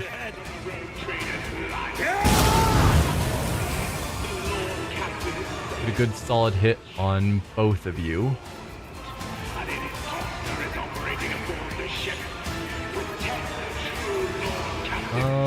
And orchestrate flames on myself.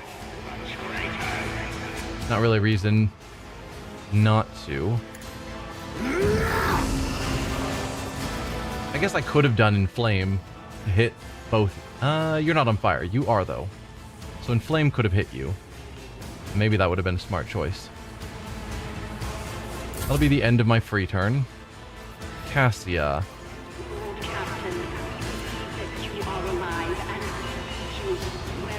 What can I do with you? If I pulled you back here, maybe.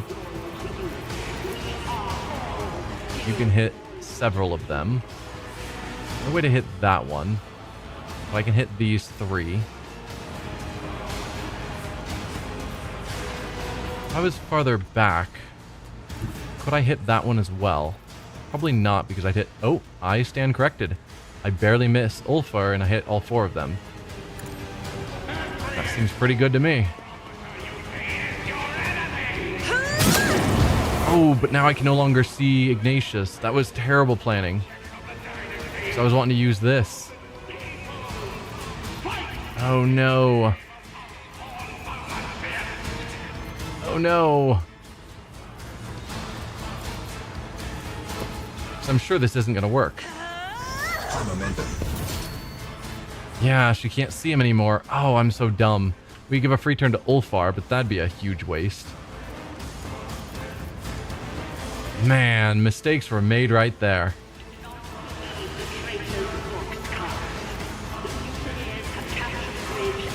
Let's see. So you can just hit someone else for a bit of extra damage. Oh, just to stun them? That was so not worth it. No! These ruby flashes are choking me. Whatever. The true believers will inherit all. The angel will reward us.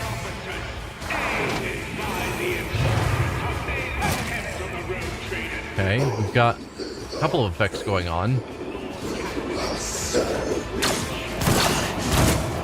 pay the greater price.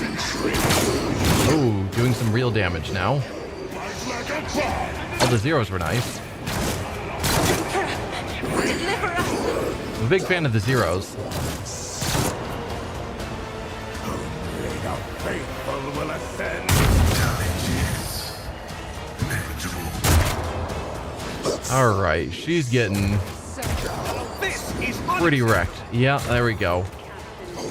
Juliet is already down.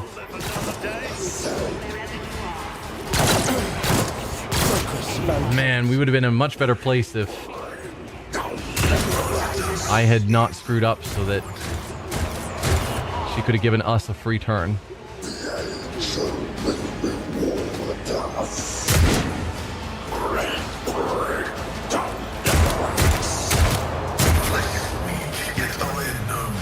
Okay. Lots of badness happened right there. We need to be in a position where on her next turn she can give us a free turn.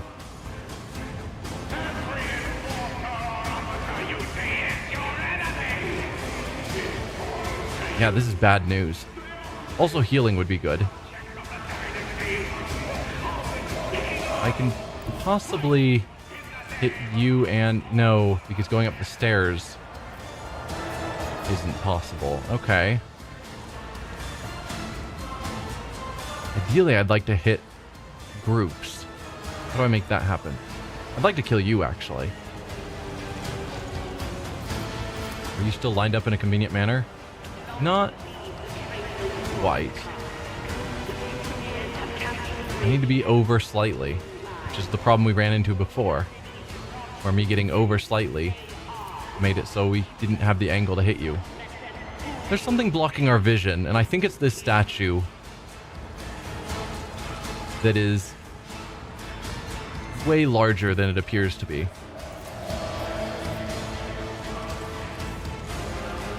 Yeah.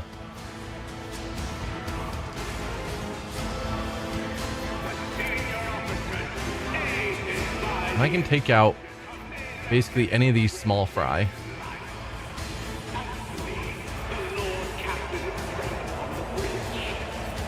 You.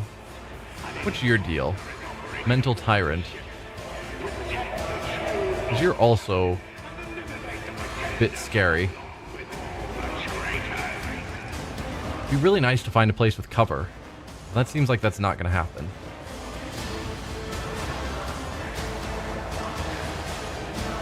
If I get lined up here, I could then hit you and one more of them.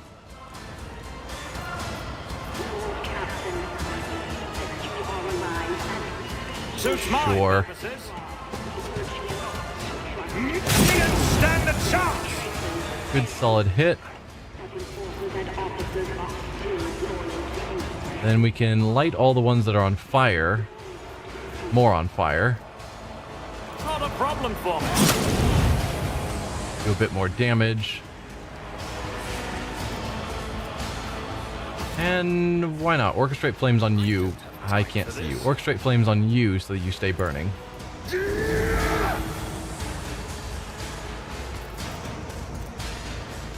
Then I could use 3 actions to get another attack, which seems fine. Can't see you from where I am. I could hit you again. So I think I shall. Get a solid hit in. You're not going to die to the burning, but at least you're nearly down. Alright, Heinrichs. How do we salvage this? Let's try and cover as many of us as we can with this. Doesn't hit Ulfar, but it hits us and Pascal. So that's something. I won't object to it. Iron Arm. But of course, Lord Captain. There. Let's go Invigorate. Probably. Oh, Rebound Perils of the Warp. What did that do? Dealt 4 damage to Heinrichs. Okay. Did we not get the healing then? Not sure. No, we did get healed, and our fresh injury that I don't even remember us having got healed, so that's nice. Let's do regeneration as well. Let's see to it. So we get a bit of healing. And then he can move in and charge some enemies. I think we need to do that because there are far too many of them. We went here and then charged. It's a good solid hit.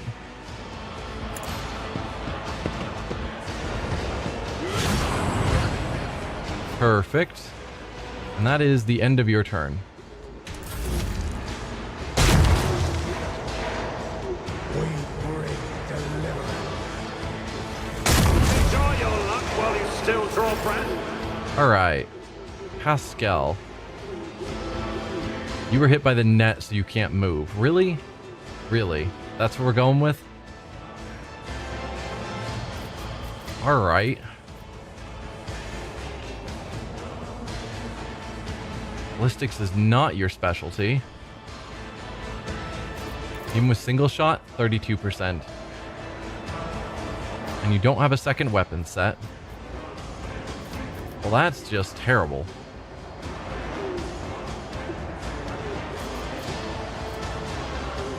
This attack always hits but has no damage. For 1 round, the target cannot dodge any attacks.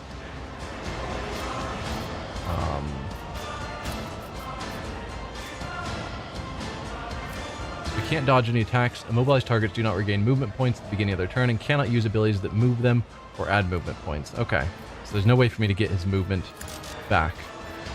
You go away. I don't need to see those. Thank you. What can I do then?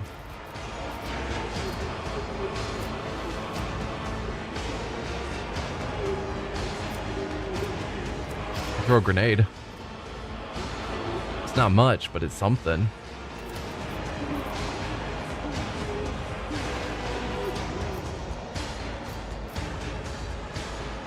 It's very little, actually. Can't even throw it far enough to actually hit multiple enemies. Hey, that hits multiple enemies. Just drop it right at Pascal's feet? Probably not. Let's just hit you.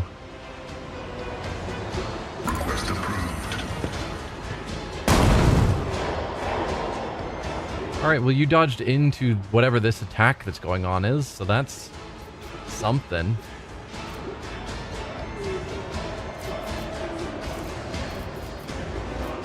Yeah, there's just nothing I can do with Pascal. He's very melee focused.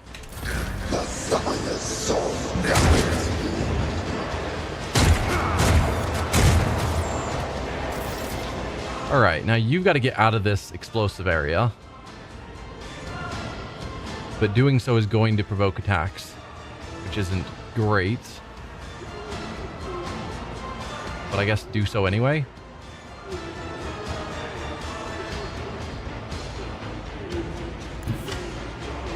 Yeah, go there. Good parry. Thinking we just have you shoot in this direction and see what happens. Lots of enemies there. Rapid fire. Which was the concentrated fire? That's the one I was looking for. Take 6 shots. We'll give you confident approach as well.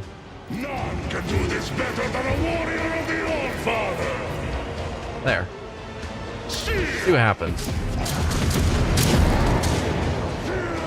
Quite a few misses, but it's fine.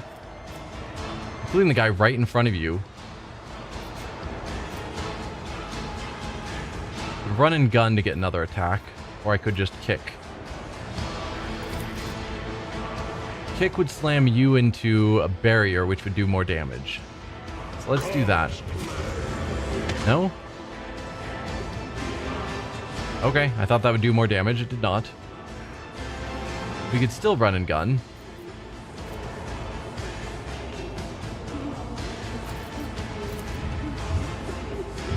So run and gun, that'll give me another attack.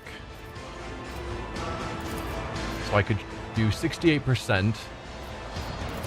Or 100% doing 27 damage. How much does this do? 15. Well, that seems like a pretty easy choice. Could just kill this one. And that's probably better. Actually, you're going to die at the start of your turn due to fire.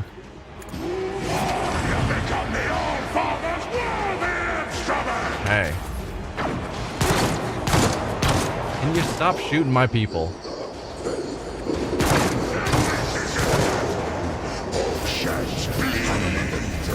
Hey, we've gotten up to high momentum now. Fantastic. Let's go over here and see if you can get Ignatius. And you can.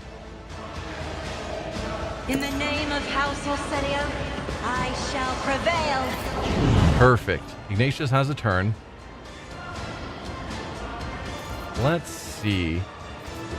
You're taking 106 fire damage. I could just kill you right now, which is probably a good call. I don't know your deal, but I want you gone. And let's move over here. See if I can hit the two of you. Perfect. Never wavered in the face of adversity. Just got to take out all the big threats. So you're gone now. What else do we have going on? You've still got quite a bit of health.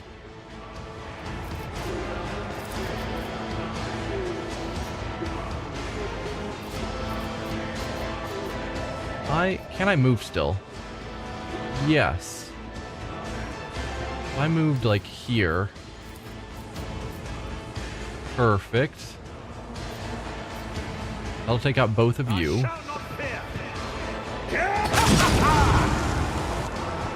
All four of you, actually.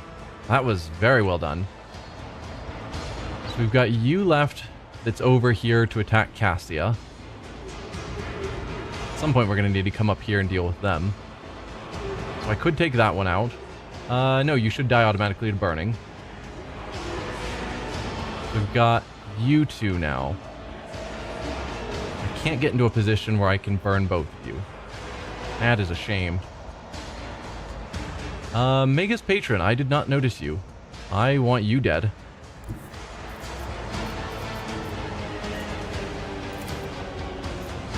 Let's hit you with a bunch of damage. All too easy. Back to high momentum, perfect. Rebel and Slaughter should allow me to run and gun. Nothing I can't do. They get another free attack. Already Possibly. Not quite dead.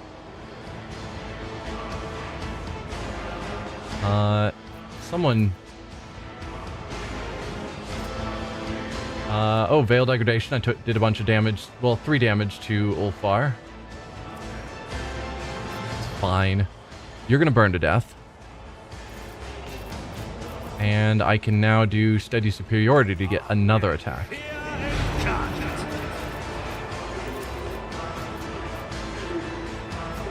Anyone else scary?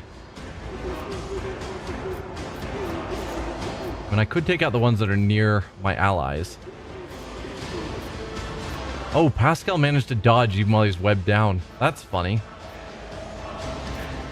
So probably perils caused him to take damage and he dodged it. You can just see the web stretching. I don't think he should be able to dodge, but that's fine. So I can't hit you guys. Sure, let's...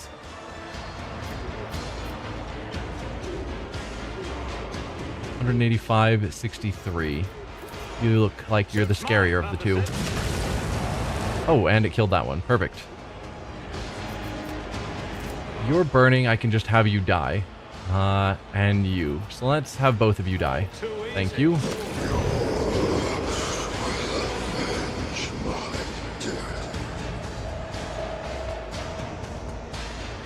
Okay, we're getting there. Back to Cassia's turn. I could risk her by sending her all the way up here.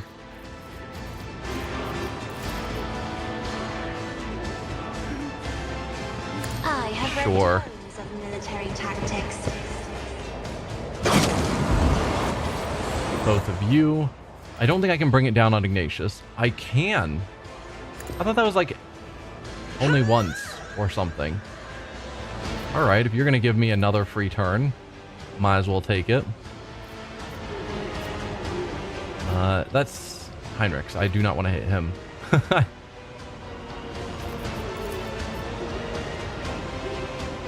Let's go with that. Burn you. Suits my purposes. Don't really want to step into this, but I do want to get to a position where I can see these guys. Let's run and gun. And I can make it past whatever's going on here. From here, can I angle to hit both of you? No.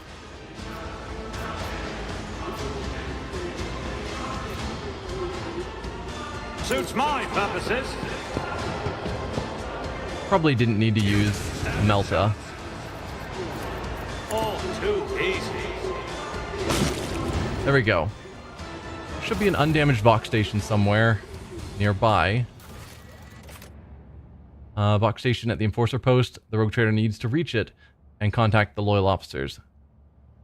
Near the lift shaft. It's the only chance of re-establishing contact with the crew. We shall prevail. Well, let's quickly do our level up. Quickly level up. Ha! That never works that way. Anything I've marked? No. I've already taken everything I've marked. So there's probably not anything else that's terribly important.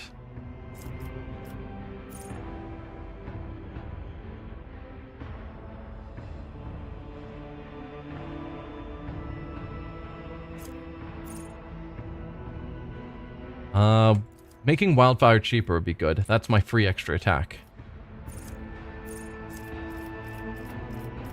And then for this, I can't boost willpower, and nothing else really matters.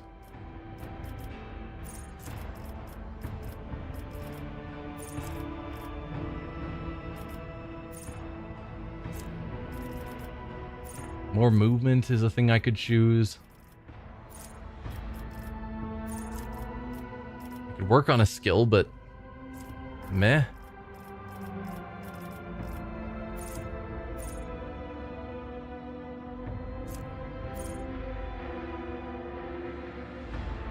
I mean, lowering veil degradation by 3? That's a thing.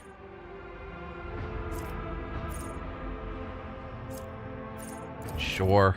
There's nothing else that really matters.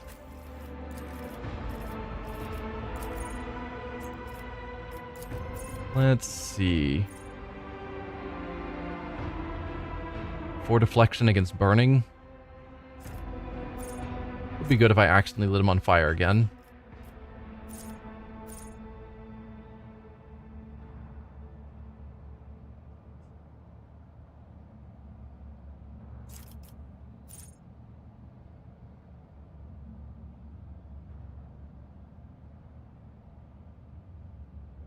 Yeah, we do lots of damage, so that's probably worthwhile. And then probably just raising a characteristic. Hopefully weapon skill or maybe intelligence. No. How dare. We could boost ballistic skill so he's not worthless at it. Sure. I'm at a point where like none of these really matter. I've apparently chosen that this is a good option, so I'll just grab that.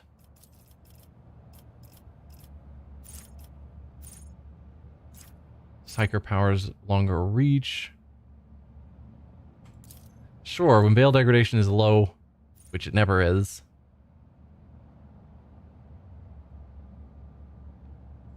Or allow you to use powers when you're in melee. I don't know how many damaging psychic powers he has, but hey, it's a thing.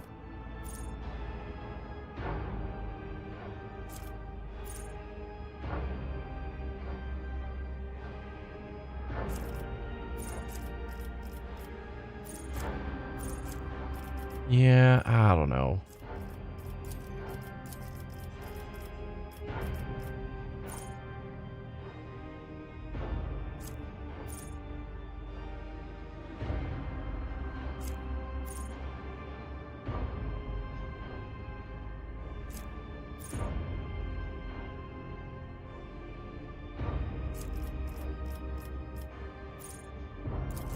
Whatever, it's fine.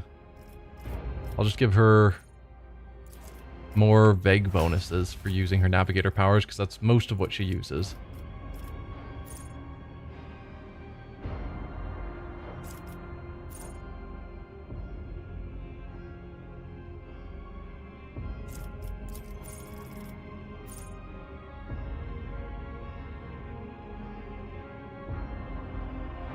Okay.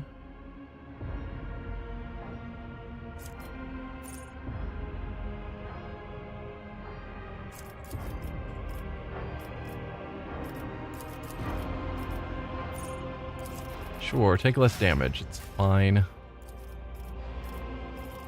Anything marked for you? No.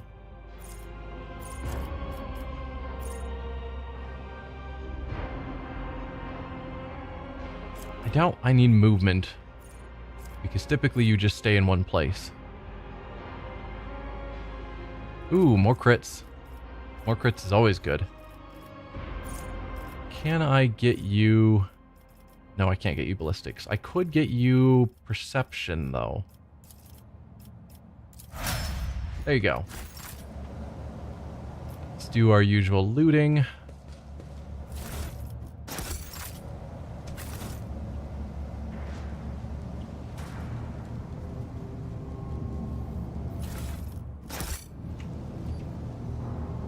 Anything else? Victory awaits. Oh, we've got another person to loot here. Okay, so that's our Vox station. Improved Weber. I don't really care. I can't imagine using a Weber in combat.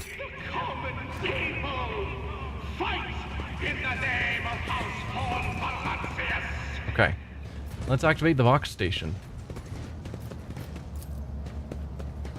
The Vox machine belches out a shower of sparks and wheezes in agony. Although crippled by the pulse that kills machine spirits, it continues to extract the ghost of other people's voices from the ether. To all who remain loyal to the dynasty, this is Lord Captain speaking. I'm still alive and continuing the fight against the mutineers. I command that someone get me out of this dump immediately. I'm still alive and continuing to fight against the mutineers. Vicious voice cuts through the barrage of white noise. Lord Captain, God Emperor be praised.